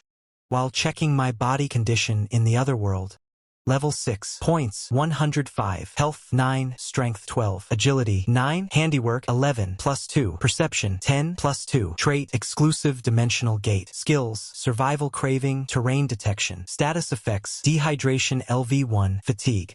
I took a short break to clear the debuff effects. Dimensional Gate is busted.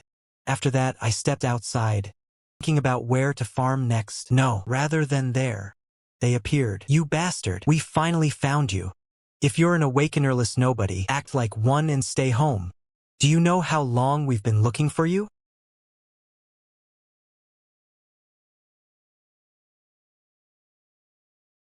Damn it, you're going to see me soon anyway. Isn't this provocation a bit much? Anyway, what should I do? Open the dimensional gate. You keep watch in case zombies come. Okay, no matter how I do it, killing them is simple. You ready to die, you bastard? And since the tutorial hasn't even started yet, there's no way the system would classify me as a murderer. But this bastard, even if it did apply, your first kill only results in a warning, so there'd be no problem. Where the hell did he go? Even so, it still bothers me. No way this guy. Whether it's okay to kill someone in real life. Are you an awakener? Just answer quietly. Why are you targeting me? Well, because I took the girl you drooled over. Took? Yeah. Be honest, you already on the bed with her. Gay. Last chance. Redeem yourself. What? At the very least, don't harm innocent people. Seriously. Hearing that from a guy who came here to loot. Hey, you and I are the same, you dumbass. Selfish trash who only cares about himself. The protagonist unleashes a fierce attack, the red energy clashing violently. Now that I hear it, you're right. Thanks. You helped clear my head. I really am trash like you, spare me. I just didn't want to admit it. I fought over 100 deathmatches in Asura, but you have gained 50 points. Killing a person in real life, it feels filthier than I ever imagined. Key seek. In hack. Hey crybaby. Watch your back. Behind me, and only care about satisfying their own desires. Charge. Help me. No matter how I think about it, please help me. They are people who deserve to die in the apocalypse. Read this series first at vortexscans.com. Murderer System. It was a system introduced 3 months after the game's launch to reduce intentional trolling. The intention was good, but the regulations were a mess. The first murder resulted only in a warning due to fear of losing users. We will be watching you. From now on, the system. While there were no exceptions from the third murder onwards, you are a murderer. For the second murder, if you didn't kill them directly, the system judged how much you were involved in the death. It was possible to be exonerated. The main reasons were point acquisition and stat enhancement, as well as stealing the opponent's unique skills. System displayed the current stats: health, strength, agility, dexterity, and perception. And considering the patch made a week before service termination, the newly added special abilities were also a major reason. Because that alone was enough to fully enjoy the boring survival game. His eyes glowed red, and blood splattered around him as he held a knife. The words "Death Field Open" appeared, signaling the start of a brutal confrontation. If 3 or more players gathered, even if they didn't want to, a chant was forcibly recited to summon a barrier. And they had to fight a death match inside it. One of the figures, wearing bunny ears, looked solemn. The other, with a distinctive hairstyle, pondered, what skill should I give our boy? This situation might seem extremely advantageous for a murderer at first, but in the late game it was full of veterans, so it was basically poison. And once you become a murderer, the scene showed several bodies on the ground, covered in blood, with a spiked club nearby. That distinctive heartbeat is supposed to ring out, but I don't feel anything. As predicted, the system hasn't been applied yet because it's before the tutorial. In other words, for a few hours, even if I kill people, the scene shifted to a close-up of a man's intense gaze, with a backdrop of destruction and fallen bodies. It's not a game, and I must be crazy too. Let's not think nonsense and live as I planned. The image showed a hand reaching for a fallen person amidst a pool of blood. My iron rule is the same now as it was then, just one thing. Respond to injustice with injustice. So from now on, when I kill people, the scene showed a gun being drawn, with glowing blue energy emanating from a gate-like structure. Close the gate. It will only be for that moment. Current time, 4:30 p.m. Stopping by the heavy equipment company and the pesticide shop first was a good idea, but with these zombies staging a sit-in, how long are they going to keep doing that? Grr. At this rate, soon. FCK. Seriously. Get out while I'm asking nicely. I told you several times we can't go out because of the zombies. It's not like you're a moron. What? You'd better speak nicely before I put a hole in your head. LOL bullshit. Can you even shoot? Try shooting then. Ha! You picked the wrong person to provoke. My specialty in Siora was shooting humans. The scene showed a close-up of a hand on a trigger, ready to fire. Powerful blast erupted as the shot was fired. A powerful blast erupted as the shot was fired, tearing through flesh and bone. He screamed in agony. The injured man, clutching his wound, looked up in disbelief as others reacted with shock. Is this fucker crazy? One asked, while another rushed to his side. Honey, are you okay? A third voice questioned, you actually shot? Are you insane? A chilling grin spread across the face of the man who had fired the shot. Then do I shoot or not? This is the apocalypse, he declared, his companion beside him sharing a similar, unsettling smile. It means it's the era of survival of the fittest. The injured man, still reeling from his wound, glared with a mix of pain and defiance. Get lost quickly. Next is your head, he spat. Behind him, a companion urged, Phew, guys, let's go. As a group retreated, one of them turned back, his voice laced with disdain. Tards, see, wouldn't it have been better if you left earlier without getting hurt? Right, honey? A man with a sinister smile emerged, his words dripping with malice. Finally, my indigestion is gone, he began, before unleashing a torrent of abuse. Hey, you fucking shit bastards. The group who had been shot at stood their ground, weapons raised. One of them, his face grim, stated, I clearly warned you there were zombies, and you guys said to get out. With a sudden, violent swing, a baseball bat was brought down, creating a burst of energy as it connected. This is a parting gift. Sound of impact echoed as the fight escalated. Amidst the chaos, someone shouted, "That crazy bastard is screaming." Through the scope of a rifle, a chaotic scene unfolded. People were scrambling, fleeing from danger. "Guys, run!" a voice yelled. Another observer commented, "Wow, look how hot-blooded that brother is." From a high vantage point, a crowd of figures could be seen moving below. A figure in a helmet observed them, their voice a calm narration. "To think he'd show me such a rare spectacle." The helmeted figure, holding binoculars, gazed into the distance. "If we meet alive someday, I'll have to give him something." With this, excluding the infantry battalion and the studio apartment area, is all the farming done. A shimmering, blue energy portal materialized, revealing a glimpse of a room beyond. A small, white wolf-like creature sat patiently within the frame. A close-up on a watch showed the time ticking away. The remaining time is a little over an hour. The narration continued, "At this rate, giving up on the battalion is the right call, but going straight to the studios feels like a waste, you know?" At times like this, as expected, the helmeted figure mused, looking at the wolf-like creature. "Dingo." The portal pulsed with energy as the helmeted figure and the small creature stood before it. "I should change the order, right?" the figure asked, then declared, "It's your turn now." The creature responded with a simple woof. A system prompt appeared, posing a crucial question. Where do zombies gather the most in the early game? The image showed a cityscape, the perspective tilted. The answer to the previous question was revealed. Places where nutrients are easy to consume. The scene shifted to a grim interior, littered with debris and signs of struggle. The narration continued, "That is..." Grotesque zombie, its face contorted and teeth bared, lunged forward, clutching a piece of food. The answer was clear, large marts. The helmeted figure, accompanied by the small creature, stood amidst crackling energy. Therefore, it is originally a place to avoid. More energy crackled around the figure and the creature as they moved. But the thoughts of those with over 1,000 hours of playtime will be different. The figure, carrying a green container, walked alongside the creature. Unlike the resource-scarce early game, if you've prepared well in reality. The figure paused, looking towards the camera. "You'll consider it a chance to power level." The figure then asked, "Phew, is this enough?" "It's a golden opportunity to hit level 10 before the tutorial." The narration boomed, overlaid on a display of weapons and items in a shop interface. "And open the shop." The figure stood with their back to the camera, looking out at the industrial landscape. "But now that I've finished setting it all up, I do feel a bit of a reality check." Figure touched their helmet, a contemplative look on their face. "After the wire disease outbreak, the floor would be soaked in oil on its own anyway." They mused, then asked, "Does it feel like a waste?" A hand, gloved and determined, reached out, crackling with blue energy. "Well, if I think about it calmly, it's not a big loss." The helmeted figure stood holding 2 green containers, the small creature by their side. "It'll be a good experience for Dingo, and since we have time until the tutorial tonight."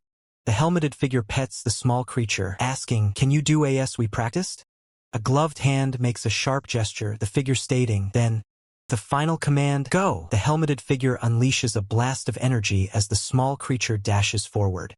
Meanwhile, 2 grotesque figures, clearly infected, shamble forward. One is gnawing on a piece of food, letting out woof, woof.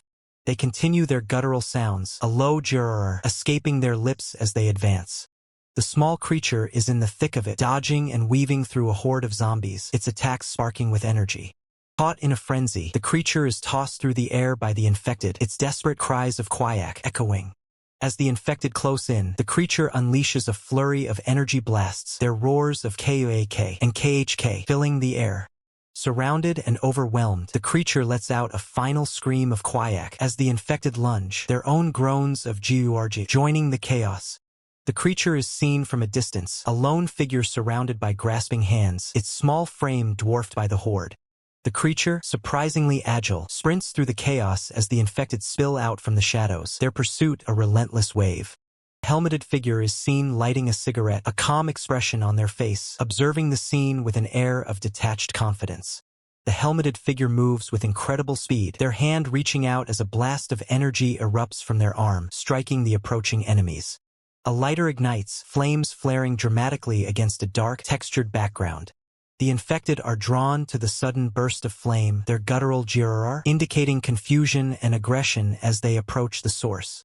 The horde of infected is engulfed in a blinding explosion of fire, their faces contorted in agony and shock.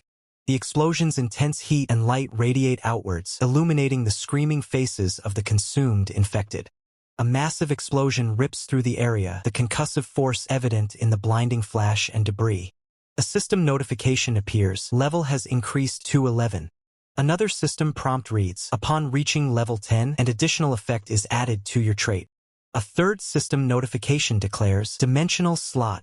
This chapter was brought to you by the VortexScans team. Show your support and join the storm at vortexscans.org. Find us on Discord at discord.gg/ty6edwkc4g. Current time is 5:40 p.m. The city skyline stretches out, a dense urban landscape under a vibrant sky. The helmeted figure rides a motorcycle pulling a trailer. The narration states, and 3 computer towers and NAS units from the studio apartment district. I summoned a portal in the middle of the road and locked the coordinates. The motorcycle continues down the street, towing the trailer. The narration continues, knowing the buildings would soon collapse. The helmeted figure's hand hovers over a glowing blue device, initiating the portal activation. The narration explains, then crossing over to the other world with the motorcycle that had served its purpose. The helmeted figure is now wearing new gear. Text boxes identify helmet, an aramid fiber stab-proof vest. The narration reads, at the training ground, about 1 kilometer from the shelter, the figure stands ready in a training area. The narration states, I put on the PRE set equipment. Various items lie on a table next to a duffel bag. With only 3 minutes left, the protagonist adjusts his gear, his eyes sharp with focus. A faint sense of unease creeps in as the protagonist kneels by a table, his hand hovering over an item. System confirms that the exclusive portal is only for trade holders. New possessions are registered, a poison toad and a gray wolf dingo. Analysis is ongoing. The protagonist ponders, confirming that zombie spores and the wire disease spread through the wind. The analysis continues, revealing that both zombie spores and the wire disease spread through the wind. While zombie spores are harmful to humans, the wire disease affects objects, creating a chaotic scene. The wire disease is shown to be destructive to objects, leaving the protagonist unable to let his guard down. He explains his presence at the training ground, away from the shelter, surrounded only by wooden props. The protagonist questions the use of worrying now, as someone's hand grabs his arm. He resolves that if his gear crumbles, he'll just have to run fast to minimize the damage, clutching a metallic orb. Protagonist needs to focus solely on his task, adjusting his vest and preparing to throw something. He commands, open portal. A swirling vortex of energy erupts as the protagonist focuses his attention on it alone. The narration announces the arrival of the wire disease, showing a panoramic view of a city. The city stands under a hazy sky, with cars driving down the main road. The city is depicted with a sense of foreboding. The scene shifts to a devastated landscape, with the narration stating that in the game, this plague is also known as the Metal Plague. The destruction is immense, with a towering structure dominating the ruined cityscape. Narration continues, referring to this shitty, infectious disease. The devastation is so complete that it dragged the civilization humanity had built down with it. The scene shows abandoned cars on a street, highlighting the rapid decay. Destruction happened in less than the blink of an eye, as evidenced by the damaged electrical box. A portal crackles with energy, revealing a glimpse of a destroyed city. The portal shifts, showing a lush forest scene, a stark contrast to the surrounding ruins. Narration declares that humanity has been thrown back to the Stone Age, with a view of a completely destroyed city. The protagonist braces himself, but the sheer scale of the event is overwhelming. An immense explosion rocks the area. The protagonist grits his teeth, exclaiming in frustration. He questions if an explosion of that size could be from an infantry battalion's ammo depot. Dismissing that thought, his eyes widen in realization as he focuses on the iron beads. Relief washes over him as he clutches the metallic bead, thankful it's safe. Honestly, I don't know. Close the portal. He reaches out, a wave of blue energy emanating from him as he prepares to close the portal. His eyes burn with a fierce determination. Right now, I just need to stick to the plan and prepare. It's what I thought as I walked back to the shelter. But this is seriously baffling. These strange, beetle-like creatures are gathered outside the reinforced bunker doors. They approach, their small bodies shimmering with faint light. Isn't stealing once enough? Why are you back? Why are you suddenly handing me a root? Is this an apology gift? Or are you asking to barter for sweet potato jelly? Hey, I've been trying to be nice, but you guys are pushing it. Creatures gather around, their expressions surprisingly endearing. You are actually kind of cute. Then how about this? Honestly, I don't need food. I need things that are strange or special. Understand? So I never mind. No matter how smart you are, there's no way we can have a conversation. Whoa, no way. Are you asking if you can trade or for jelly right now? The red beetle strikes a pose, holding a stick as the other beetles mimic its stance. Right, if you bring me stuff like that. The red beetle lunges, but the protagonist quickly dodges. Ah, sorry. Was I too hasty? The beetles huddle together, making distressed sounds. Oh, I'll take that as a deal. System notification. You have successfully communed with the black beetle swarm. The boss black beetle requests a contract. A contract? Didn't it just end with successful communion for Jidoki and Dingo? Does this mean highly intelligent animals can't simply be claimed as possessions? The contract details appear, outlining terms between Kong Song-ho and the boss black beetle. The protagonist ponders the legitimacy of the formal contract. I mean, I have nothing to lose, so I'll sign it, but... System notification. The contract has been established. The black beetle swarm is now considered a possession. What in the world is going... Oh, look you guys. Going to search right away? Hey guys, wait a second. You came here because you were hungry, right? The little beetle-like creature flies through the air, its tiny wings fluttering. It's a signing bonus. Pew-peroo pew. Don't just eat and run. You have to bring the goods. Or else I'll ignore the apocalypse and chase you to the ends of the earth. This chapter was brought to you by the Vortex Scans team. Show your support and join the storm at vortexscans.org. In the world of gaming, the tutorial phase usually commences under the cover of a suffocating, ink-black night. Calculating that I had roughly 2 or 3 hours of leeway, let's see what we have here. I decided to keep moving instead of hunkering down to rest. Impressive. Better supplied than I expected, weren't they? Especially considering they were even packing a ceramic knife. Regardless of whether I hunt down the survivors, I definitely need to scout their base of operations. Once I finished cataloging the gang's gear, I pulled out the PC tower and the NAS hard drive I'd scavenged from the apartment complex, hooked them up to the docking station, and started scanning the data. Upon opening the files, I found them packed with a massive amount of media. And just as I was wrapping up my search, I stumbled upon something I never anticipated. What the? Was Meekyung actually an idol? I mean, it's probably surprising if someone with her visuals was just a regular citizen. Still, it's better if I just wipe this. Would you like to permanently delete this file? Thinking back to those days, I doubt this is a memory she'd be particularly keen on preserving. Alright, I think I've seen enough. Now, time to inspect the rewards for reaching level 10. Shop window open. The interface hasn't changed much from the UI I remember in the game. The prices have shifted quite a bit since the last patch. Numbers 6 and 11. So the physical manifestation of purchased items works the same as the game. If that's the case, and assuming they haven't patched it out, I should be able to exploit a bug that only functions during the tutorial. It's essentially a quick slot bar. This is amazing. Whoa, this is incredible. This means I don't have to carry as much gear on me at once. And I won't have to stash weapons behind the portal ahead of time. Calling Gusian is an understatement. It's a top-tier scaling trait. Scaling, often referred to as late-game potential, describes a skill or character that starts weak but becomes overwhelmingly powerful as the game progresses. Dingo, keep a sharp eye on the house while I'm gone. Time for me. The protagonist steps into the dimensional gate, ready for whatever lies beyond. Apocalypse's end. It is pitch black out here. I was hoping to rely on my moonlight and terrain sensing skills to get by. Damn, this isn't cutting it. Slot 3. I haven't come across any of these in this world yet, so I wanted to hoard them, but there's no point in saving them if I die from being blind. Shade grapes temporarily boosts night vision. You have consumed shade grapes. Night vision has been significantly enhanced. Oh, can see everything now. Alright, let's find a secure location for the time being. One of the defining traits of survival life is its brutal lack of user-friendliness. It rarely notifies you when an event starts.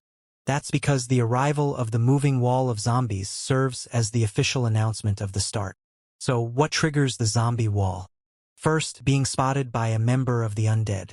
Second, when the player picks up a tutorial-specific item. Heave-ho. This should be long enough, right? By staring intently at a specific empty coordinate for a set duration, A blinding flash erupts as a weapon connects, its energy crackling. Protagonist stands tall, holding a duplicated energy sword and a menacing club. Haha, that's the stuff, he remarks, the successful duplication of a second identical item evident.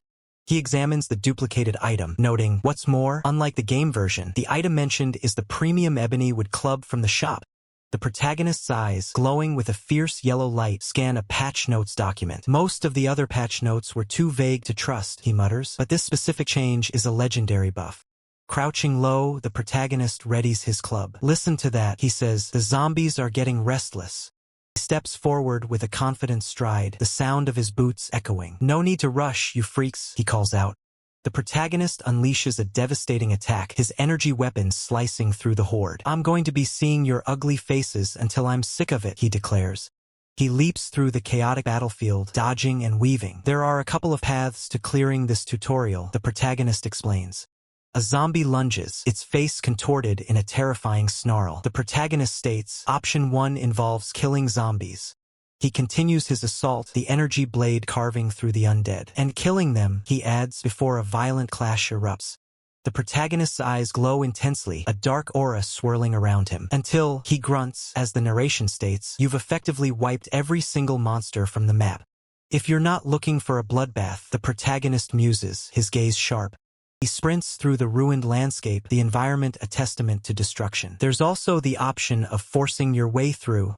The protagonist is engulfed by a surging tide of zombies, their hands reaching out. The encroaching wall of zombies, the narration describes, as he unleashes a powerful strike. Caught in the overwhelming horde, the protagonist lets out a frustrated curse. F-yay. He scrambles, his hand reaching out desperately on the debris-strewn ground. Shadowy figures loom behind the protagonist, their eyes glowing menacingly. I guess I can't just cheese it like those speedrunners or Ori, he says, a hint of desperation in his voice. Whatever, it doesn't matter, the protagonist dismisses, his eyes narrowed in determination. He grips his weapon tightly, preparing for the next move. My strategy for this tutorial, he begins. The protagonist charges forward through a desolate, crowded street. Was always to hunt down the boss and crush it anyway. A promotional banner appears, urging readers to dive deeper into the story and unlock chapters on vortexscans.org. Protagonist continues his relentless sprint through the urban decay, his footsteps echoing. He propels himself forward, leaving a trail of destruction as a horde of bloodied zombies surges towards him. A holographic map appears, overlaying the devastated city. Within the designated tutorial area, there is always a checkpoint, the narration explains, and only by going there. Two monstrous figures, covered in blood and radiating a dark aura, emerge from the shadows, their forms twisted and powerful.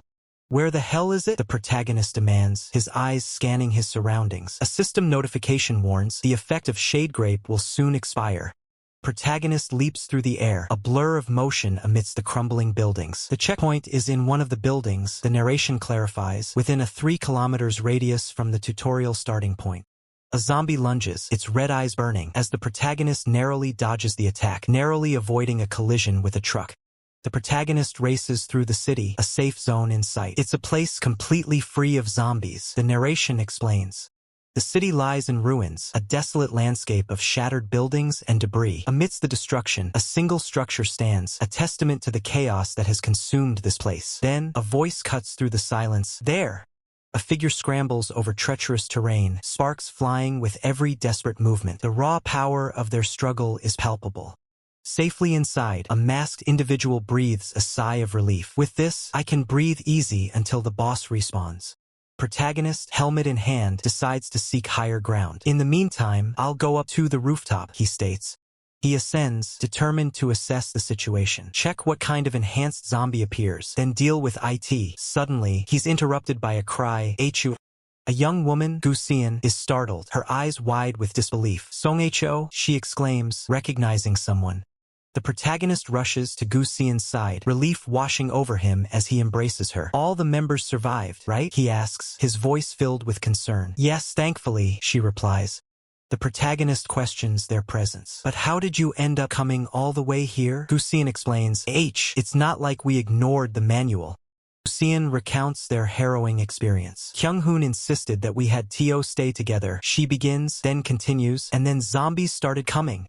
The protagonist grits his teeth in frustration. While running away, we ended up here. He curses under his breath. F you, that trolling bastard can't even use the info he's given.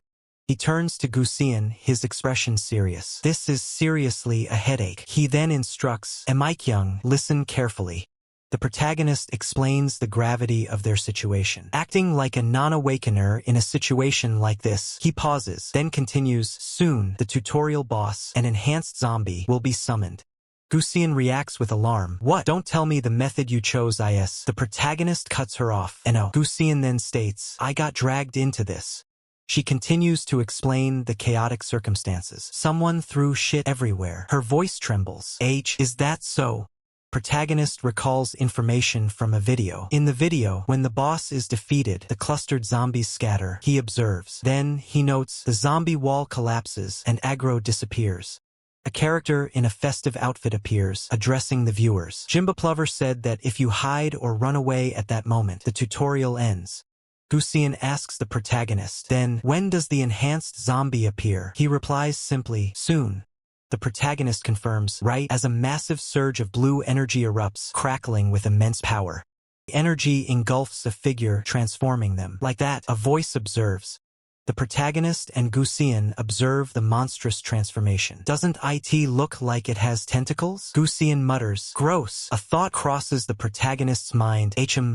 The protagonist asks Gusian, by any chance, have you noticed any changes to yourself? She replies, her expression shifting, why do you suddenly ask that? Protagonist explains the significance of the creature's appearance. Enhanced zombies with growths on their heads like that one, he states, are said to have abilities that seal something. Gusian gasps in surprise. Gasp, really? She quickly adds, just a moment. Status window. A system notification appears. Trait sealing effect is applied. Gusian reacts with shock. She then realizes, just like Song Ho said, my trait is sealed. The protagonist calmly states, I see. The protagonist asks Gusian, Amikyung, what you said about trusting me, is that still valid? Gusian reassures him with a smile. Of course, she adds, you've helped me so many times already.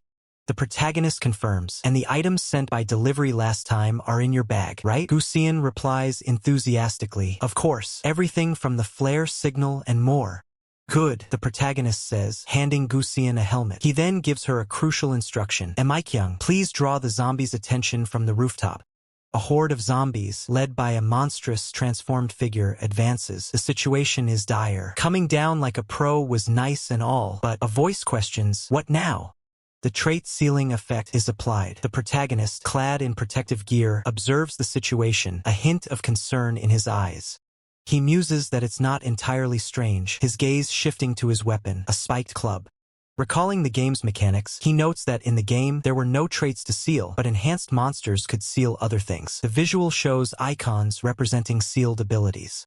A flicker of regret crosses his face as he admits, I was careless. He wishes he had placed his bow in a different slot.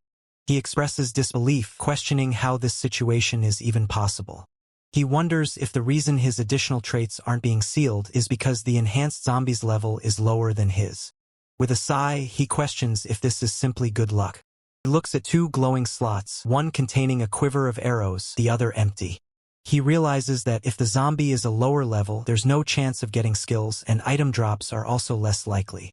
He concludes that no matter how he looks at it, it feels like a loss compared to the effort. He laments his situation, but acknowledges, but what can I do? I'm not alone.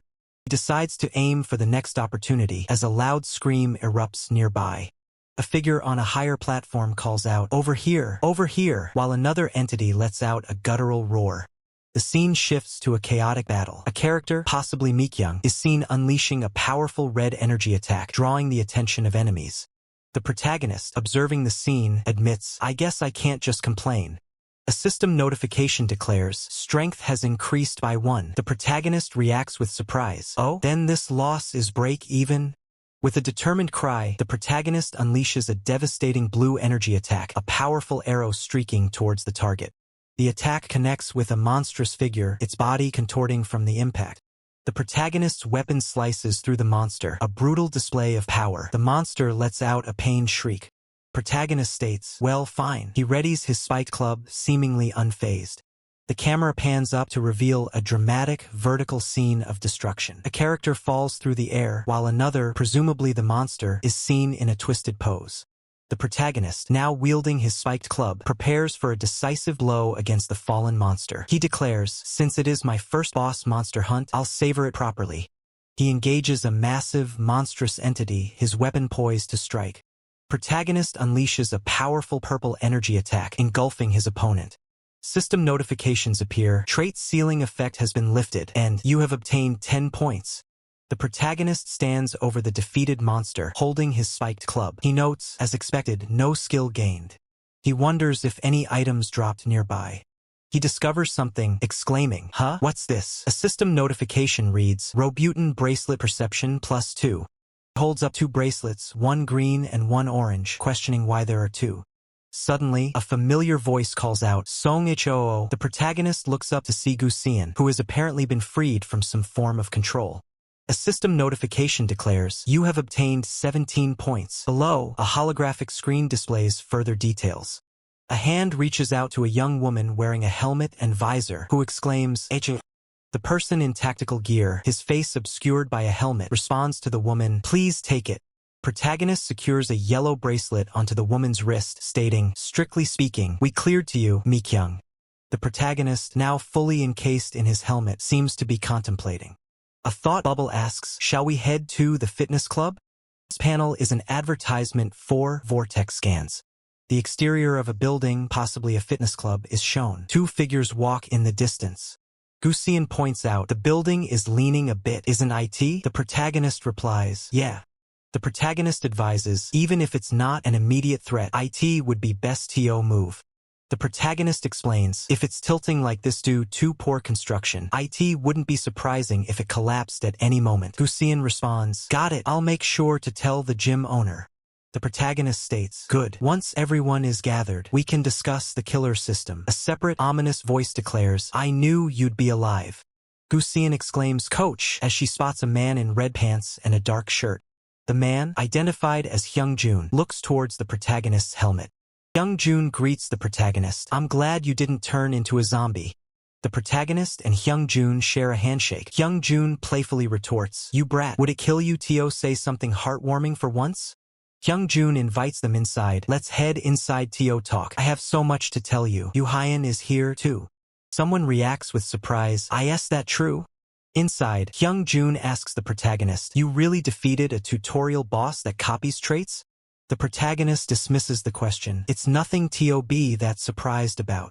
The protagonist explains to Gau Kaa, "I was only able to fight it one-on-one because Mi-kyung lured the other zombies away." Gau Kaa exclaims, "Wow, but still, you've got serious guts, sir. That's amazing." The protagonist responds, "Ahaha, is it?"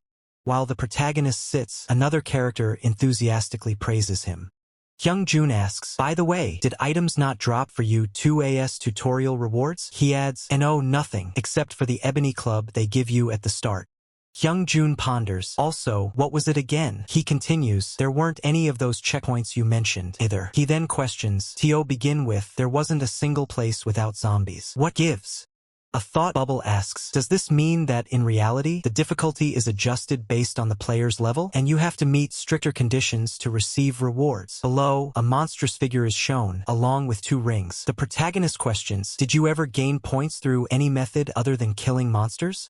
Hyung-jun confirms, "My points went up when I helped Yuhweon." Another character agrees, "Yes, that's right." Hyung-jun elaborates, "Specifically, it happened when the coach pushed away a zombie that was trying to grab me." The protagonist muses, "If that's the case, it seems that in reality, you gain points for successfully escaping after being spotted by a mob, or for helping someone." Gau Kaa summarizes, "In short, has it become easier for non-combat awakened to earn points?" The protagonist confirms, "Exactly." Hyung-jun places a hand on the protagonist's shoulder, saying, "That aside, Song Ho. The system was applied the moment the tutorial started and gave you a trait. Which means my awakening first was something like a pre-registration reward. Survival lie. Does that mean everyone who survived has become an awakened? This is ridiculous.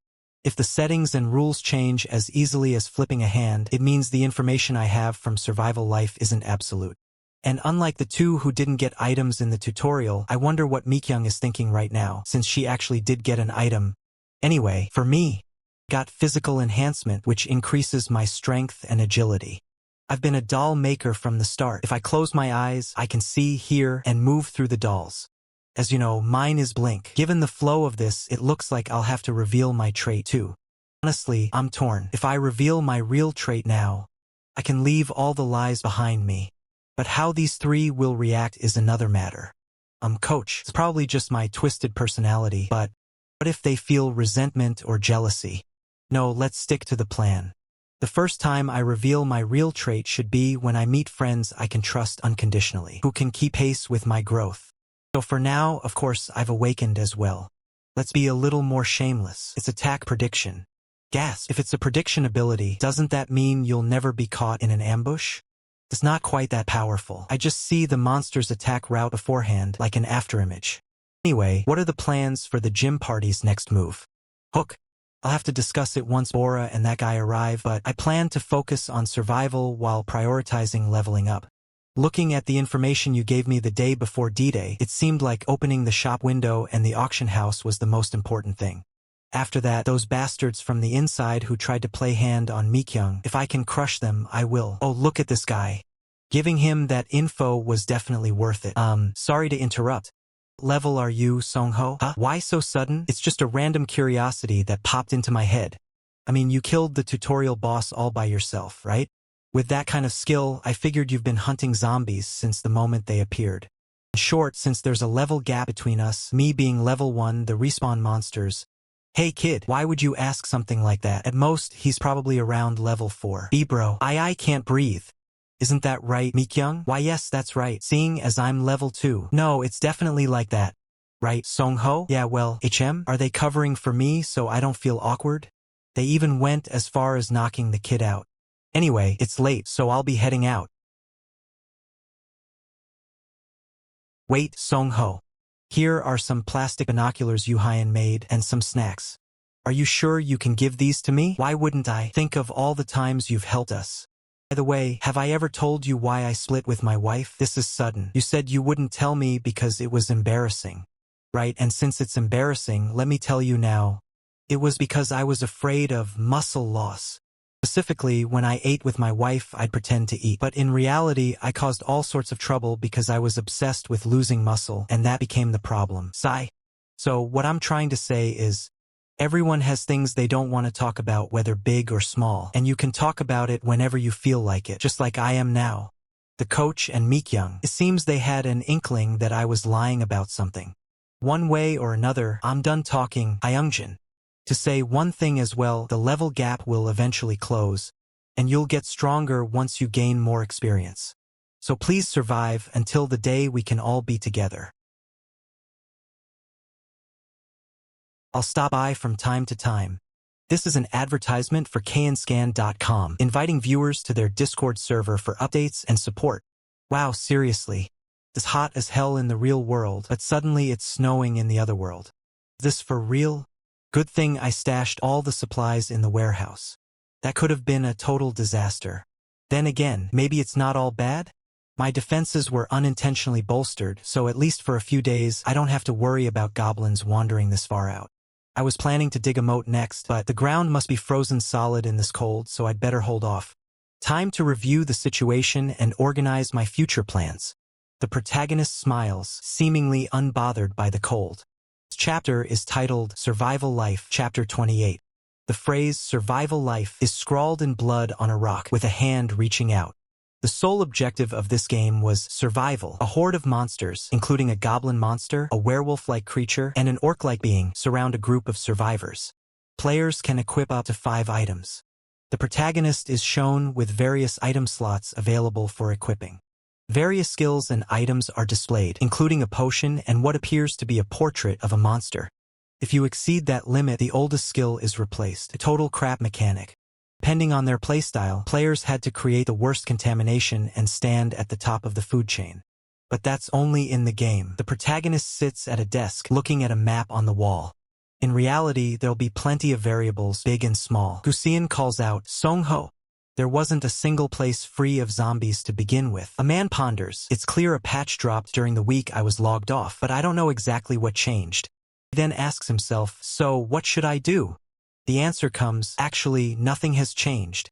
Stockpile supplies. The protagonist stands in a room with shelves of supplies.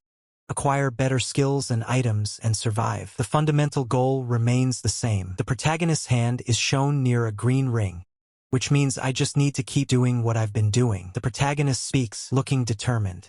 In the short term, what I need to do in the Otherworld forest is finish the moat and deal with the owlbear to secure the valley. A map shows marked locations.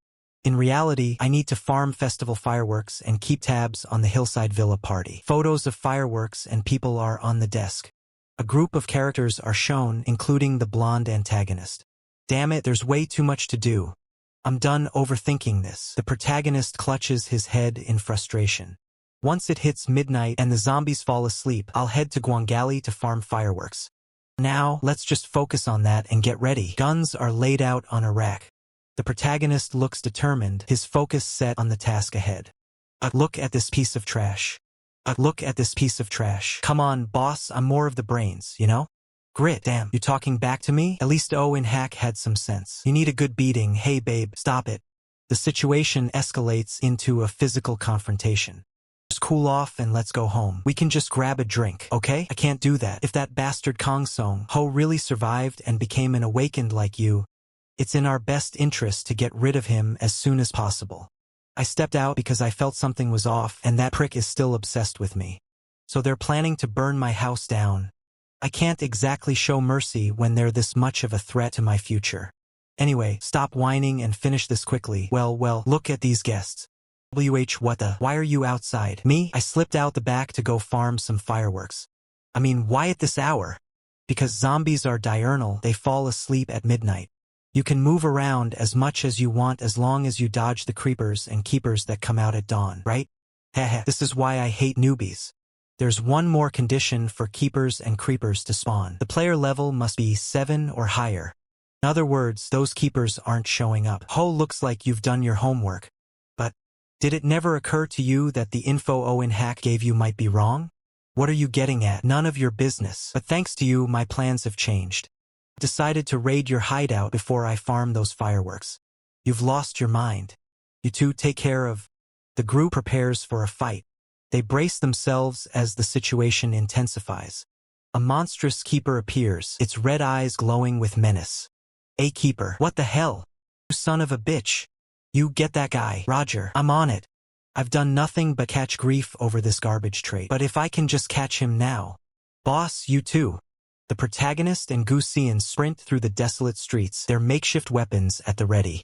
A fallen figure lies on the ground, bloodied and defeated, as the protagonist and Gau Kaa rush past, their faces etched with alarm.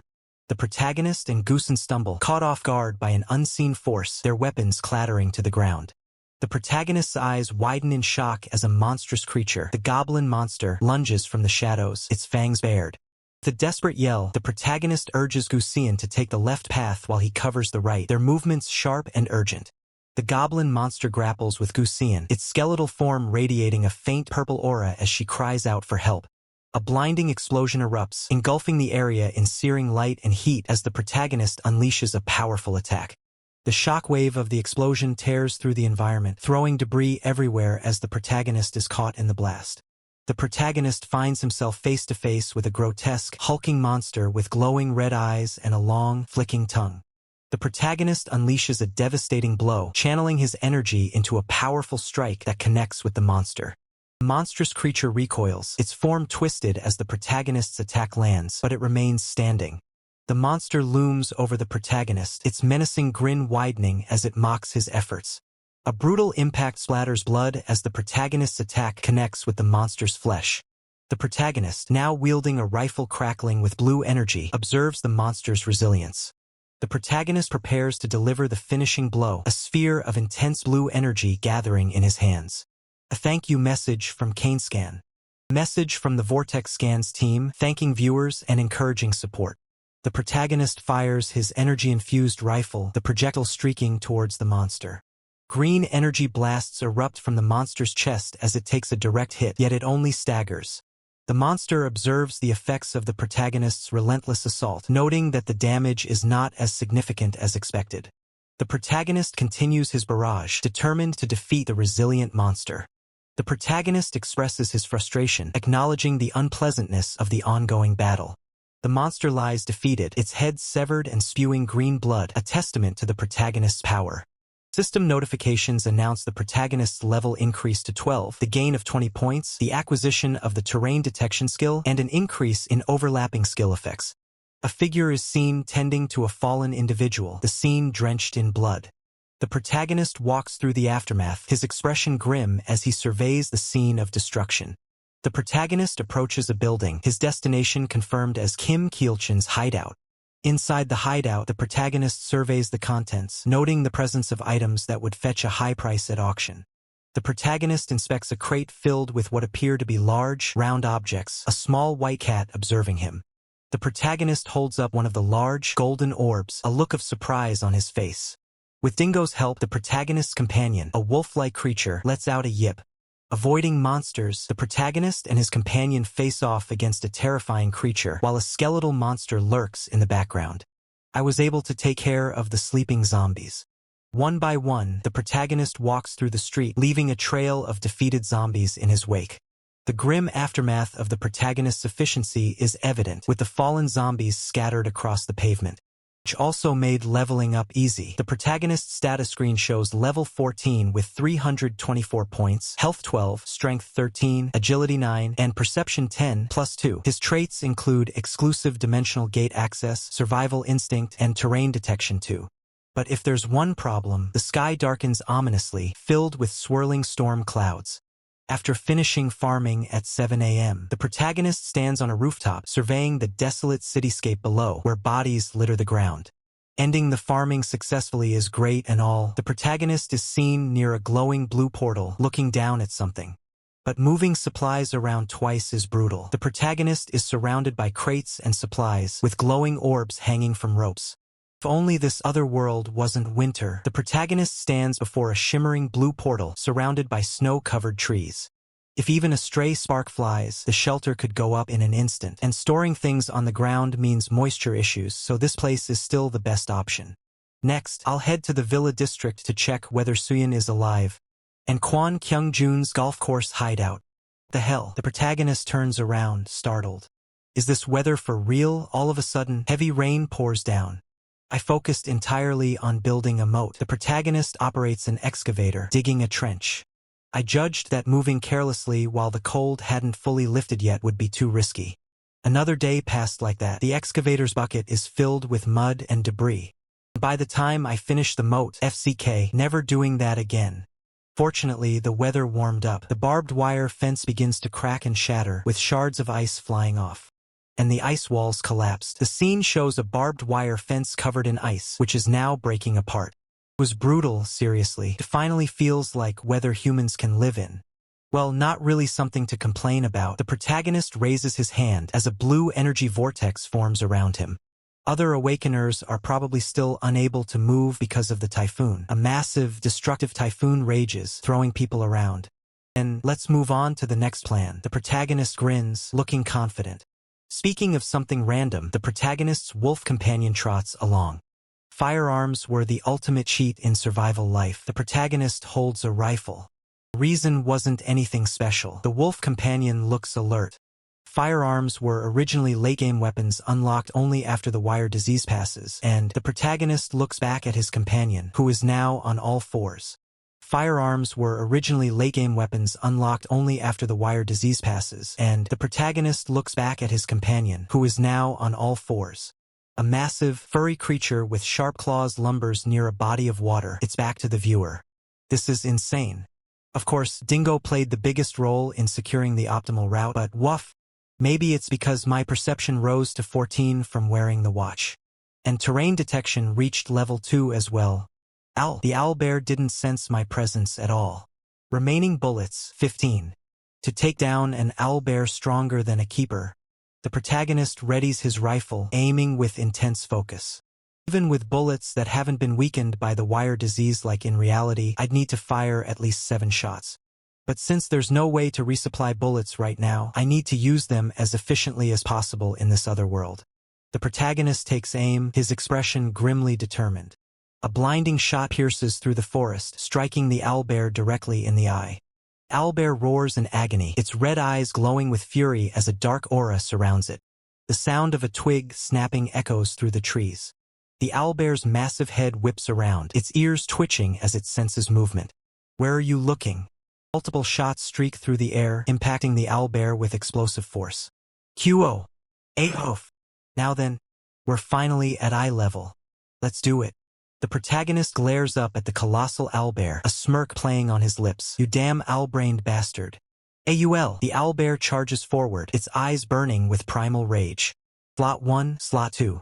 The protagonist holds a glowing orb in one hand and a device in the other, energy crackling around them. Sparks fly as the protagonist ignites a makeshift explosive device. Slot 3. The protagonist expertly wields a large wooden club, swinging it with incredible force. Protagonist braces himself, his fist meeting the monstrous owl-like creature's attack with a burst of energy. A blinding flash erupts as the protagonist's strike connects, forcing the creature back. The creature recoils from the impact, its roars echoing as the light continues to flare around it. The creature cries out in pain, shielding its eyes. Uo. Its agony is evident. The protagonist observes, noting, even if you're a higher species, having an owl's head means you're weak to light, can't help it, right? As the creature reels, the protagonist prepares his next move. A new objective appears, Slot 4. Protagonist leaps into action, activating a device that emits a powerful purple energy, ensnaring the dazed creature. Now then, a chilling close-up reveals the protagonist's eyes, burning with a fierce, determined red light. The creature's monstrous form is revealed, its red eyes glowing menacingly as it's caught in the protagonist's attack. Intense sound effects fill the air as the protagonist unleashes his power. A powerful energy surge emanates from the protagonist's attack. System notifications appear. You have gained 25 points, and your level has increased to 15. More system updates flash. You have acquired the skill, Soundless Movement, and upon reaching level 15, additional effects are added to your trait. Below, Dimensional Slot Plus is displayed. The protagonist, catching his breath, sits on the defeated creature, observing the stats. Slot 4. The Soundless Movement skill is detailed. Soundless Movement greatly reduces all sounds generated by the player.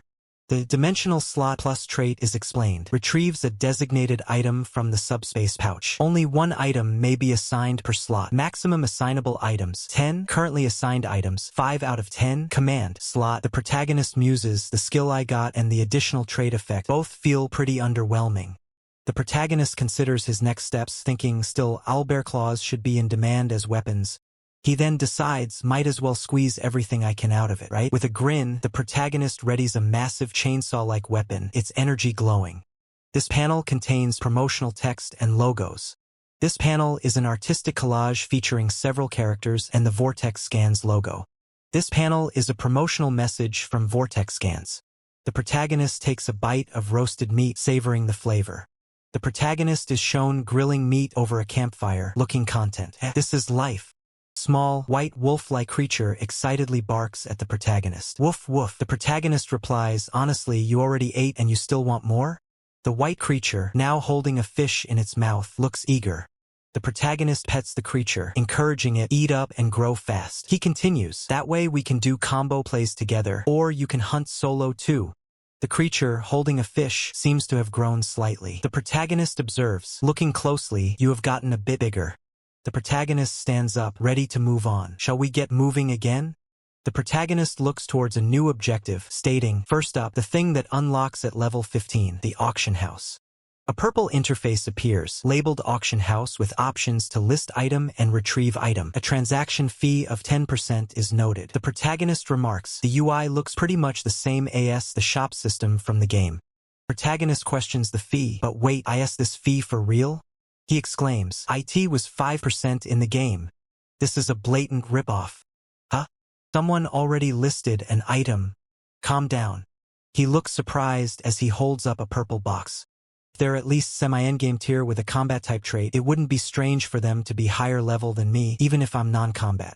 Auction item 1. Comment, no one yet? Damn, did I level too fast? Today's to-do, beat up a keeper excess. The way this is written, think I know who it is. Anonymity was highly valued. As a result, players could not only customize gender but also their voices. And aside from global chat where IDs were shown, there was no way to obtain information about others unless they revealed it themselves. The problem is, the more veteran players pile up, the less they follow the developer's intended direction. Especially this person who keeps adding excess at the end. An attention seeker among attention seekers. He touches the microphone icon on the screen. Hi. Similar personality in real life too. Coming in hot right away. I'm Gimbap lover. Damn, did I level too fast? Today's to-do, beat up a keeper excess. Who are you? I'm Rabbit Princess. I'm Gimbap lover. The replies slower than I expected. Don't tell me they're suspicious. Trusted you, Gimbap lover Nim. Do you know how long I've been waiting? By the way, you're with the president right now, right? No, I'm acting alone. I'm Gimbap lover Nim. I trusted you, Gimbap lover Nim. Do you know how long I've been waiting? By the way, you're with the president right now, right? No, I'm acting alone. Really? I thought it was you after seeing the flyers distributed on Doomsday. I did share some information with the government, but it was more like advice.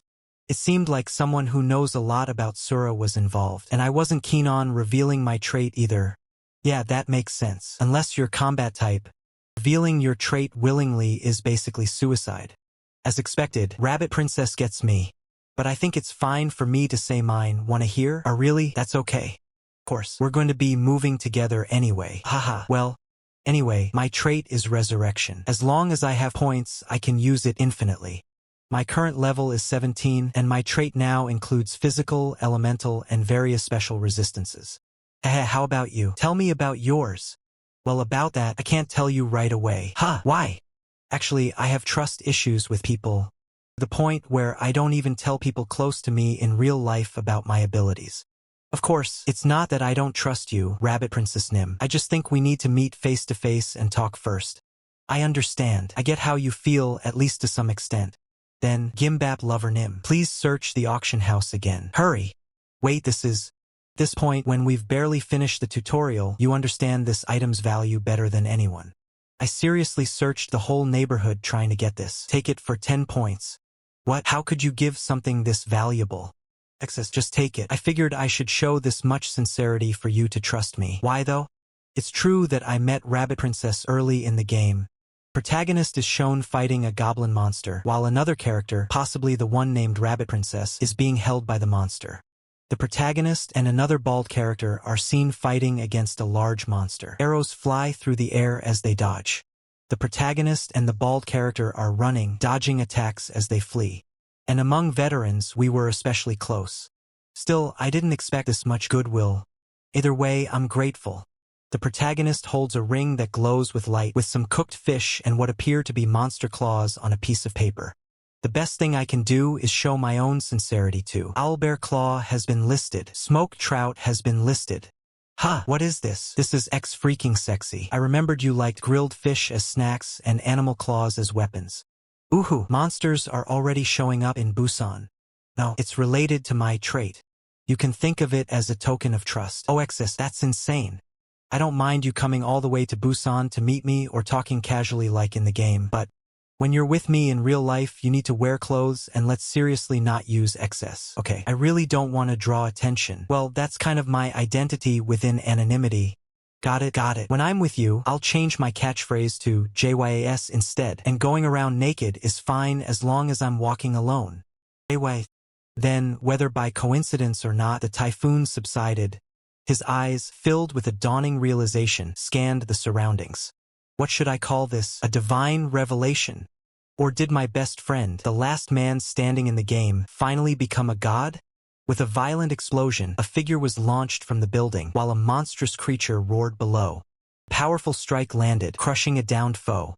The protagonist unleashed a devastating barrage, overwhelming the monstrous horde. To go meet the friend. Giant swing. A lone foot descended through a blinding light. Wahahaha. That was... Wait. Isn't this my hideout? It was a seriously terrible navigator. This chapter was brought to you by the Vortex Scans team. Show your support and join the storm at vortexscans.org. 3 days have passed since the typhoon completely subsided. A paper airplane soared through the clear blue sky, oblivious to the lingering dread. In the meantime, the gym party members were gradually adapting to the apocalypse. that Kyung-hoon and Bora had become a couple, and that Hyungjin-hyung had reached level 10 and unlocked the shop. Whenever I received notes like these, I helped their growth by pointing them to locations I'd set up in advance, so they could farm safely. This should be enough, right? Auction house. Of course, I didn't forget to keep in touch with him either. The replies were extremely slow, though. Who knows what he were up to? Move aside. I have to go to Busan. Just like in the game, in reality too, from level 15 onward, the required experience doubles each level. I learned that there's a so-called hell level zone.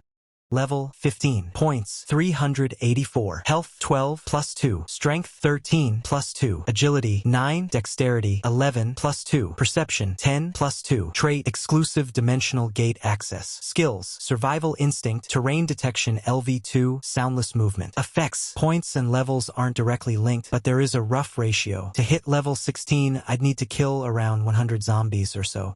Honestly, if I focus purely on hunting, it wouldn't be impossible. Protagonist gazes ahead, a hint of a smile on his face as a blue energy field hums behind him. Stretching, protagonist declares, I've got way too many other things to deal with for that. Hand holds up a gleaming mithril knife, its edge sharp and blue. Protagonist, holding the knife, looks astonished. You guys actually made it yourselves? He exclaims, gesturing towards a collection of small, beetle-like creatures. 3 rare or fragments glint under a bright light. Pointing at the creatures, protagonist questions, but you guys are beetles. How did you even manage to make something like this? One of the beetle-like creatures stands defiantly, as if responding. Protagonist offers a gold coin. Alright, so I just need to give you a chance. Is that it? Fine. If it's really true that you made it, then try crafting with this.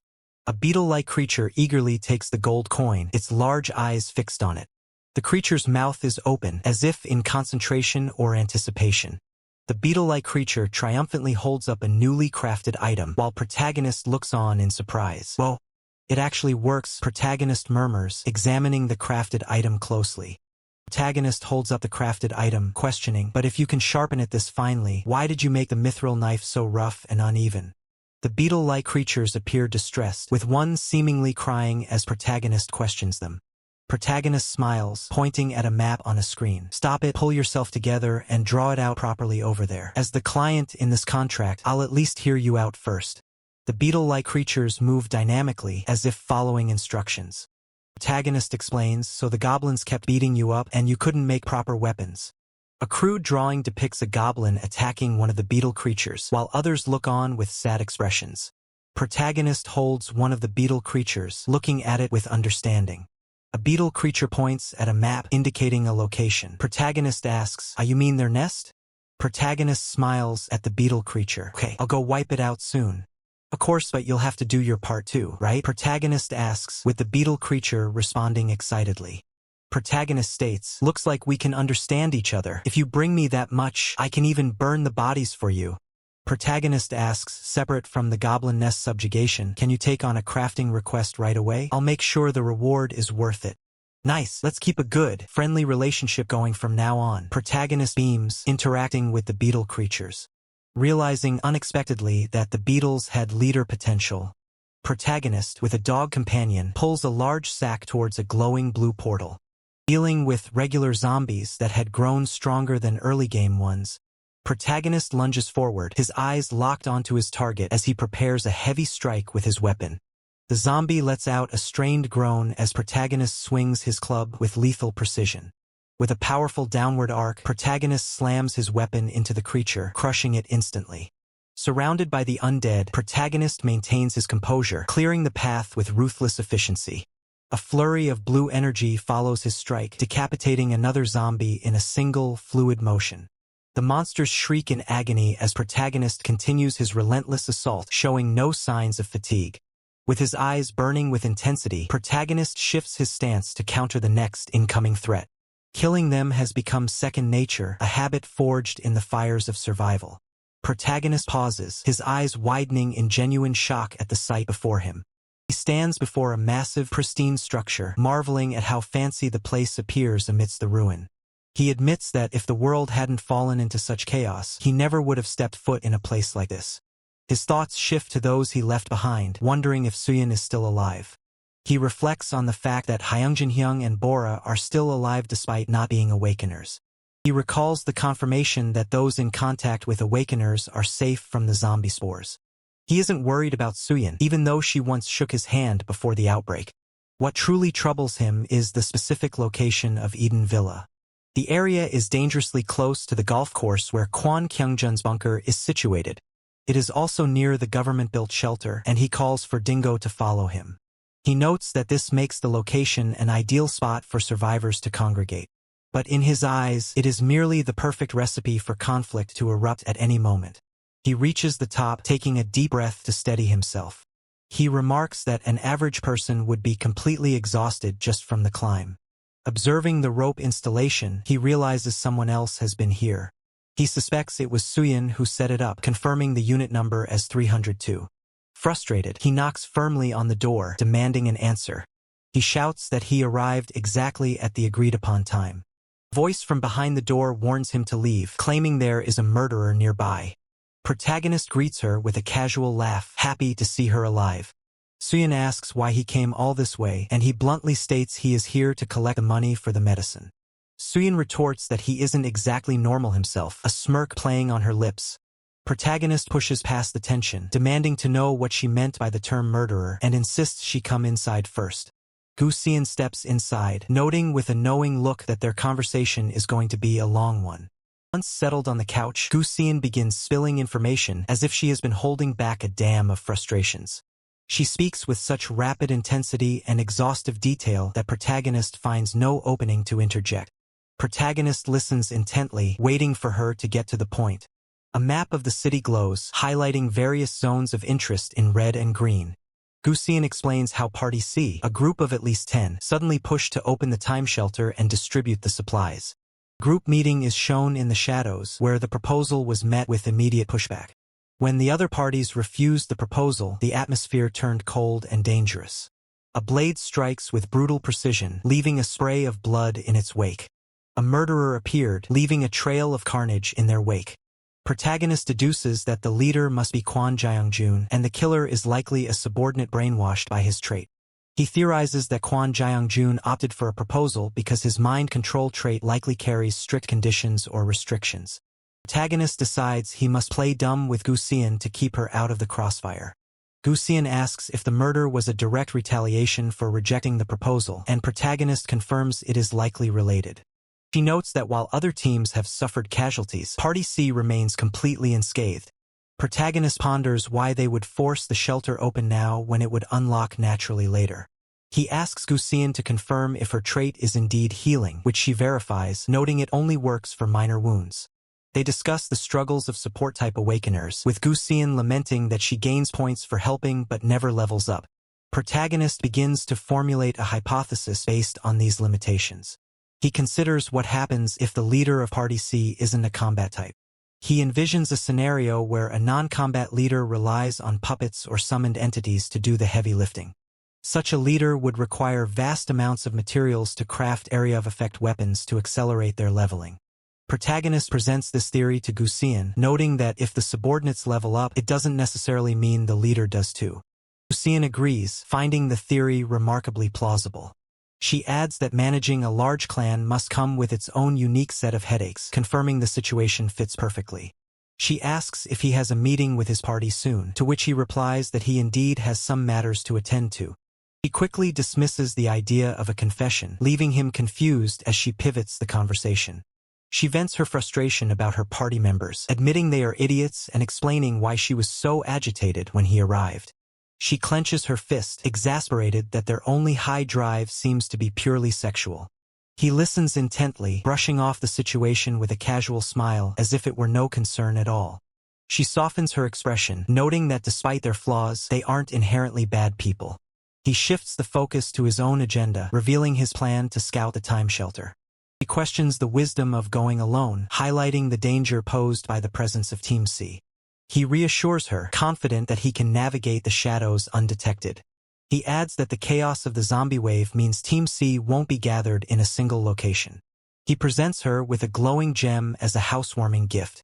She accepts the gift, realizing that his possession of such an item confirms he has already unlocked the shop. He tells her not to worry too much about the details. He promises that if things go according to plan, he will repay the cost of the medicine with interest. Kang Ho-cheol sits comfortably, demanding an update on the progress of the purification. Subordinate reports that around 3 p.m., another member of Team B was successfully eliminated. Chief Lee confirms that with supplies being moved, the purification of Sector B is nearing completion. Kang Ho-cheol asks for the status of Team A, to which he is told there has been no significant movement. Kang Ho-cheol decides they should target another member of Team A to maintain the pressure. Chief Lee explains that because they are moving individually, tracking every single member has proven difficult. Chief Lee notes that they have spotted a female member of Team A heading toward Eden Plaza. Kang Ho-cheol gives the cold command to send the murderer to that location immediately. Power radiates from Kang Ho-cheol as he focuses his dark intent. Kang Ho-cheol asks if they have managed to identify that guy yet. Chief Lee bows deeply, apologizing for their failure to identify the target. Kang Ho-cheol clenches his hand in frustration at the lack of progress. He curses, knowing the target is in Busan but unable to pinpoint his exact location. He resolves to hunt him down as quickly as possible, watching his subordinates engage in the carnage below. Kang Ho-cheol screams in frustration, demanding to know why he isn't receiving points or XP for his subordinates' kills, realizing there is a flaw in his trait. Kang Ho-cheol brings a finger to his lips, his expression tightening as he contemplates his precarious situation. He fears that if he isn't careful, he might be devoured by that unknown bastard who possessed the paralysis poison even before the apocalypse began. The pressure mounts as he realizes that missing the level 15 deadline means failing to attend the auction house meeting, an outcome that would leave him open to ridicule from other regional clan leaders. Frustrated, Kang Ho-cheol curses under his breath until one of his subordinates steps forward to report. The subordinate confirms that they have successfully captured the zombies as he had previously ordered. Kang Ho-cheol nods, satisfied with the progress, and signals for the next step of his plan.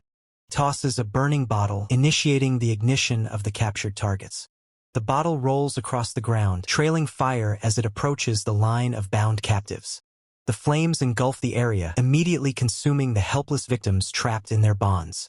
A deafening roar erupts as the inferno tears through the group, signaling a massive surge of energy. System notifications flash, 40 points earned and level increased to 9. Kang Ho-cheol observes the flames, noting he still needs 6 more levels. Kang Ho-cheol turns his attention back to his subordinates, demanding their full focus. His eyes glowing with a dark, unnatural light, he reveals that they now have 3 specific objectives to complete. The first objective is to locate the hidden locking mechanism for the time shelter. The second objective is to continue the systematic capture of zombies, just as they have been doing. Finally, his expression turning cold and intense, he orders them to find the individual known only as Unknown. With a sharp demand for confirmation, he ensures his orders are understood by his men. Elsewhere, the protagonist crouches in the forest, observing his companion with a knowing look. He cautions his companion not to be so impatient, keeping his tone calm and composed. The protagonist contemplates the necessity of protecting Suyin, his eyes showing a fierce determination. In the ruins of the city, a man kneels before a woman, calling out her name, Suyin. He presents a single red rose, desperately pleading for her to go out with him. Suyin looks down at him, clearly unimpressed and questioning if this is really the best move he can make given the current danger. The man tries to justify his actions, explaining that he used his trait on the way there. Suyin reminds him of the party member who was recently killed, asking if he has already forgotten the threat. The man insists that the murderer is in the B party's area, begging her to trust him just this once. The woman rejects his desperate romantic plea, demanding that he stop his nonsense immediately. She turns away, unwilling to listen to any more of his frantic excuses, while he refuses to back down. Suddenly, a chilling red glow erupts from his chest, pulsing with a life-threatening, unnatural energy. The woman recoils in shock as he clutches his chest, warning that this strange sensation is a signal that the murderer is nearby. She glares at him, convinced that his intelligence is flawed and that his information is completely unreliable. She reasons that they cannot escape a killer equipped with a lifeform tracking skill, suggesting they scatter to avoid a direct confrontation. She pauses, her expression hardening as she realizes the gravity of their situation. He concentrates, attempting to manifest a tracking ability to pinpoint their exact location. A dark figure approaches from the ruins, radiating a sinister red aura that signals immediate danger. Kang Ho-cheol steps into the light, his eyes burning with a malevolent red glow, revealing himself as the murderer. She sighs in frustration, muttering that nothing ever goes right when she is forced to work with him. She stares ahead, noting that despite the chaos, they have finally confirmed one crucial detail. The murderer is wearing the exact same outfit as C-Team, confirming their worst fears. The environment shifts as the death field is activated, sealing their fate within the zone. Kang Ho-cheol grips his blade, his face twisted into a cruel, predatory smile. The barrier expands, trapping them within the crimson dome of the death field. They look around in horror as the grid-like barrier completely encloses the shopping district. With no other choice, she decides that their only option is to run and hide. They scramble, terrified that the murderer is closing in on them far too quickly. He commands him to stay quiet and prepare the anti-Iron Plague flashlight as outlined in the manual. Kang Ho-cheol stalks them, hoping to draw out the mysterious savior he believes will appear. He lunges at her, but she prepares to stand her ground and hold out. The blade slashes through the air, narrowly missing her as she defends herself. She raises the device, aiming the light directly at his face to blind him. The flashlight erupts in a blinding, brilliant flash of light. Kang Ho-cheol screams in agony, his eyes overwhelmed by the intense, concentrated beam. She gasps in disbelief, realizing that the manual's instructions actually worked. As he recoils, she delivers a powerful blow to his torso, forcing him back. The force of the impact sends Kang Ho-cheol flying backward across the pavement. She tumbles to the ground, panting as she successfully creates distance between them. A cruel thought echoes, mocking her desperate struggle as foolish. Kang Ho-cheol looms over her, his presence radiating a suffocating, dark red aura. He sneers, finding it laughable that she would celebrate her survival without realizing the true hopelessness of her situation. Lucian claws at the ground, her voice trembling as she desperately cries out for help, her body failing her in the face of certain death. Protagonist watches the scene unfold, his expression cold and detached. He reflects on his past choices, feeling a grim sense of satisfaction that he never committed himself to her. With a heavy, indifferent step, protagonist turns away. He observes the scene with a cynical philosophy, convinced that life is ultimately a futile endeavor. Kang Ho-cheol raises his blade, ready to deliver the final blow. Below him, Gusian accepts her end, lamenting the cruel fate that brought her to this moment. Kang Ho-cheol pauses, his voice dripping with sadistic curiosity as he asks why she has chosen to close her eyes in his presence. Suddenly, protagonist lunges forward, his movements a blur of speed as he intervenes, his eyes burning with intense energy. With a devastating strike, protagonist unleashes a surge of light blue energy, slamming his foot directly into Kang Ho-cheol and sending him reeling backward. The impact echoes through the ruins, leaving Gusian stunned as she watches the sudden turn of events from the dusty floor. Protagonist extends a hand toward her, the air crackling with his lingering aura as he offers a silent invitation to stand. He looks down at her with a calm, resolute gaze, reminding her that even in the face of death, her time has not yet come. Protagonist explains that the enemy leader possessed a mental type trait, using brainwashing to turn his own subordinates into puppets, which explains their terrifying, coordinated efficiency. He checks on her wounds, his energy manifesting as a soft green glow that rapidly knits her flesh back together. Gusian confirms the healing, but protagonist quickly corrects her, noting that her survival was only possible because another teammate served as bait. Gusian realizes the grim truth, but protagonist cuts her off, insisting that they have no time to mourn or be sentimental. He emphasizes the danger, pointing out that the enemy's monstrous regeneration and durability make him practically impossible to kill in a direct fight. Gusian asks if that means they are trapped with no solution, and protagonist confirms that under normal circumstances, there is none. He notes that the deathmatch is rigged to force an encounter with the murderer, ensuring no easy way out. Even if the death field vanishes, he warns that the surrounding hordes of zombies will act like magnets, forming an impassable wall to seal their fate. However, he reveals that there is one crucial bug in their design. The protagonist takes her hand, guiding her toward the path he has identified as their only hope for escape. He points out the skybridge connecting the buildings, a hidden structural flaw that can bypass the blockade. He explains that when the boom sound echoes again, it marks the moment the murderer enters a state of peak excitement. In that frenzy, the enemy's eyes begin to emit a distinct red glow, revealing his location and intent. The transformation is terrifying, a clear signal that the murderer is losing control to his bloodlust. As the intensity peaks, the death field shrinks, momentarily creating a gap in the barrier. Protagonist raises a finger, emphasizing that this opportunity will come only once. He instructs her to wait for his signal, then cross the bridge to escape the barrier before it closes. Gusian dashes toward the opening, her heart racing as she questions if he will truly be alright facing the murderer alone. The system dictates that the murderer has been granted a special skill, forcing someone to stay behind and hold the line at all costs. Stakes are absolute. If the bug is triggered but they fail to escape, the entire plan collapses into nothingness. He stands firm on the first floor, ready to intercept the killer. Every second counts as his pulse thunders in his ears, heightening his senses. He steels himself, bracing for the inevitable confrontation. He plants his feet, shield raised, as he senses the enemy approaching. Confusion sets in. He can clearly track the killer's presence, yet the space remains empty. Suddenly, the wall shatters under a massive, unseen force as the killer strikes. Debris flies everywhere as he realizes the true nature of this terrifying ability. Kong Ho-cheol emerges through the rubble, his eyes burning with a malevolent red aura. He is phasing through solid matter. Kong Ho-cheol lunges forward, his blade carving through the air with lethal intent. Kong Ho-cheol lunges forward, his blade carving through the air with lethal intent. With a desperate motion, he slides across the ground, narrowly dodging the follow-up. He counters instantly, swinging his weapon with precision. The impact resonates as he connects with a direct hit.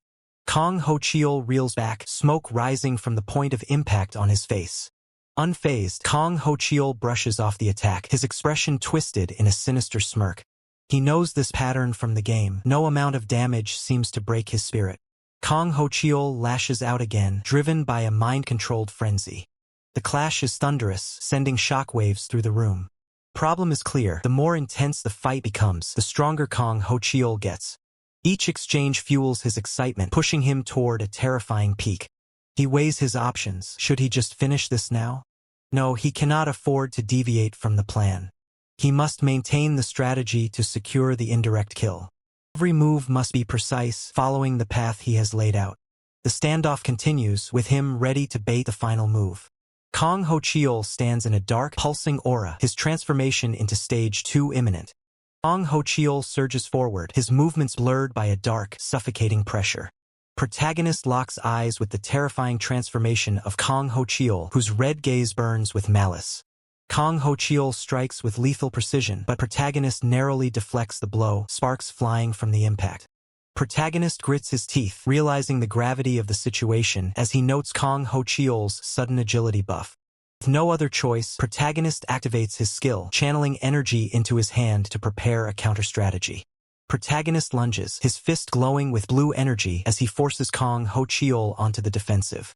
A blinding flash of light erupts between them, protagonist focusing entirely on buying precious time.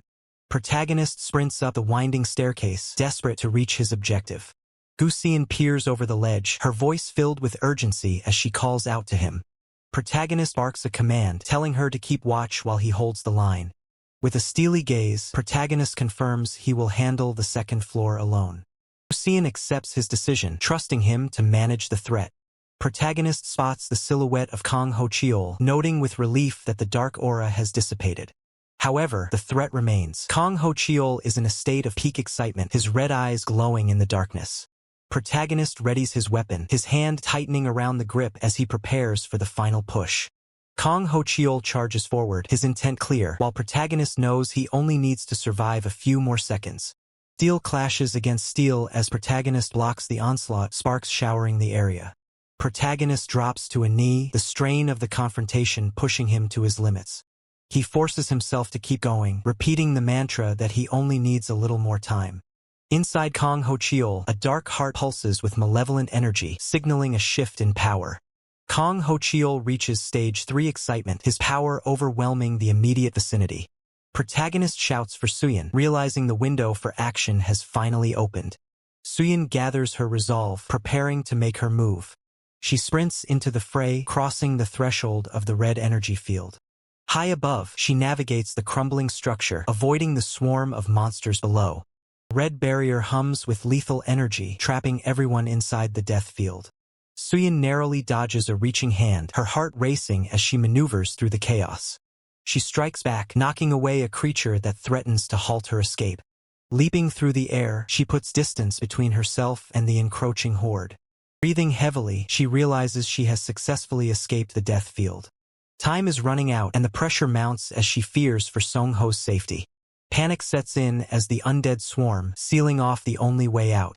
Protagonist shouts for her to hurry and escape while there's still a chance. With a burst of speed, Protagonist leaps across the debris, shattering the ground beneath him. The impact is immense as Protagonist strikes, the force of the collision sending shockwaves through the area.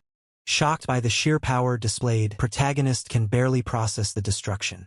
A chilling voice rings out, declaring that the combat has gone on long enough. Kong Ho-cheol emerges, his eyes burning with a sinister red glow, ready to unleash havoc. Developed in a dark aura, Kong Ho-cheol taunts his opponent, claiming he is impossible to track. Protagonist levels his weapon, unimpressed by the display, and offers a cold ultimatum. He promises a painless end if Kong Ho-cheol simply gives up and drifts into a final sleep. The horde surges forward, a sea of mindless bodies clawing at the barrier. Protagonist activates the dimensional gate, tearing a hole through space to shift the battlefield. The gate snaps shut, isolating the threat as Protagonist maneuvers through the chaos. Lucian stares in disbelief, struggling to comprehend how Protagonist breached the wall of zombies.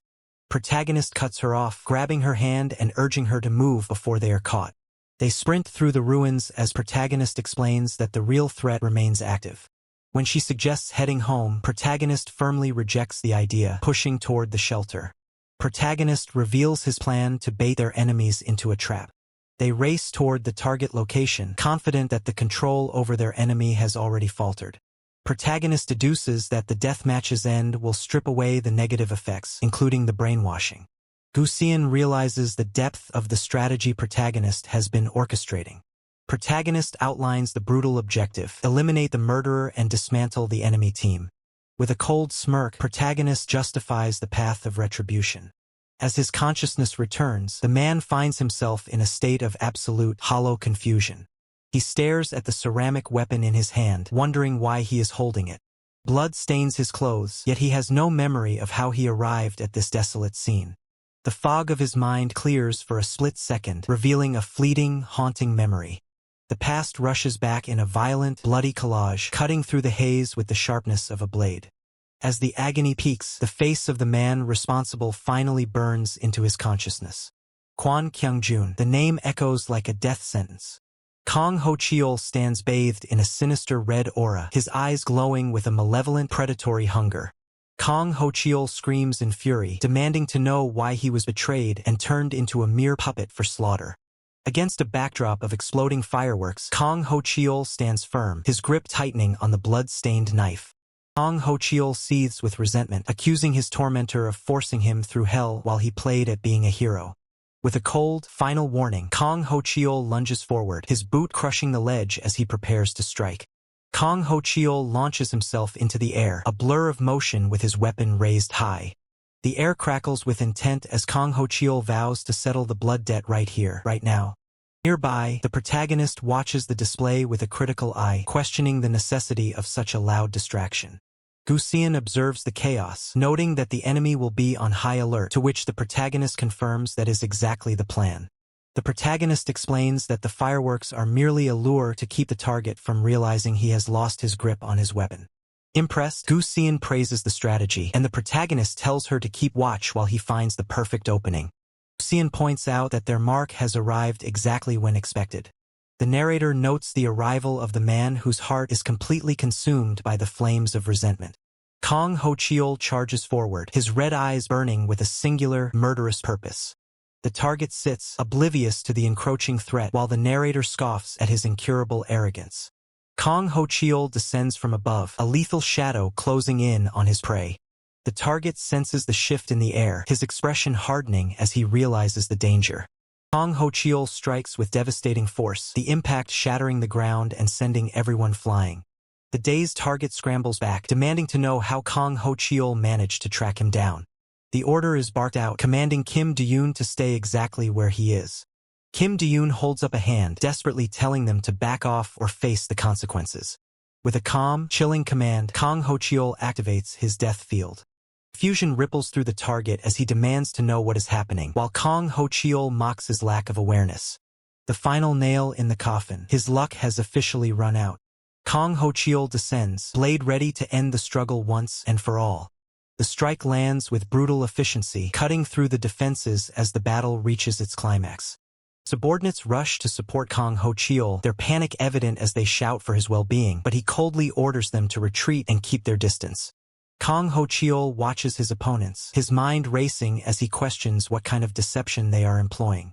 He wonders if the enemy has truly managed to shatter his hypnotic hold, even as he unleashes a razor-sharp red energy slash against them. The thought of attempting to re-establish his brainwashing crosses his mind, but he deems it an inefficient use of his energy. With a sinister smirk, Kang Ho-cheol decides that slaughtering his opponent and stripping him of every skill and experience point is a far more satisfying outcome. Following his command, the subordinates surge forward, determined to pin the target down and neutralize him completely. Kang Ho-cheol effortlessly parries their advances, his movements precise and lethal as he cuts through their formation. He mocks them, sneering that they are nothing more than brainless idiots being used as expendable pawns. His eyes burn with a malevolent red glow, signaling his intent to finish this slaughter once and for all. With brutal efficiency, Kang Ho-cheol severs the limbs of his attackers, their sunglasses flying as blood sprays the air. Subordinates fall in agony as Kang Ho-cheol stalks forward, his aura radiating pure destruction. Incensed by their failure, Kang Ho-cheol screams at his men, demanding they stop hesitating and attack immediately.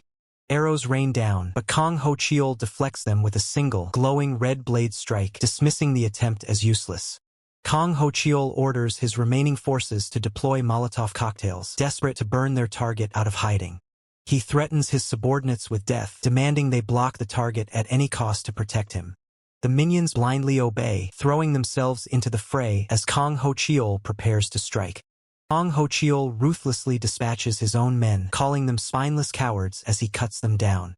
With a chilling grin, Kang Ho-cheol asserts that victory was secured the moment his opponent failed to kill him initially. He reminds his target that in a death match, the murderer has no choice but to stand their ground and fight.